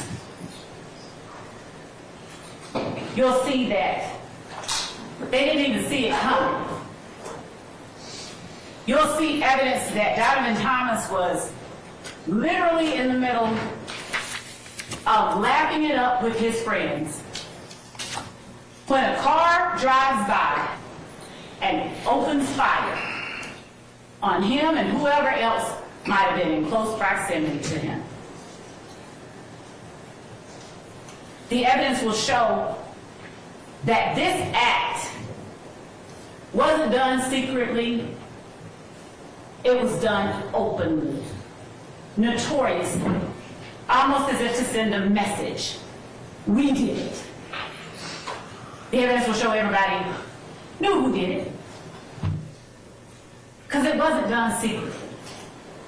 The evidence will show that this act didn't happen in a vacuum. There were things that led up to it. An argument at Club Crucial, or Club Brucial, as my defendants may like to say, that involved a YSL associate by the name of Kenneth Copeland and a member of a rival gang. Kenneth Copeland gets jumped. He's flashing money because that's what they do.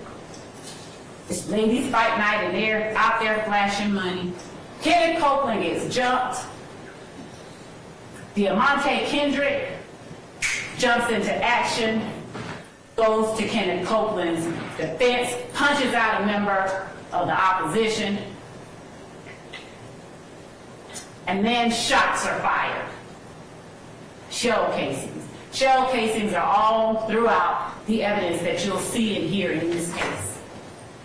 Remnants of the violence inflicted on this county by YSL and its actions. Shell casings are fired in between January the 6th and 7th of 2015 and January the 10th. Other incidents take place and may lead to the ultimate gunning down of Donovan Thomas. As the evidence will show, in the ensuing months, there were a series of shootings and retaliatory shootings. Most notably, the mother Rayshawn Bennett gets shot. Her house is shot up twice. She gets shot one time. And the evidence will show that there is not always cooperation, because there is a code that people adhere to when this type of violence is surrounding them. No snitching.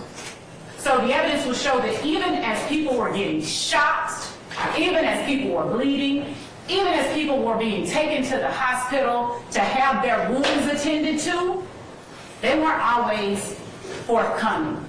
They weren't always willing to talk to and to trust law enforcement, not even if it would serve their own purposes. The evidence will show that members of YSL ultimately, as a result of those shootings and retaliatory shootings or shootings, ballistics or firearms matches started coming back to various people. And then one YSL member, Quindaria Zachary, he gets caught with a gun. The shell casings from that gun go to match some of these shootings. Quindaria Zachary is caught. He starts telling. The evidence will show that Quindaria Zachary was a straw purchaser for YSL. A straw purchaser is nothing more than somebody who goes and gets guns for somebody who's not supposed to have them. And that's what Quindaria Zachary did. Firearms found in the hands of Kenneth Copeland led to further revelations to the police and law enforcement. The evidence will show members of YSL were so eager, so gangster about acting on behalf of and in the protection of the defendant Jeffrey Williams and YSL that when Wayne Carter, otherwise known as Lil Wayne, came to town to perform at the compound while the defendant Jeffrey Williams was performing in Lil Wayne's hometown, according to word from the people that talked, getting booed at the time, members of YSL show up at the compound, locked and loaded with guns. Evidence will show that security knew to be on the lookout for members of YSL. The authorities were alerted to ongoing public rifts and back and forth between the defendant, Jeffrey Williams, and members of his gang, and statements being made publicly on social media about, towards, and threatening Wayne Carter. So when Tyrone Dennis, who is working an extra job, he is a law enforcement officer. At the time, he was an investigator with the Atlanta Police Department gang unit. So when he's there working his extra job, and he sees Walter Murphy, one of the founding members of YSL, show up with the defendant's sisters, and Trontavia Stevens, and ultimately Jimmy Winfrey with guns. When he sees Walter Murphy try to secret a gun underneath the wheel well of a car, he calls him out. He's like, "What are you doing?" Walter Murphy's like, "Oh, hey. The evidence will show that the YSL gang members that showed up at the compound that night were not allowed entry into Lil Wayne's concert, his venue. So what they did was they waited until Lil Wayne leaves, gets in his tour bus, and is attempting to leave the area. They get up beside the tour bus and they unload bullets into the man's tour bus. Bullets. For nothing, except to show their dominance. There will be no evidence that Lil Wayne threatened either of them that night. But that act on the part of Jimmy Winfrey and the defendants before you today, that act was intended to show their solidarity, their willingness to act on the behalf of, their willingness to exact violence upon anyone who threatened the position of the criminal street gang calling itself Young Slimelight. You'll hear evidence that after being arrested, or actually when he was approached back in 2014 about an armed robbery he allegedly committed, YSL member and associate Trontavia Stevens was seen bearing tattoos on his hands, ROCCREW, Cleveland Avenue. And that on his side he had YSL. And Detective Mark Belknap inquired of him, what's that? Though Belknap knew, because he had been working the streets of Atlanta for a long time. He was familiar with Rico. But as gang investigators, they're taught to interact with and talk to people when they see indicia of criminal street gang activity. You'll hear that Trontavia Stevens told Belknap, well, Rock Crew is the name we used to call ourselves. Then we started going by YSL, which stands for Young Slimelight, or it did stand for Young Slimelight. But then, when my friend Jeffrey Williams started becoming successful, we changed that name to Young Successful Life. The words of a member of the gang himself. The only time, as the evidence will show, that members of YSL don't want to call themselves and acknowledge that they are in fact a gang is when it would be to their detriment. The evidence will show that any other day of the week, they are loudly and proudly promoting their criminal activities.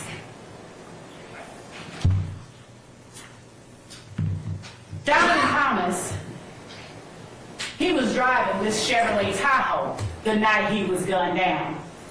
The evidence will show that this location here is the barbershop right up from the Texaco at the corner of McDaniel and Northside Drive in Atlanta, Fulton County. We asked you during voir dire, you heard us say how many of you are familiar with this area. This is that area.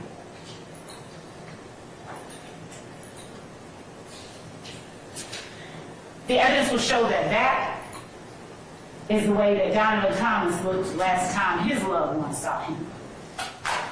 That his life was swallowed up in that crater created by YSL in the Cleveland Avenue community.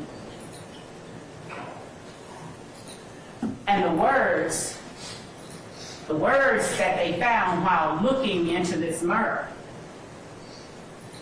spoken by members of YSL.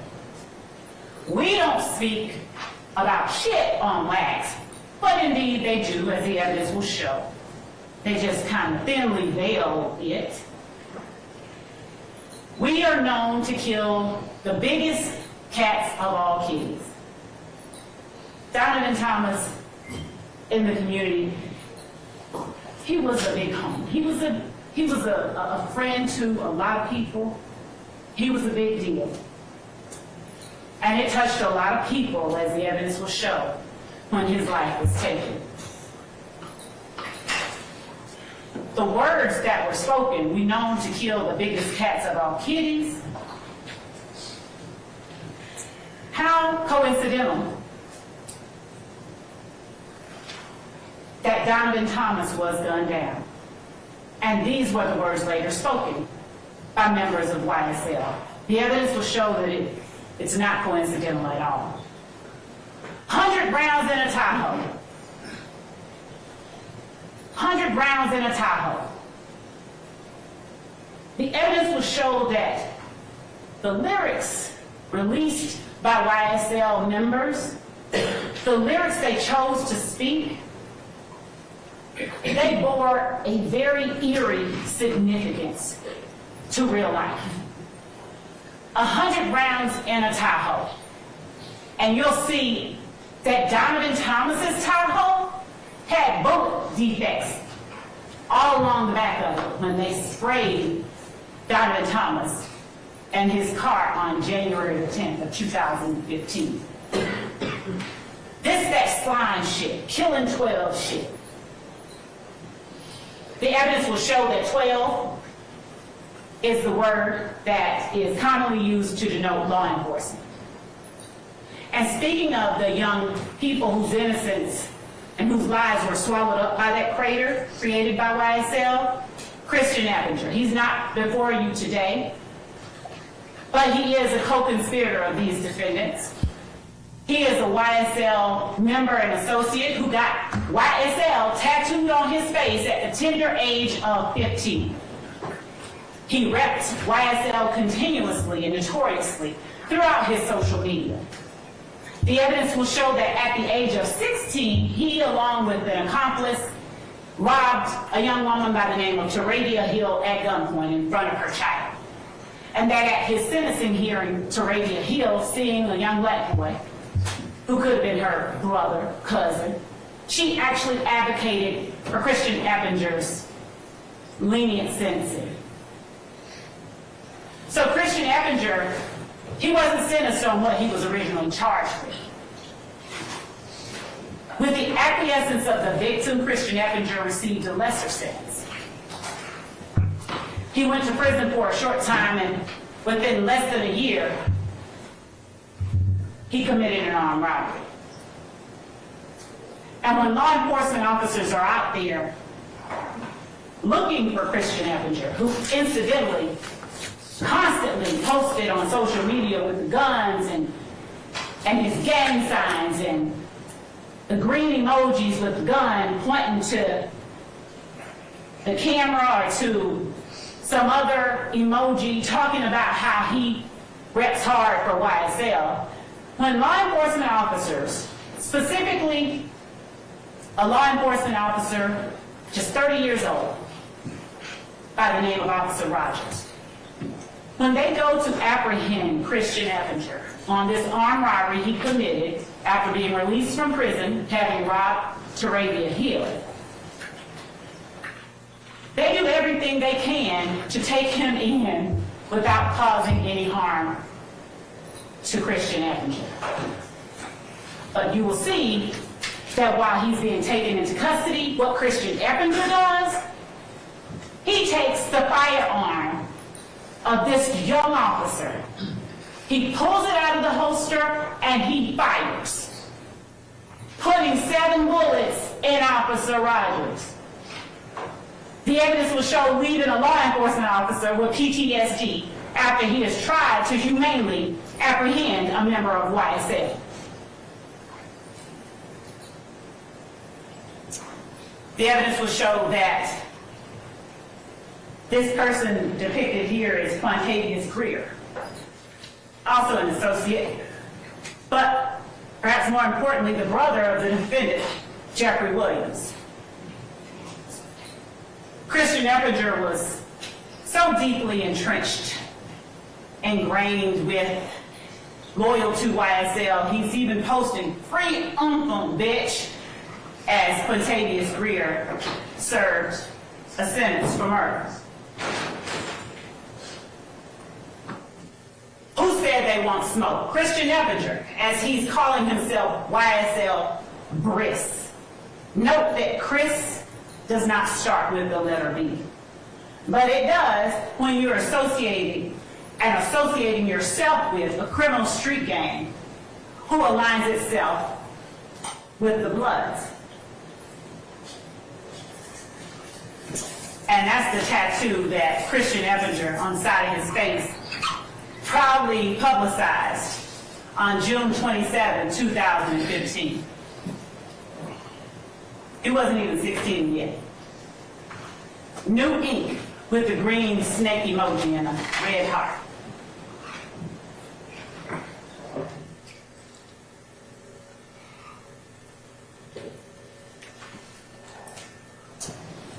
The evidence will show that though you will hear over and over the names of the 6 people on trial before you today, that the 6 people on trial before you are not the people who were most viciously affected by the acts of this criminal street gang.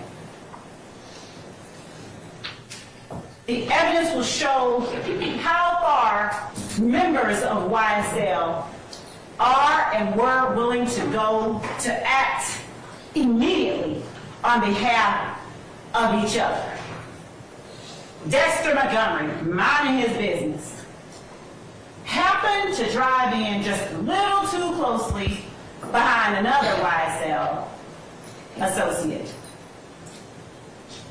who then phoned up the gang who was posted up at the trap house. And in minutes, 2 more YSL associates showed up with a long gun and handguns. Dexter Montgomery had no idea he was about to lose half of his head that day. As Dexter Montgomery left the gas station, 2 YSL associates followed behind him. And as he stopped at a red light, they opened fire.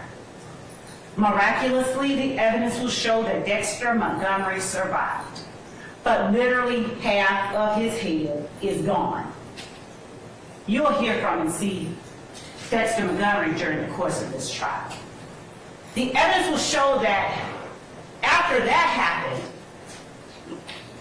law enforcement, at first it wasn't the gang unit, but the gang unit recognized some of the players, Walter Murphy, other members of YSL. And so they began to assist in the investigation. And they learned, the YSL gang members said, we got a call that one of us needed some help. He didn't know who this was pulling up behind him, so we just responded. You'll hear that investigators Gaither and Dennis said, well, wait a minute, did you know what you were responding to? They're like, no, we don't have to know. If our boy needs help, we're gonna respond. They said, well, where'd you get the gun? Oh, they're by the door of the trap house that we were in. They're just there, ready for us to use when we need to. Their words, I can't make it up. The evidence will show that actions of YSL gang members and associates on behalf of their leader when they felt someone disrespected Jeffrey Williams or any other member of their pack, they made threats. Not quiet, whisper threats, loud, public threats with wide, vivid displays of firearms. We're not going back and forth. This is about to be some Biggie and Tupac shit and shooting up Wayne Carter's tour bus. The evidence will show that all of those actions, they're not elements of the offenses that are charged in the indictment. We don't have to show those things in order for you to find them guilty, but the evidence will show that those things prove the existence of the conspiracy, of the agreement itself. The agreement on the part of these defendants and other charged and uncharged co-conspirators to be a part of this organization known as Young Slime Life through a pattern of this illegal activity outlined in the indictment.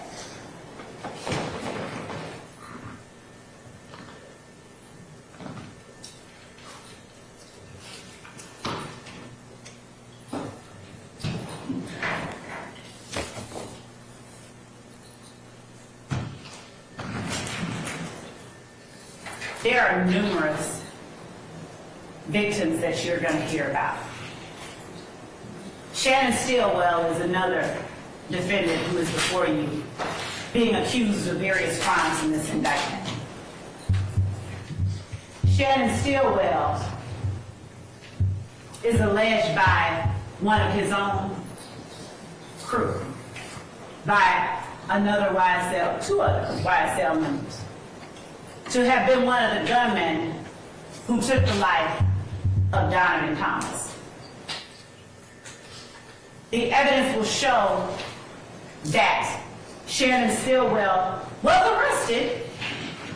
He was arrested after some investigation by the Atlanta Police Department.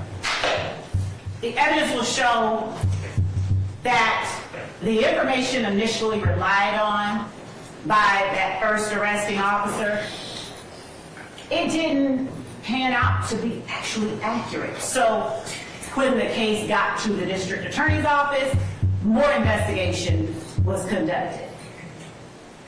The evidence will show that the office didn't just take the word of the person who originally identified certain people as having committed the murder of Donovan Thomas. Instead, as the evidence will show, what our office did was dig to find out whether the people who were talking were actually in a position and a place to know the stuff that they talked about. And what they learned was that that person originally relied on by Investigator Thorpe, that person was just lying. And so the people that Investigator Thorpe originally arrested on the Donovan Thomas murder, they were released at various times on bond as the office continued to investigate further.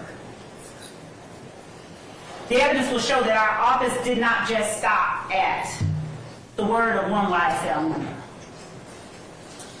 The evidence will show that yet another accomplice corroborated the words of the first YSL member that talked.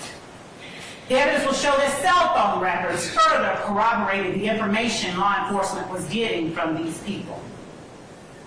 And ultimately,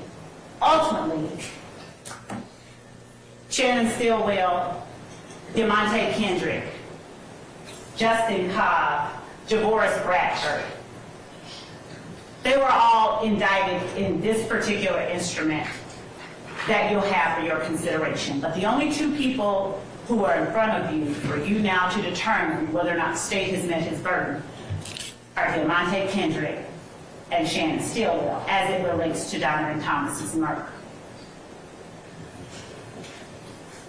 However, between the time that this indictment came down and the time that our office decided, no, we need to look into this investigation some more, Shannon Stillwell was released from jail. But he had to wear an ankle monitor as a condition of his bond. The evidence will show that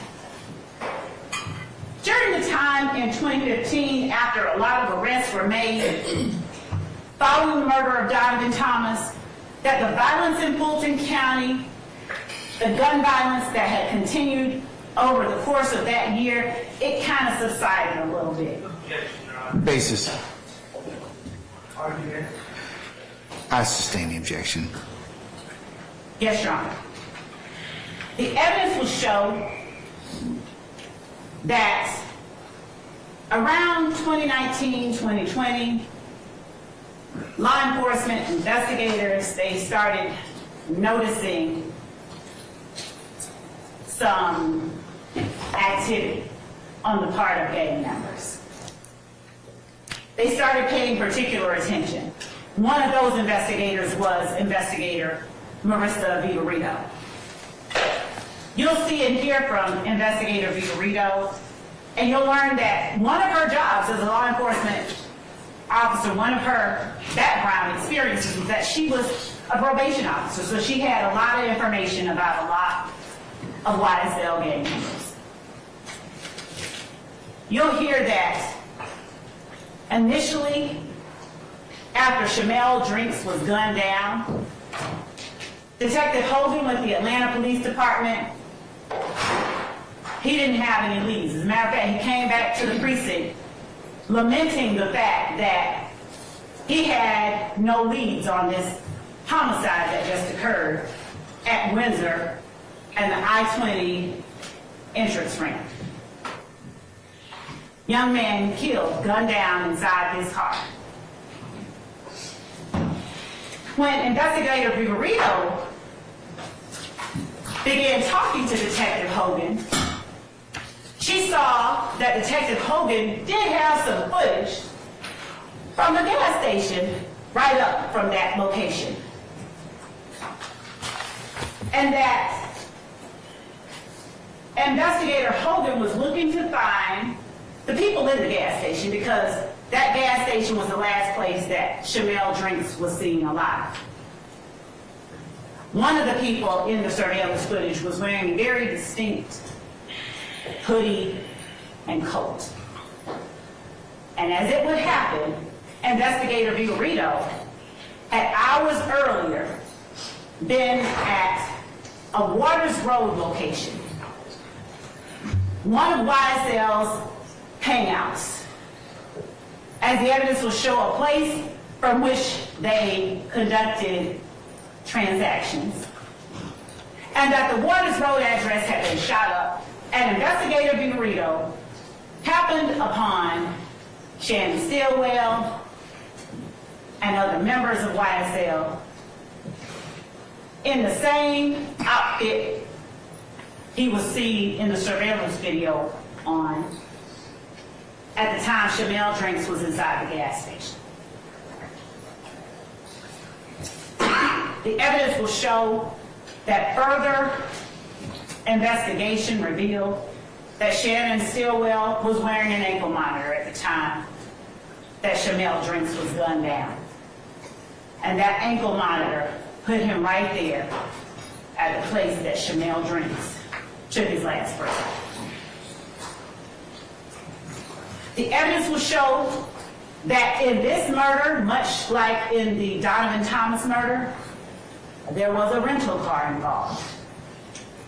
A rental car which these defendants had gone and gotten the windows blacked out, tinted on, earlier the day that Shamel Drinks was gunned down.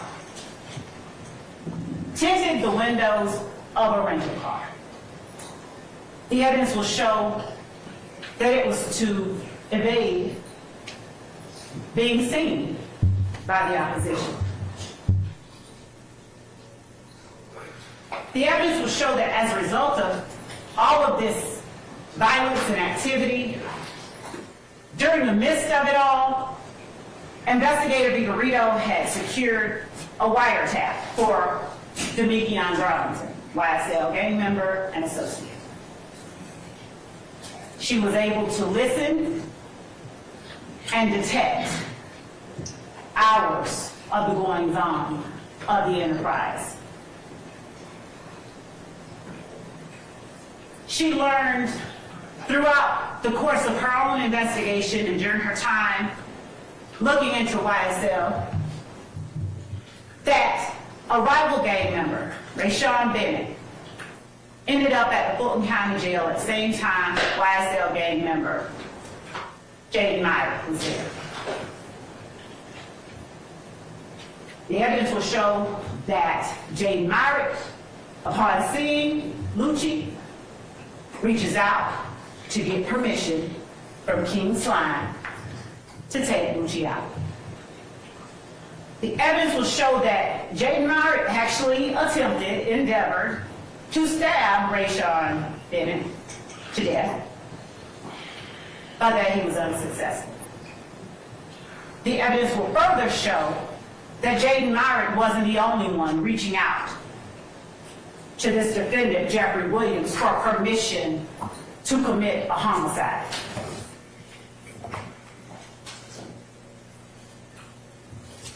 Looking at Shannon Stillwell's words along with his actions,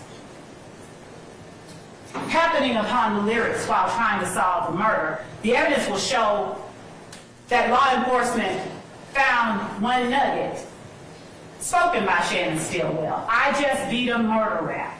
Paid my lawyer $30 for that. After he was released on bond for the murder of Donovan Thomas. And before he actually took the life of Shamel Drinks. The evidence will show that the young man on the left is Shamel Drinks in life. And that the photograph on the right is what was left of Shamel Drinks after YSL and the crater it created in the middle of the Cleveland Avenue community took that life from his family, friends, and loved ones. I said a lot, and I'm not the only one you get to hear from today. So you might be happy I'm about to sit down. I want to ask you to make use of those notepads and those pencils that you have in your possession. The court's already given you the instruction. Take notes. Rely on your memory. Use the notes to document and help you remember after you've heard weeks and weeks and weeks and scores of witnesses who said what. I expect that as you listen to and evaluate witnesses who come in to testify, there will be witnesses who you discover changed their stories from the time they first made a statement to the time they actually have to appear here in court, in public, to tell on folks. I expect that the evidence will show that there are some witnesses you will assess are just scared. Some are embarrassed, some are intimidated, some don't want to remember, some just plain don't remember. The court alone gives you the law on how to deal with and how to assess those witnesses. I only ask that you follow closely the instructions that the court gives to you. Look at who the witnesses are. Look at who they look at while they're on the stand. Who they don't look at or won't look at while on the stand. Look at how they answer questions posed to them from the state versus questions posed to them from the defense. And if the occasion arises that you find that a witness, as presented in court, says something different than what they said previously, you determine why it is you believe that they said something different once they got in court.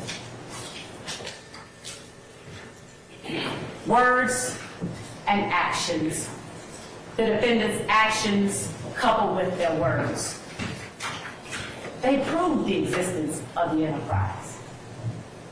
Their actions and their words, the evidence will show, proves their agreement to participate in this enterprise through these illegal activities outlined in the indictment. Preserving, protecting, enhancing the reputation, power, and territory of the enterprise through acts including murder, assault, and threats of violence are what the evidence will show these defendants did over the last 10 years. The evidence will show that the violence didn't stop in 2015. Preserving, protecting, and enhancing the reputation, power, territory of the enterprise by the posting of messages, images, videos, and songs demonstrating their allegiance to the enterprise and a willingness to engage in violence on its behalf are what you'll see evidence of over the course of the next several weeks. Maintaining armed individuals, ready and willing to preserve, protect, and enhance the reputation, power, and territory of the enterprise through the use of violence is what the witnesses and the evidence you will see proves to you. Obtaining money and other property through illegal activities like robbery, theft, and illegal drug sales and distribution. And obstructing law enforcement, killing 12 shit. Investigations and court proceedings through witness intimidation and attacks upon law enforcement officers. You'll see it for yourself. The children whose innocence this organization claimed as its own. And in the end, the evidence is going to show you that YSL is a Rico enterprise, nothing fancy about it. The evidence is going to show you that it's also a criminal street gang. Those two are not mutually exclusive. That these defendants participated in this enterprise in a way that had nothing at all to do with the record label, except maybe their actions as reflected in their songs made their music more real and perhaps more appealable to somebody. The evidence will show that the defendants, they talk about YSL while they talk about the crimes they committed. And while they talk about the crimes they're going to commit, you'll see that this evidence proves that YSL is a criminal organization. The defendants have been associating together for many years, committing crimes together against the general public, against rival gang members, as the evidence will show, against law enforcement, and against each other. The evidence will show they agreed, they willingly participated in these activities.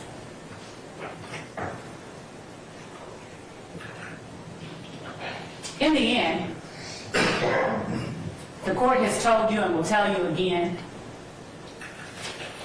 that you are to evaluate the evidence and apply that the law the court gives to you to that evidence and render a verdict that speaks the truth. I expect that at the close of this evidence, you'll see that the defendant's presence, companionship, and conduct during all of these illegal activities, their words and their actions, not only show the existence of the criminal enterprise called YSL, it also shows the conspiracy. And in the end, we're going to all come back and make our arguments to you. But the one thing that I'm going to be doing, our team will be doing, is asking you to uphold your duty and render a verdict, the only verdict that speaks the truth, and find these defendants guilty of each and every crime listed on this indictment alleged against them. Thank you.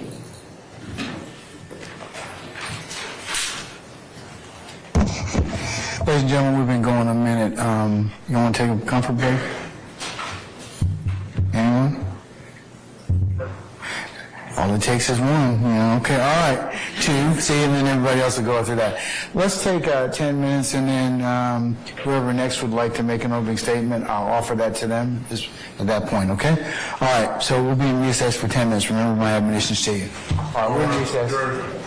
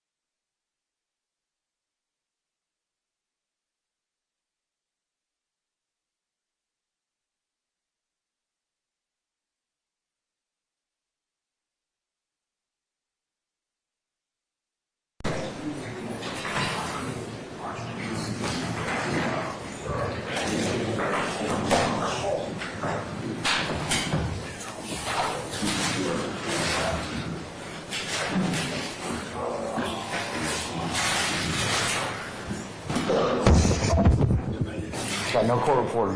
The issue is that I got no court reporter. I understand. All right.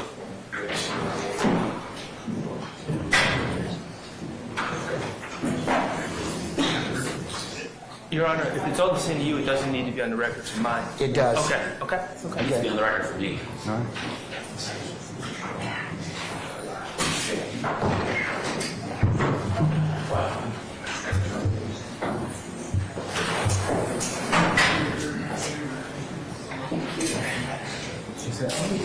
No, I just read it through.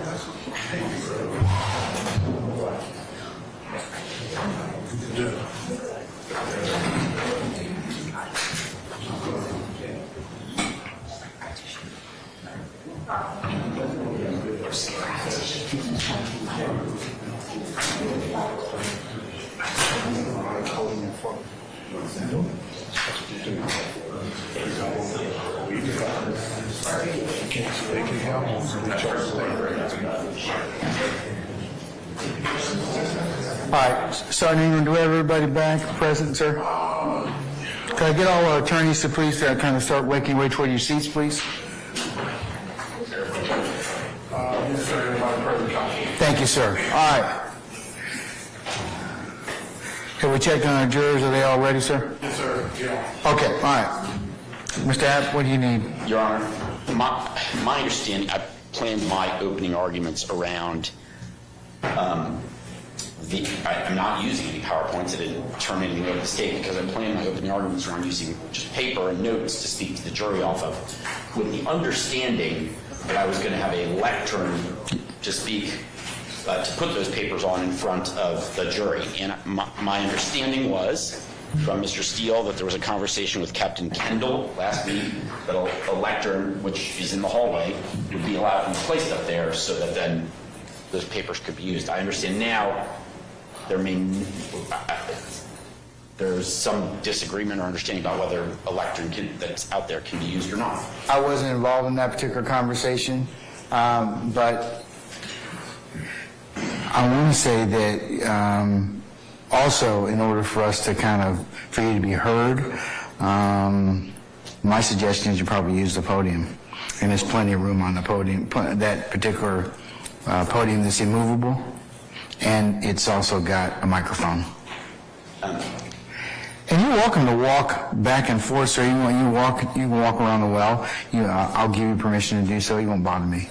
So I can tilt this? I know it says, there's a sign on do it. not move, do not move, do not, yeah. Because it's part of our evidence presentation system.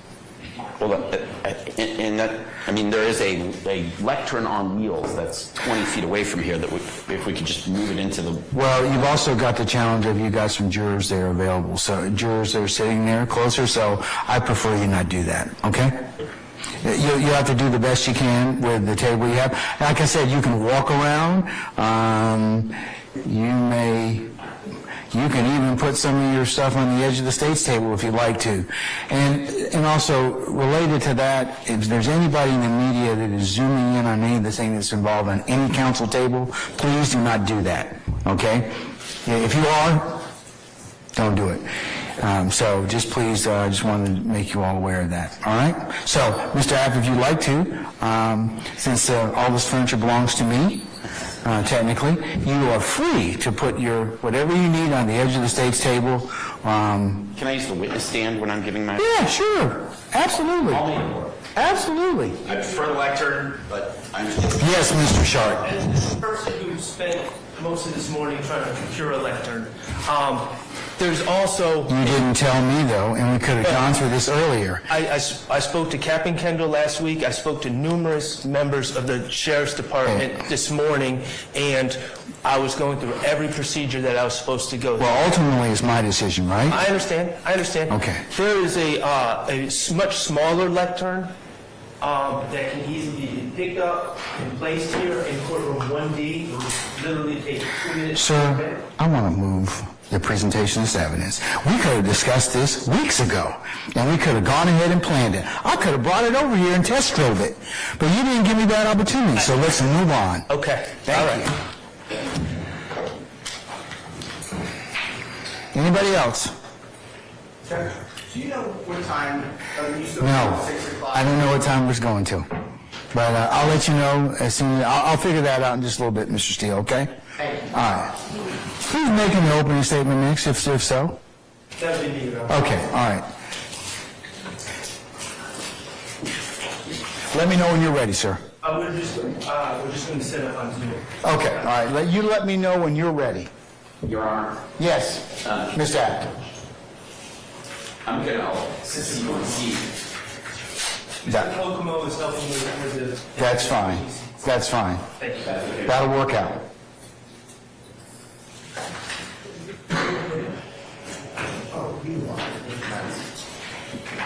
And Ms. Weaver will yield some space to you, so, okay. Being most accommodating. There you go. We aim to please. Oh, man.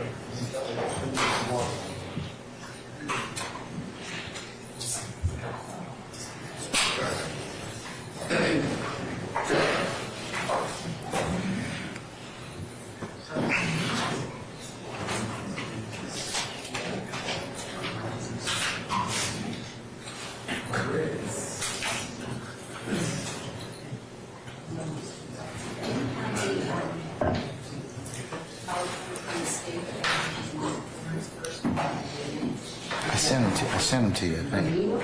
Yeah, I think I emailed the first two to you, but I don't. The second two, Chris, Miss Love's gonna have to send them to you because they're password protected. So if you ask her to send those to you, she can. Just mark the first one and then the last one. Yeah, I went ahead. Yeah.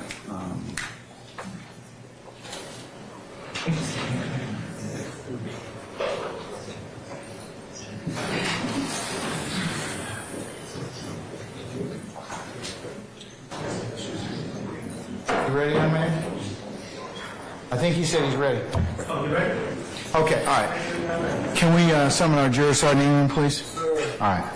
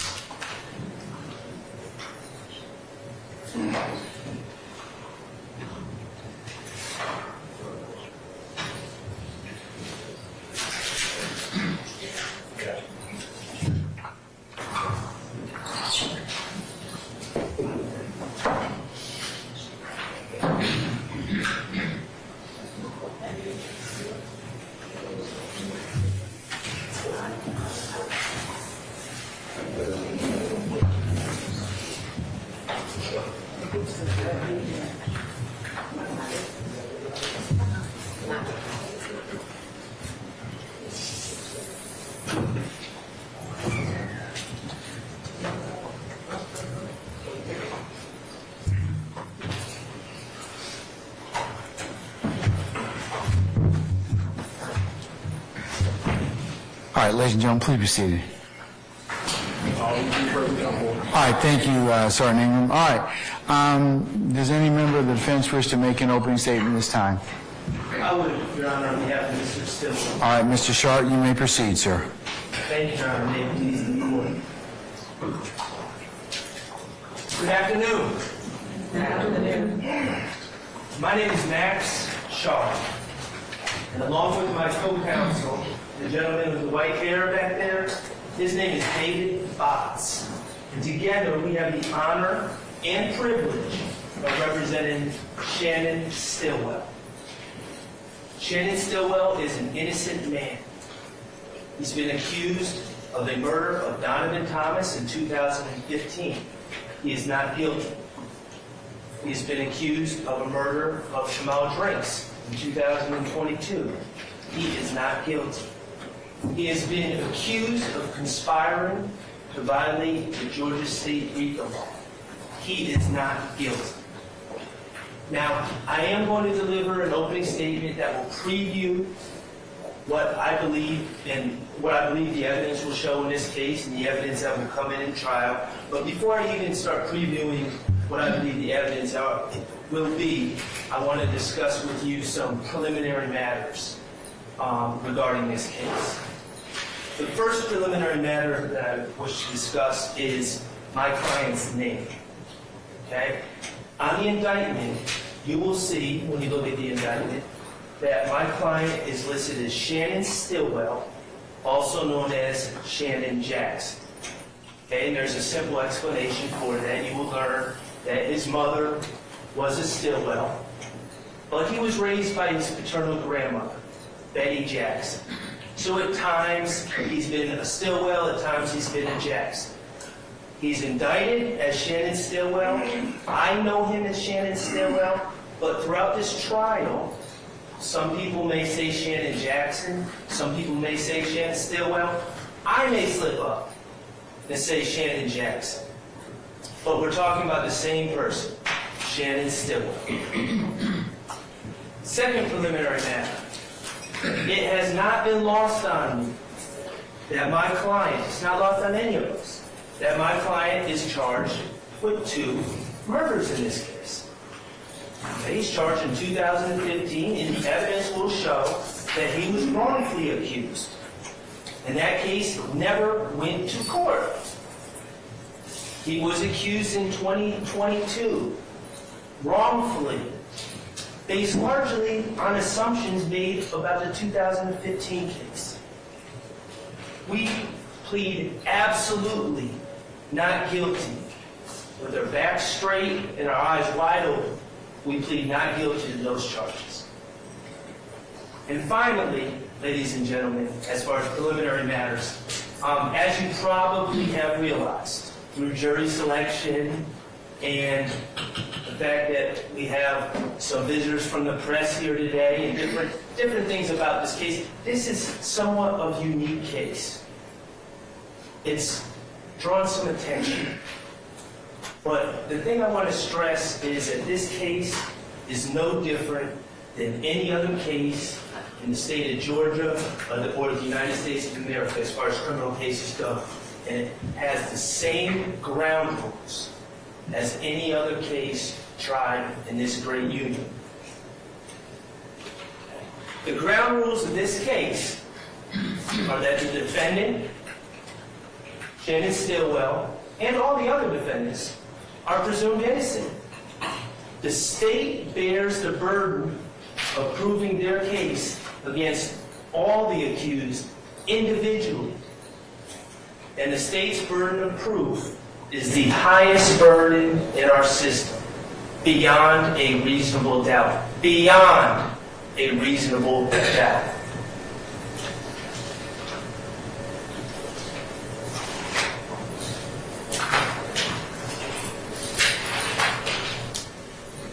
Okay, ladies and gentlemen, the state started talking in their opening about about colors. About colors and hand signs and different markers and gang activity and all the rest. And I anticipate that the state will attempt to bring in colors and their belief about what colors mean in this case. Throughout this case, I'm going to ask you to focus on a couple colors as well, just to keep in mind as you hear the evidence. Okay, the first color is dollar bill green. Dollar bill green, as you may guess, is the exact shade of green that the U.S. government uses when printing U.S. currency. And the evidence in this case will show that many of these young men grew up without dollar bill green. The evidence will show, and you'll learn about different areas of Atlanta, Capitol Homes, Jonesboro South, places that have since been revitalized in some ways, but back 15 years ago were not nice places. Places of despair, lack of opportunity, poverty, lack of positive role models. You'll hear about Shannon and his upbringing. You'll hear that he grew up in the Forest Cove Apartments, which have since been condemned. And he was raised by his paternal grandmother, Betty Jackson. He couldn't live with his mother who had succumbed to drug addiction, and it was his paternal grandmother, Betty Jackson, who raised him. She raised him in the Forest Cove Apartments, and you'll hear that she loved him, poured love into him, called him her sweet thing, and he called her Mom because she was Mom.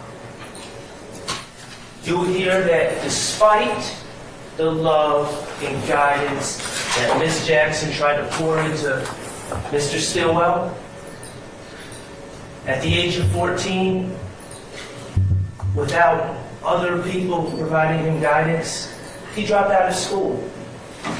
And he decided that he wanted to be a rapper.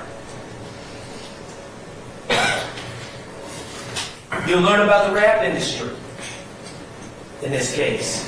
And you'll learn, and you probably already know this, but becoming a rapper is not the same as signing up for a job at Home Depot, where you work for 2 weeks and you get your first paycheck. When you're chasing superstardom in the rap game, those paychecks might not come for a long time. And sadly, they may not come at all. It might be a dead end to nowhere. You'll learn about the vast numbers of young men with the same dream as Shannon and how the supply of potential rappers greatly exceeds the demand for superstar rappers. That was really a bad occupation to try to get into when it really comes down to it. But Shannon was 14. And you'll hear how he tried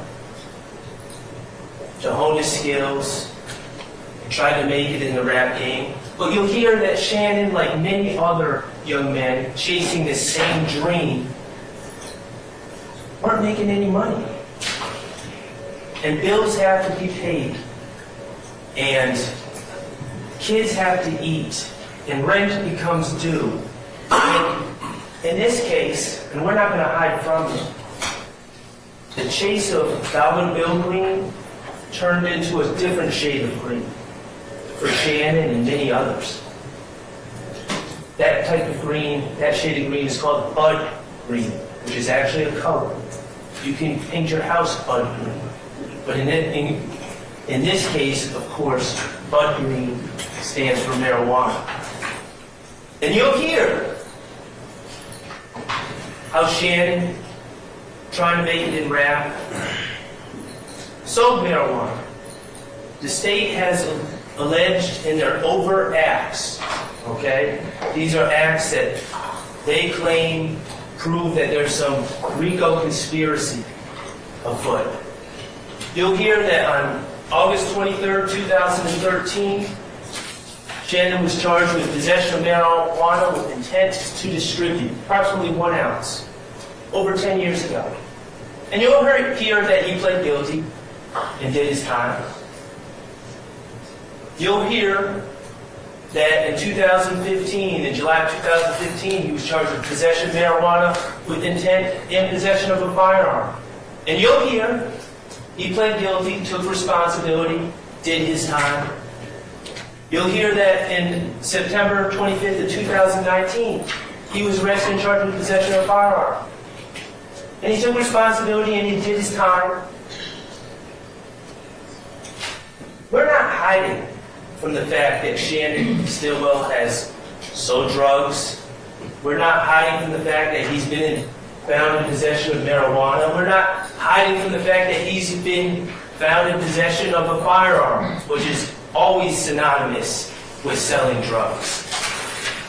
Okay?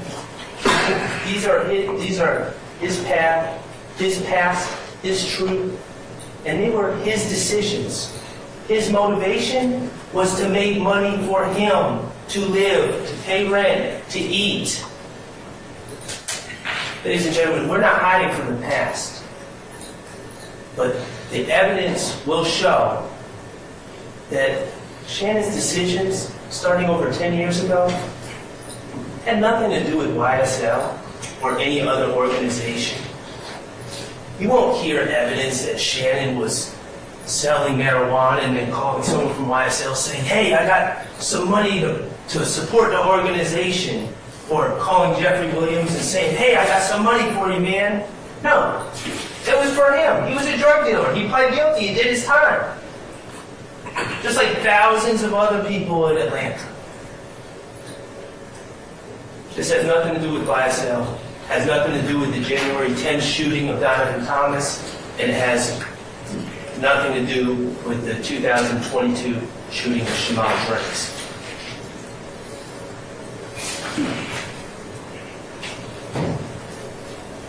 On count one, on this indictment, the state charges Shannon Stillwell with conspiracy to violate the Rico Act.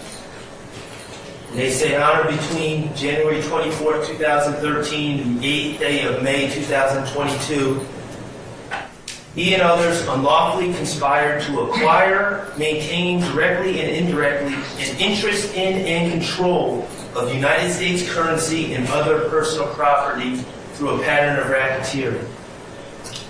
The state in their opening said, further the interests of YSL, further their goals. They also said they endeavored to do a lot of stuff to get them a lot of stuff. Okay, it's a little bit more complicated.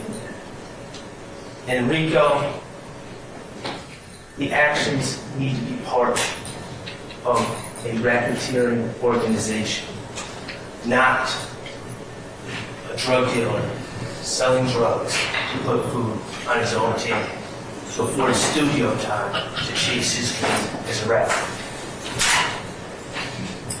I'm going to ask you, as a close of evidence, to find Shannon Stillwell not guilty. Count one. Okay. The other color, besides dollar bill green and I guess bud green, that I'd like to talk about is Fulton County blue.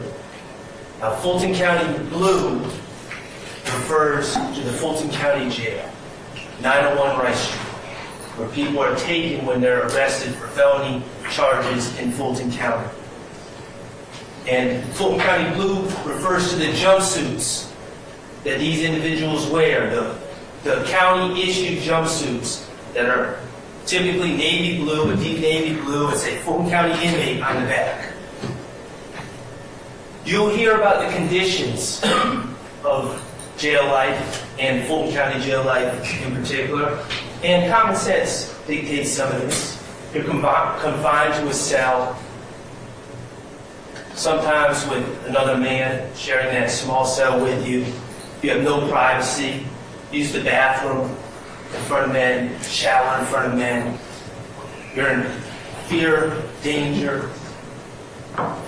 You're separated from your family and your loved ones. But most importantly, the men wearing blue, Fulton County blue, they've lost control of their lives. They've lost control of their destiny.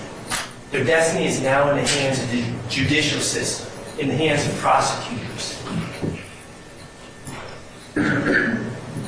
Ladies and gentlemen, Fulton County blue is going to be a very important color in this case because the state's key witnesses in this case that they're going to call to testify, that I anticipate that they will call to testify against my client Shannon Stillwell, when they became involved in this case, they were all wearing Fulton County blue. When Darius Zachary, Kenneth Copeland, Sammy Davis, Tremont Stillwell, Spencer Wright will hear them testify if they're called. You'll hear what they said previously, perhaps. But what you should keep in mind is, when did these men say what they have to say? Did they say it when they first got the information to share? Or when they claim they first got the information to share? Or did they share it when they found themselves wearing the Fulton County blue? When they no longer had control of their destinies and they needed a favor. And they decided to insert themselves into a high-profile case that could solve all their problems.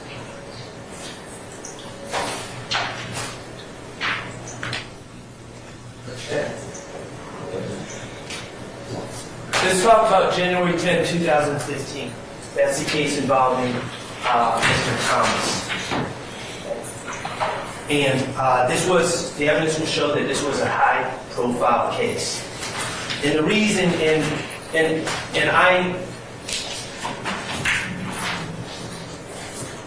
this is not me talking. I anticipate the evidence will show. I anticipate the state's own witnesses, the state's own gang investigators will tell you, not me talking. I anticipate they will tell you that Donovan Thomas was a big deal, that he was a gang leader, that he was the leader of the Inglewood family Bloods in Atlanta, that he was high-ranking. And that's what made this case a big deal on the streets. You'll also hear that this case, the shooting of Donovan Thomas, was caught on surveillance video. Now, I'm not going to suggest that it's the highest quality surveillance video, but it was caught on surveillance video. And you'll be able to watch the surveillance video. And you'll see McDaniel Street in downtown Atlanta at about 7:20 p.m. on January 10, 2015. Remember, winter, it's cold, dark. And you'll see a car zoom down McDaniel Street towards Northside Drive, headed northwest, I believe. And you will see and you will hear testimony that Mr. Thomas was with other individuals. What they were doing, I don't know. But he was with other individuals in a parking lot in between two barbershops. One being Mr. George's barbershop and one being Mr. Bernard's barbershop. And you will hear that this car zoomed down this dark street on that January 9th, and it appears from the video that you will see that an individual starts shooting out of the sunroof in the direction of Donovan Thomas and others. And you'll see that surveillance video for what it is and what it isn't. And you will also see how quickly everything occurred that night. A matter of seconds. Detective Thorpe is the Atlanta Police Department detective that was assigned this case in January 2015, and you'll hear that he gathered the evidence from the crime scene. There was no DNA, there was no fingerprints of value. You'll hear that there were shell casings all along the street, but you won't ever hear that these shell casings were linked to any particular gun or Shannon Stillwell or anything else. And there were no eyewitnesses on January 10, 2015 coming forward saying, yes, I was here and this is what I saw. And I saw this person do this. There was none of that. And you'll hear that this case remained unsolved. No one had been charged for 9 months and 9 days.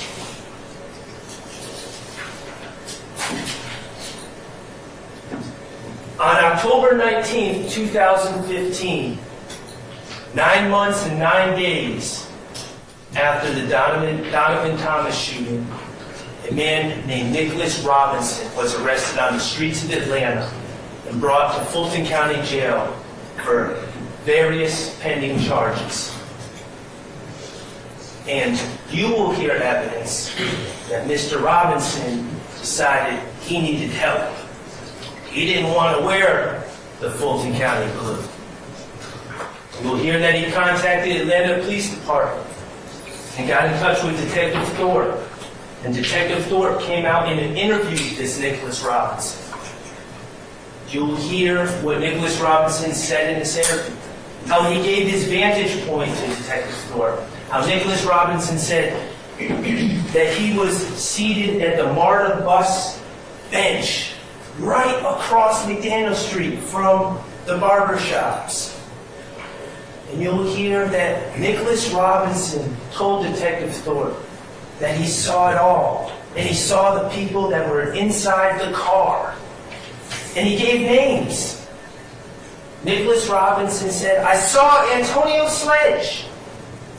He came out the sunroof shooting. I saw Kenneth Copeland. He was in the front passenger seat. I saw Demetrion Garlington. He was the driver of this car. Quindarius Zachary, he wasn't there, but he supplied the gun to Antonio Sledge. And yes, I saw Shannon Stillwell, my client, in the back, passenger side, shooting a handler.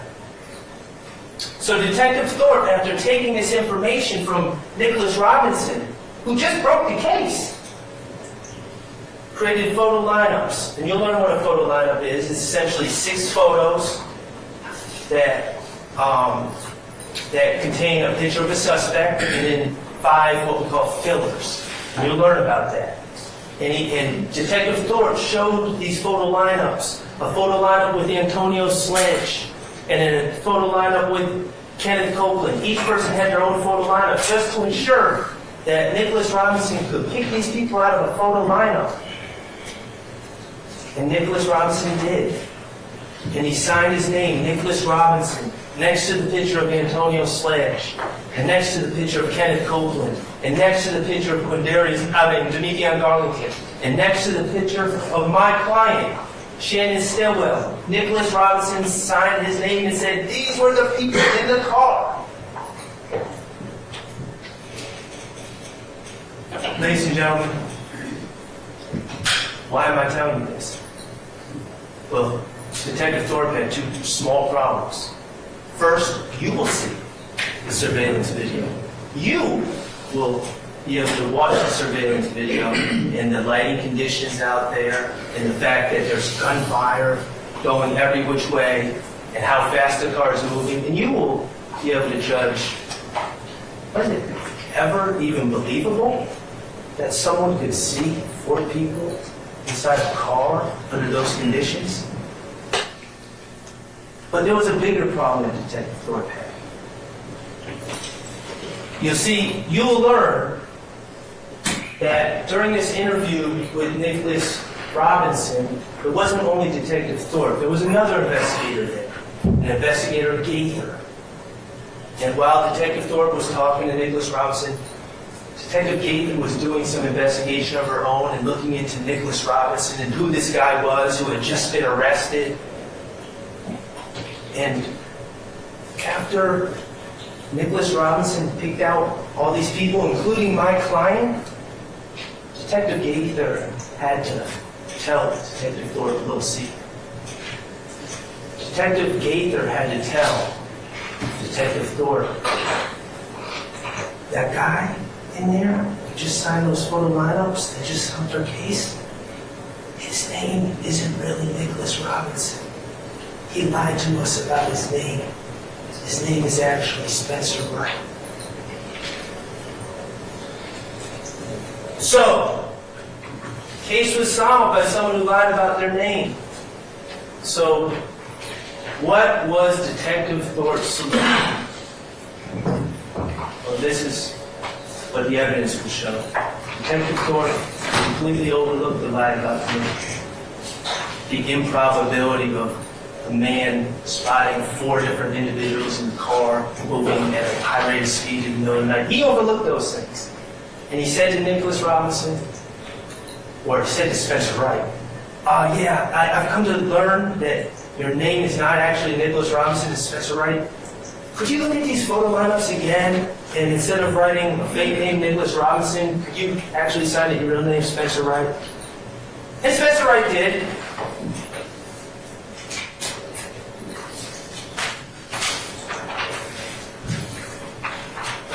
So what happened? Detective Thorpe, on October 19, 2015, based on the word of Spencer Wright, the man who had just claimed to be Nicholas Robinson, Detective Thorpe took out warrants for Antonio Sledge, Demetrion Garlington, Kenneth Copeland, and my client, Shannon Stillwell, based on what Spencer Wright said. Okay. Since October 19th of 2015, people have had an opportunity to review some things on this case. The surveillance video that you will see, it's interesting because not only does it show McDaniel Street and catch the incident, but it also shows the MARTA park bench right across from the barber shops on McDaniel Street. And know who's in the know who's in the park bench? The bus MARTA bench across from the barber shop? No one. It was all fabricated. It was all made up. It was all a lie. We've been able to review Spencer Wright's jail phone calls to associates made around that time. All but admitting, I'm lying. I need to get out of here. I'm inserting myself into a case so I can get favorable treatment, so that others get arrested. The state has since dismissed the charges against Antonio Sledge, Kenneth Copeland, and Demekion Garlington. They continue to push forward against Shannon Stillwell. Why is Spencer Wright so important? Why have I spent so much time talking about someone who clearly lied, who clearly wasn't there, who clearly made things up? Well, Spencer Wright gives us the blueprint. He tells us what to look out for. What was Spencer Wright wearing when he fabricated his story? Fulton County blue. What did he want? What was he in search of when he fabricated his story? Control of his destiny. He didn't want it to be left in the judicial system. He wanted to use something to get a deal. He wanted to take back control. That's what Men in Blue do. Okay. In this case, I anticipate the state will bring 4 witnesses forward. All 4 have certain things in common, as I stated. When they supposedly came upon information that was relevant, never shared it with law enforcement. But once they were wearing blue and they needed something, that's when they came up with their stories. I anticipate the state will call Quindarius Zachary, ironically, one of the people accused by Spencer Wright. You'll learn that he claims he knew information from January 10, 2015. January, February, March, April, May, never shared this information with anyone. But lo and behold, you'll hear he found himself in custody for serious charges on August 5th of 2015. Then all of a sudden he had a story to tell. You'll hear he gave a second statement to law enforcement approximately a year later, where he was in a room with the gang investigators, with prosecutors, including the prosecutors that were handling his case and had control over his destiny, his future, and his attorney. And you'll hear that he gave a second statement and was looking for a deal. Quindarius Zachary is no longer wearing blue. Quindarius Zachary is not charged in this case. He got his deal. You'll hear about Kenneth Copeland.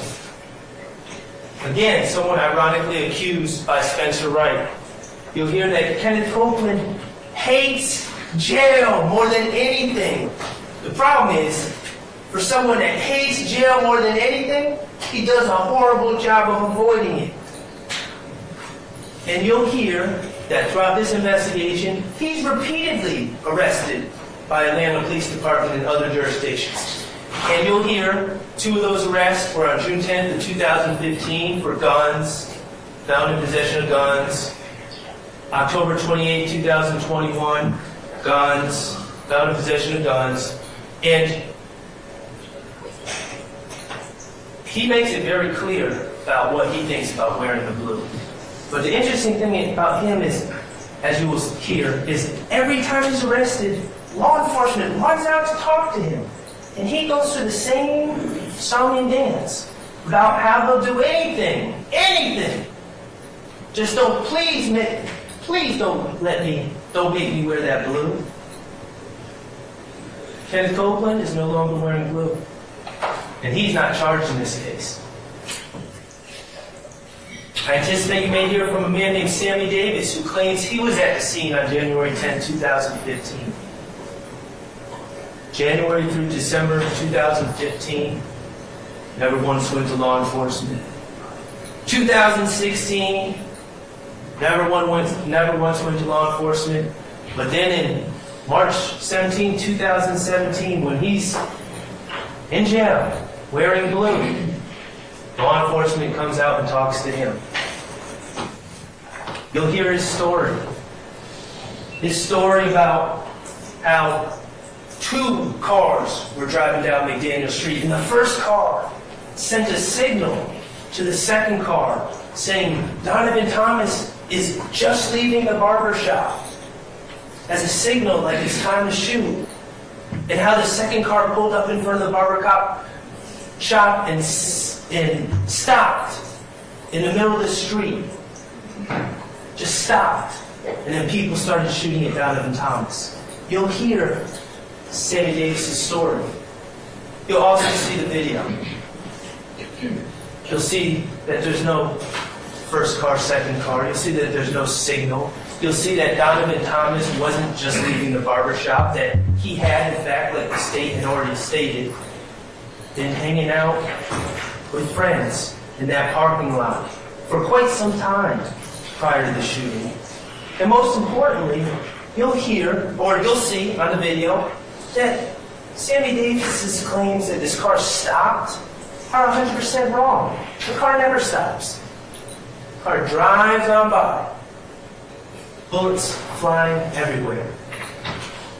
You'll be able to listen to Sammy Davis's story and compare it to the surveillance video and figure out how much value you should give his story. And finally, I anticipate you may hear from a man named Tremont Stillwell. A man who, curiously, claims he's my client's uncle. Not sure what that's about. You'll hear that he claimed to come across important information in January of 2015. And he claimed he came across this important information while talking to someone with his wife, Vanetta Guffey, right there. You'll hear throughout all of 2015, never said a word to law enforcement. Wasn't until March 22nd, 2016. Guess what color Tremont Stillwell was wearing at that time? You got it. When he was in jail for serious charges, and he needed help. He needed help from law enforcement to start to reclaim his destiny, control over his life, to escape the monotony and the filth of the Fulton County Jail. And you'll hear that he claimed to have information. You'll hear that the state, to their credit, went to try to corroborate whatever Tremont Stillwell was talking about and talked to his wife, who is now deceased. Her name is Vanetta Guffey. She's now deceased. But you'll hear that she was interviewed on May 11th of 2016 when she was still alive. And you'll hear what she had to say about Tremont Stillwell's claims.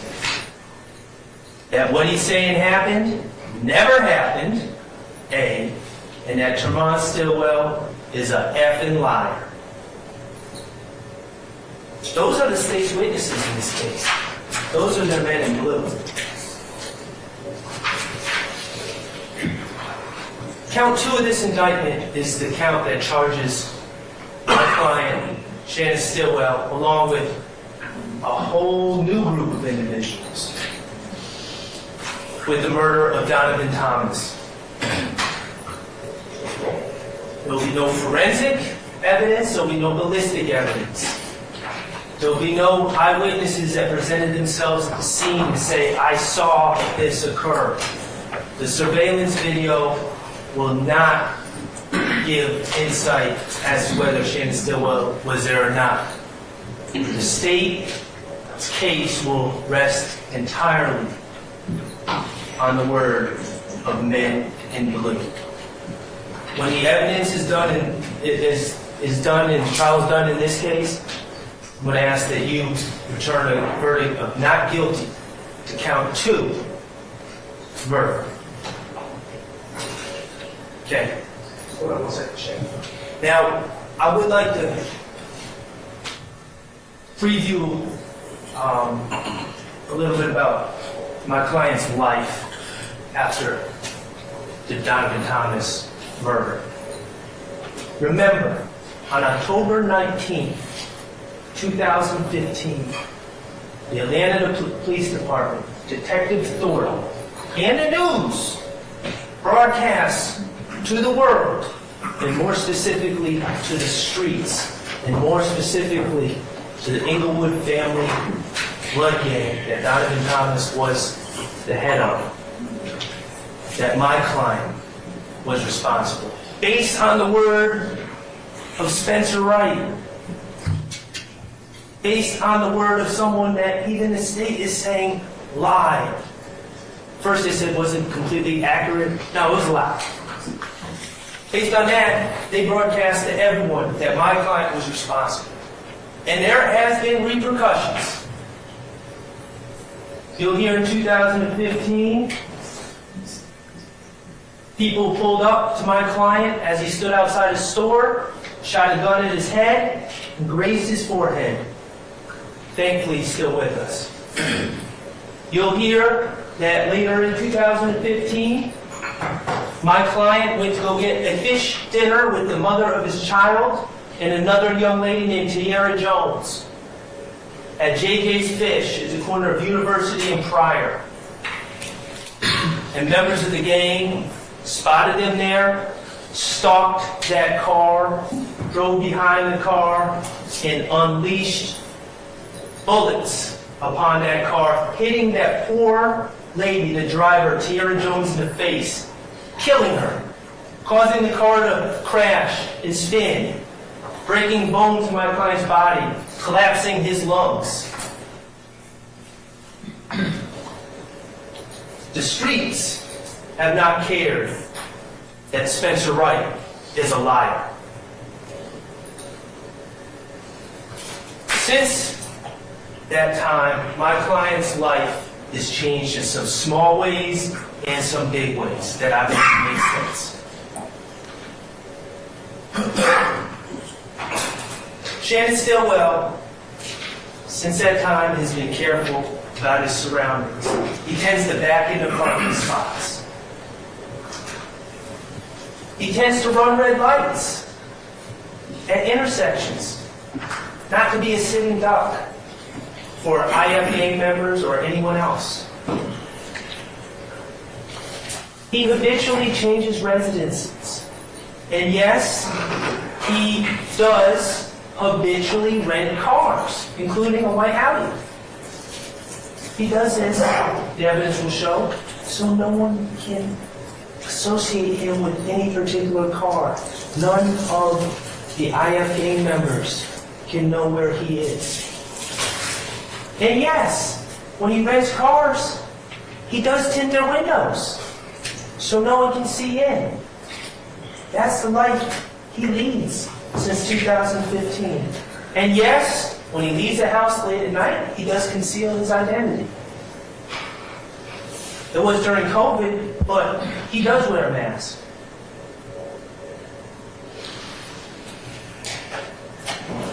That's been Shannon Stillwell's life since 2015. And I'm going to ask that you keep that into account as you consider the evidence as it's presented. Now, 7 years later, March 14, 2022, remember, Shannon has been publicly accused, but no one has ever taken that case to court. No one has ever even tried to actually prove the case. They've just accused the case. And Shannon has remained a wanted man. Not by the police, but by someone scarier. On March 14, 2022, the evidence will show that Shannon, Marvius Nichols, Nikion Garlington, and Miles Farley were planning on going to the music studio to work on music. Still chasing it. The evidence will show that Mr. Garlington was a passenger in Mr. Stillwell's and Shannon's rented white Audi with tinted windows, and Mr. Nichols was with Mr. Farley in Mr. Nichols' white Ford Fusion. The evidence, and you'll see, in this case, you'll see there's several different surveillance videos that you'll see in this case. The first being the BP footage. That's from the BP at the corner of Fulton Street and Windsor Street in Atlanta. And you'll see the video. And you'll see Mr. Stillwell. No, we will never deny that he was at the BP. We will never deny that. We'll never deny that he was in a rented white Audi. And you'll see Mr. Stillwell pull up on that camera and back into a parking spot right in front of the BP. And you will see Mr. Nichols shortly thereafter in his white Ford Fusion pull up at the gas tank so he can purchase gas to get to the studio. You will see footage from inside of the store. That's Mr. Nichols. You'll find out that that's Mr. Nichols purchasing an item, and that's Mr. Stillwell, my client, wearing a Pink Floyd hoodie with a pink wool cap on. And you'll be able to observe them on video, and you'll see Miles Farley, a third person in their group, a shorter individual, come in, and you'll see them playing around and pushing each other in a playful manner as friends do. I'm going to ask you to observe them on a video and ask yourself, does that appear to be men on a mission? Or does it appear to be friends just planning on going to the studio? The video will reveal that at some point, a gentleman by the name of Shamal Drinks pulls up in a red car at another, in fact, I believe that's a picture of it right there at that gas pump, and he enters the store. You'll be able to see the video of him entering the store from the parking lot, and you'll be able to see him inside the store. You'll see that he gets into some sort of argument or altercation, not an altercation, an argument. It appears with the clerk, and he leaves the store, and he gets in his car. There will be no interaction whatsoever between Mr. Drinks and my client, Mr. Drinks and Mr. Farley, Mr. Drinks and Mr. Nichols, Mr. Drinks and Mr. Garlington. There'll be no interaction at all. And you will see Mr. Drinks exit that parking lot and take a right on Windsor Street. And then you will see Mr. Stillwell exit that parking lot and take a right on Windsor Street. And then you'll see Mr. Nichols exit the parking lot and take a right on Windsor Street. And that's where the FedEx surveillance footage will take over. And you'll be able to watch the FedEx footage on Windsor Street, which will show these cars drive up and end up at a red light.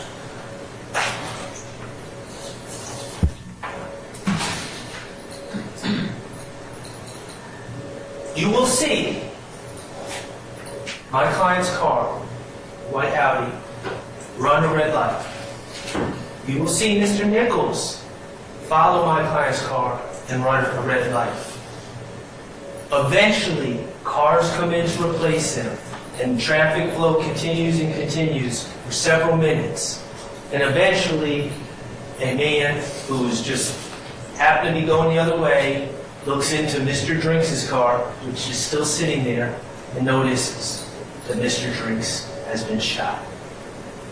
What you will not see on this video is any indication at all that this shooting occurred while my client's car was beside Mr. Drinks. You will not see any muzzle flash, you will not see any commotion, you will not see any fight, you will not see anything at all that suggests that that's when the shooting occurred.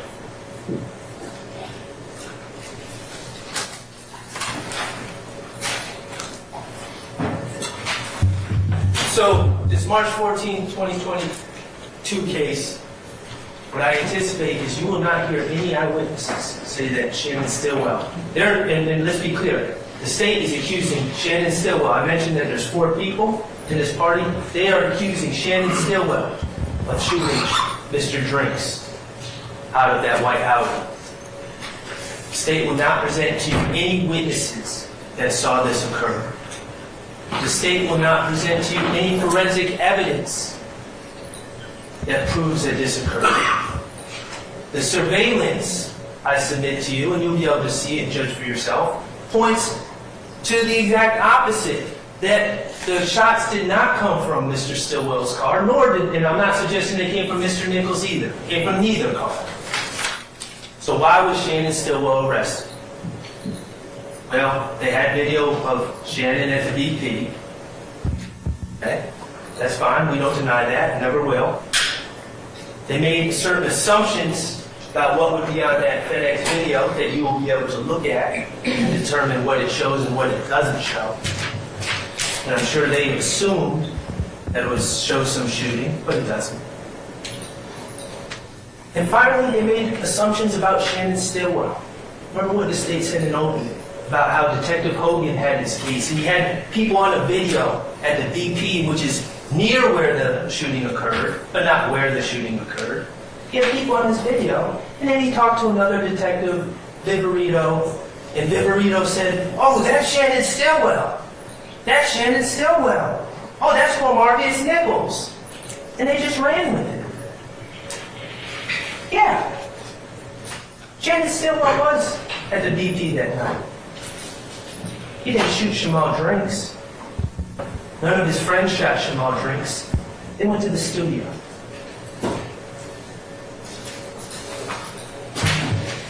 Since these warrants were taken out for Shannon Stillwell, and I'll tell you the warrants were taken out and Shannon Stillwell was arrested in that same white Audi on March 17, 2022, 3 days later.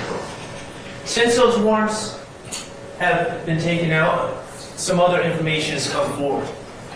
First, I'm going to ask you, and you will, this will be entered into evidence, I'm going to ask that you consider the rental agreement for the white Audi.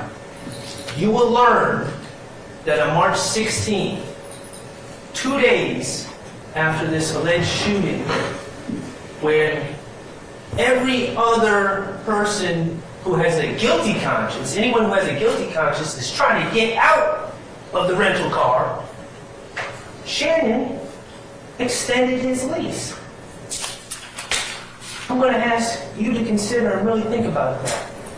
Extending a lease of a car that you supposedly just killed someone. Are those the actions of someone who's guilty of that crime? You're going to hear about the wiretap on Demekion Garlington's phone. Remember, Demekion Garlington was in Mr. Stillwell's car. And the state hinted at it a little bit. They were talking about Jaden Myrick and people wanting to attack a man named Lucci.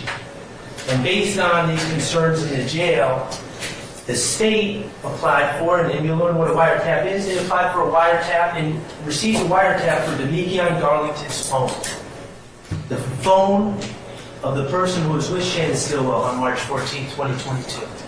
And you'll learn what a wiretap is, and how a wiretap really consists of law enforcement sitting and listening in on all your phone calls, incoming and outgoing, and recording all the relevant and pertinent phone calls and conversations that occur. You'll learn that this wiretap on Demekion Garlington's phone began on March 10th, but certainly well before March 14th, the date of the Shamal drink shoot. So it was in place that night. Who knows about the wiretap? You'll learn that too. Do you think the government tells you that your phone is being wiretapped? Of course they don't. It's secret. No one knows. That's the point. And you'll learn about who Demekion Garlington is and what type of guy he is. I would submit, if you have a secret, you wouldn't want to tell Demekion Garlington. You'll hear him on the wiretap, drunk, high, talking about everything under the sun. Pills, weed, guns, girls, robberies, all stuff that he's involved in, completely against his interests to discuss, but he doesn't know he's being listened to now. But one thing that's interesting, of all the things that this loudmouth talks about, all the crimes, and they said they bragged about this stuff. They said Demekion Garlington was bragging about this stuff. All the things they brag about, no, it never comes up. Shooting anyone on March 14, 2022. All the crimes he discusses, that never comes up.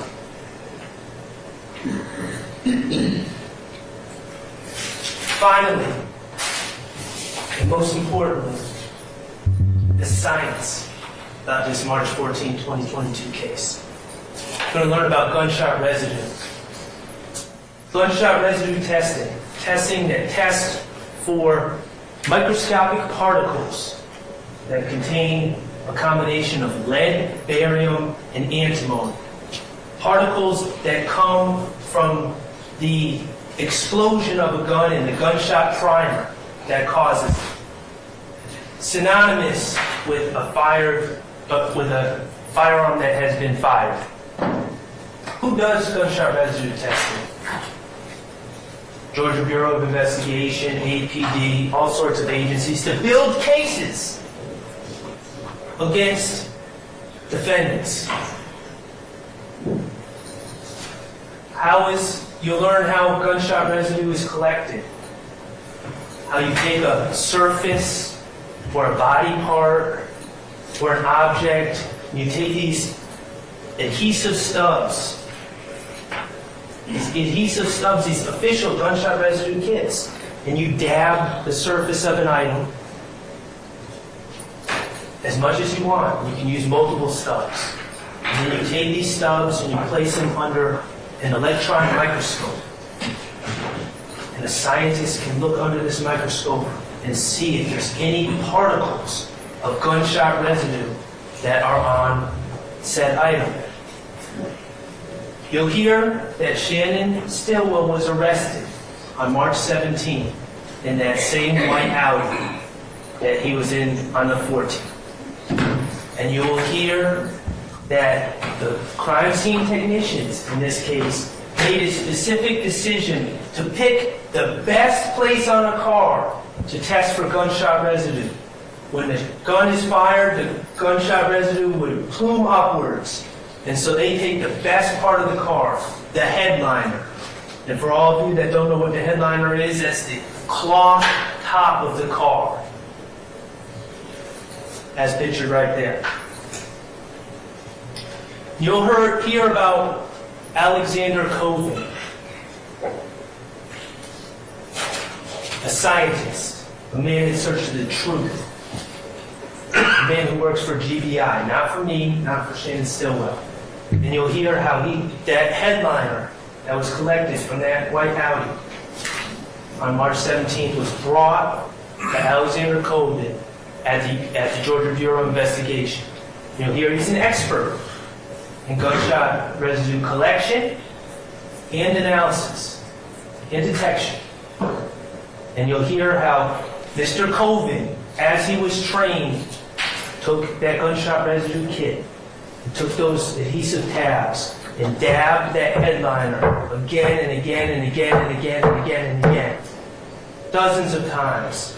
And then he wanted to make sure what he did was sufficient. So he took a second tab, adhesive tab, a fresh one, and continued to dab that headliner again and again and again and again and again to pick up any particles that would be on the headliner from that white Audi. And he took those tabs, those adhesive tabs, and he put them under his microscope that he uses when he's building cases for the state. And he looked at those tabs under that microscope for any particle of gunshot residue, any at all. Looking for 15, 10, 5, 3, 1, whatever he could see. And you'll hear that on June 3rd, 2022, 77 days after the state, after Detective Hogan, Investigator Rico, and the state made their decision that Shannon Jackson fired a gun, Shannon Stillwell fired a gun from that white Audi. 77 days after they made that decision, you'll hear that scientist Coven released his report. And on that headliner, there was not a single, zero gunshot residue to be found. That's the science.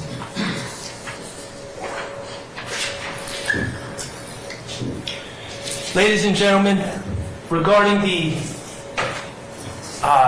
March 14, 2022 case, the state has made 5 charges, 5 different counts against Shannon Stillwell, my client.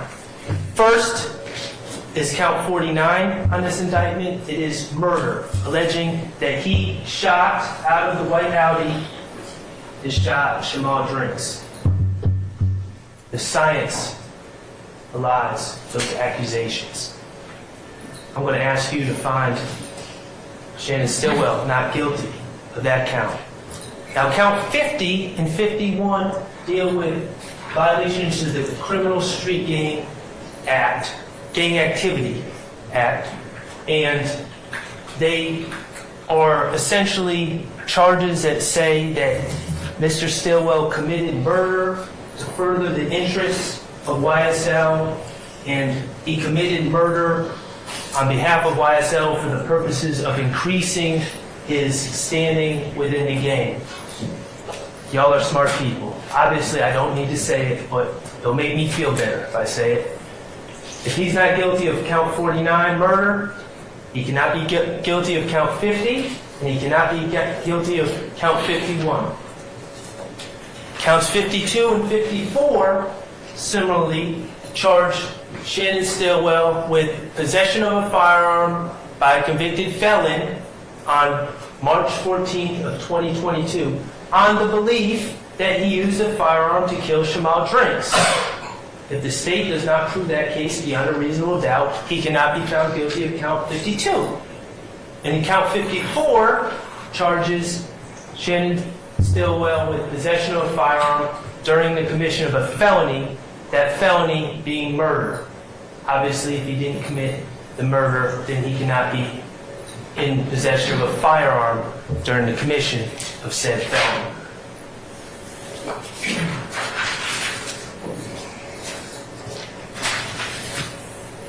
In conclusion, my client has been charged with 2 separate murders. He's been wrongfully accused of 2 separate murders, and we plead absolutely not guilty. He's been charged with the conspiracy to violate the Rico Act. And while he has sold marijuana in the past, those were his decisions for his benefit and had nothing to do with YSL or anyone else involved in this case. He's pled guilty to those charges. He's done his time. That makes him an ex-drug dealer.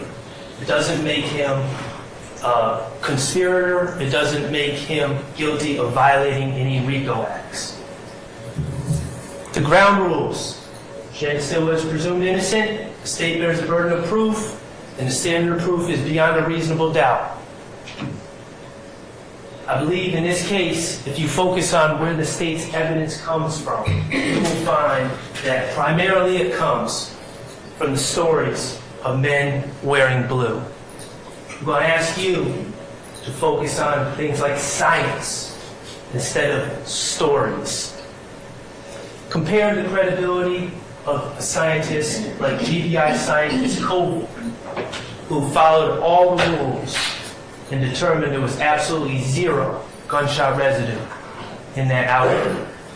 Compare that to what the state presents. Spencer Wright, who said his name was Nicholas Robinson, who lied to get out of jail.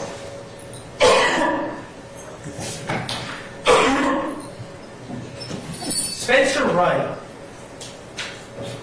duped Detective Thorpe on October 19th of 2015, and that is on Detective Thorpe. I am going to do my best to make sure that the truth comes out in this case. Make sure that no one wearing blue will be able to dupe anyone during this trial. My client, Shannon Stillwell, is not guilty. Thank you very much.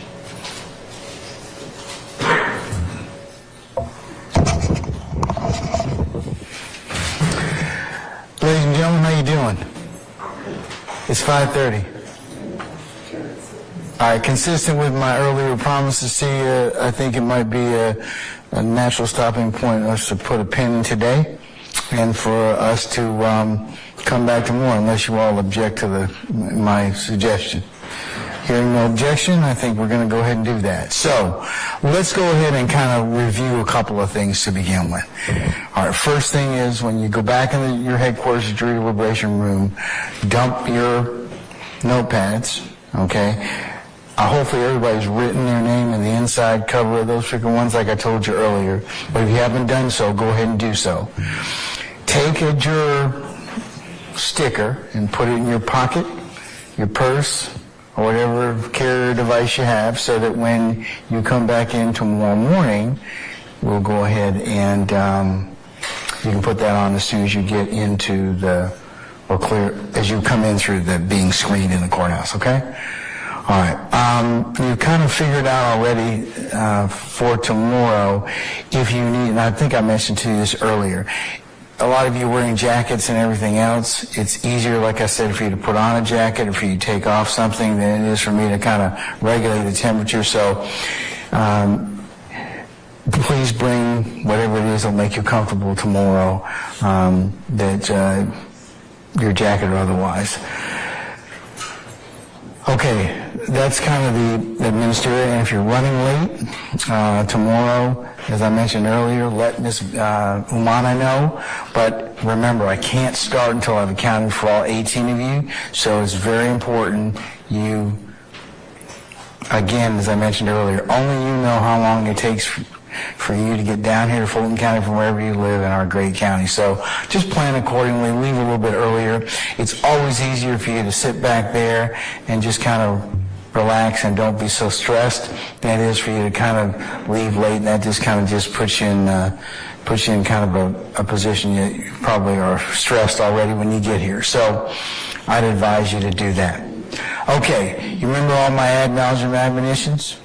They still apply, okay? So, very important, that you not talk about the case amongst each other as you're walking out. Do not talk about the case as you're in your headquarters jury deliberation room. Don't go on any social media sites. Do not let anybody friend you. Do not do any of the other things that I told you earlier, like research anything, go by any scenes, take any photographs, or otherwise try and educate yourself to some things that you may have heard in the courtroom today. Remember, the only things you can consider are what's lawfully presented within the four walls of this courtroom. So it's very important that you consider and keep the court's admonitions, which I know you will continue to do so. There's great temptation when you go home tonight. Hey, what happened in court? Well, I saw you on TV. Are you supposed to respond to that? No, you're not. And you can blame me, you can even tell Judge Glenn said for you not to do that, all right? Because remember, your doing that would affect, and if we found out about it, would affect our ability to have a fair trial, a just trial, lawful trial as to all parties. So please adhere to that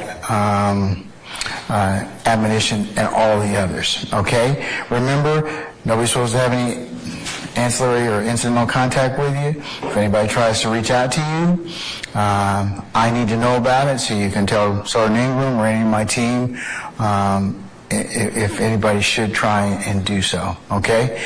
And consistent with my instructions when you were here before, we'll go ahead and get you squared away for those of you that are taking the shuttle and for those of you that need to make other alternative arrangements. We have just get with Sergeant Ingram, he'll go ahead and coordinate that for you, okay? All right, so you're probably wondering, what time are we going to start tomorrow morning? I need you all here to be here by 10 o'clock, okay?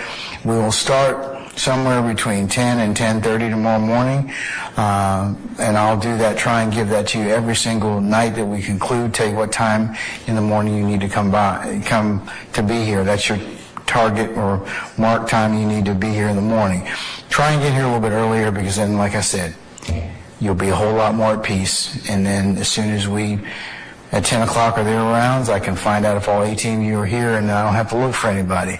And then I can go ahead and we can get started once we're ready to pick up from where we left off from today. Okay? So, 1,000 hours tomorrow, you need to be in your headquarters. Okay, I think I've gone through all the things I need to with you. Any ministerial inquiry of me at this point in time, ladies and gentlemen? Anything from me? Questions? None? Okay.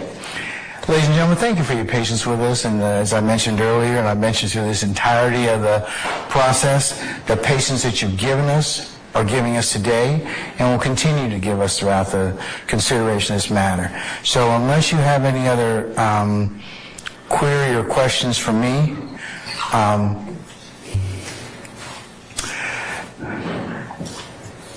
I will release you until tomorrow morning and bid you comfort, and we'll see you in the morning. We'll start up when you all get here at 1,000 hours, okay? All right, so with that, ladies and gentlemen, have a good evening. All rise.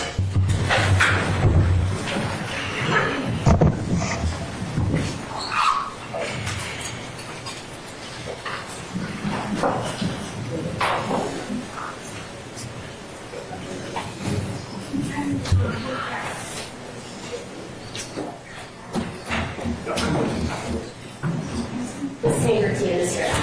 I made eye contact with you and asked you, please stop talking during all that. Please tell me. Yeah, you could just stop all this. I would appreciate it. Thank you.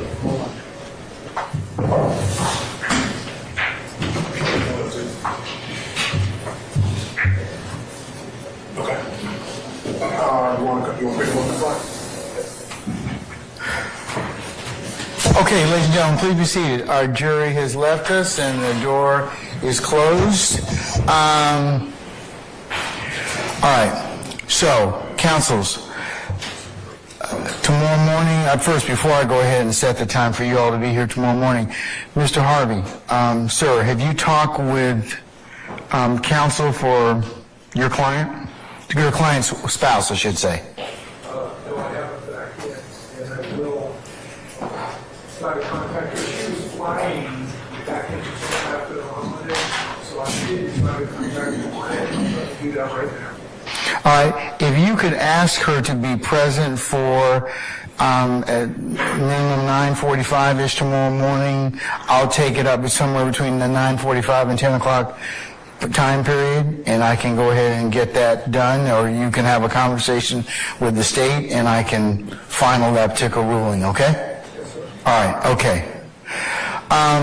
So, counsels, if you all could be here tomorrow morning for approximately 9:30, and as I told our jurors, as soon as all of them are accounted for and we take up that last issue, then we'll go ahead and get started. What questions do you have of me? Anybody? On behalf of Mr. Williams, sir.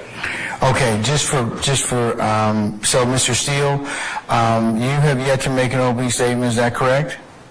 Correct. All right. Mr. Matthews, you have not made an opening statement as of yet? That's correct. Ms. D. Williams, you have not made an opening statement as of yet, is that correct? All right, is there anybody else that I have not taken into account already? My fault. I'm sorry? My fault. It's just going out, that's all. You know. It hasn't stopped.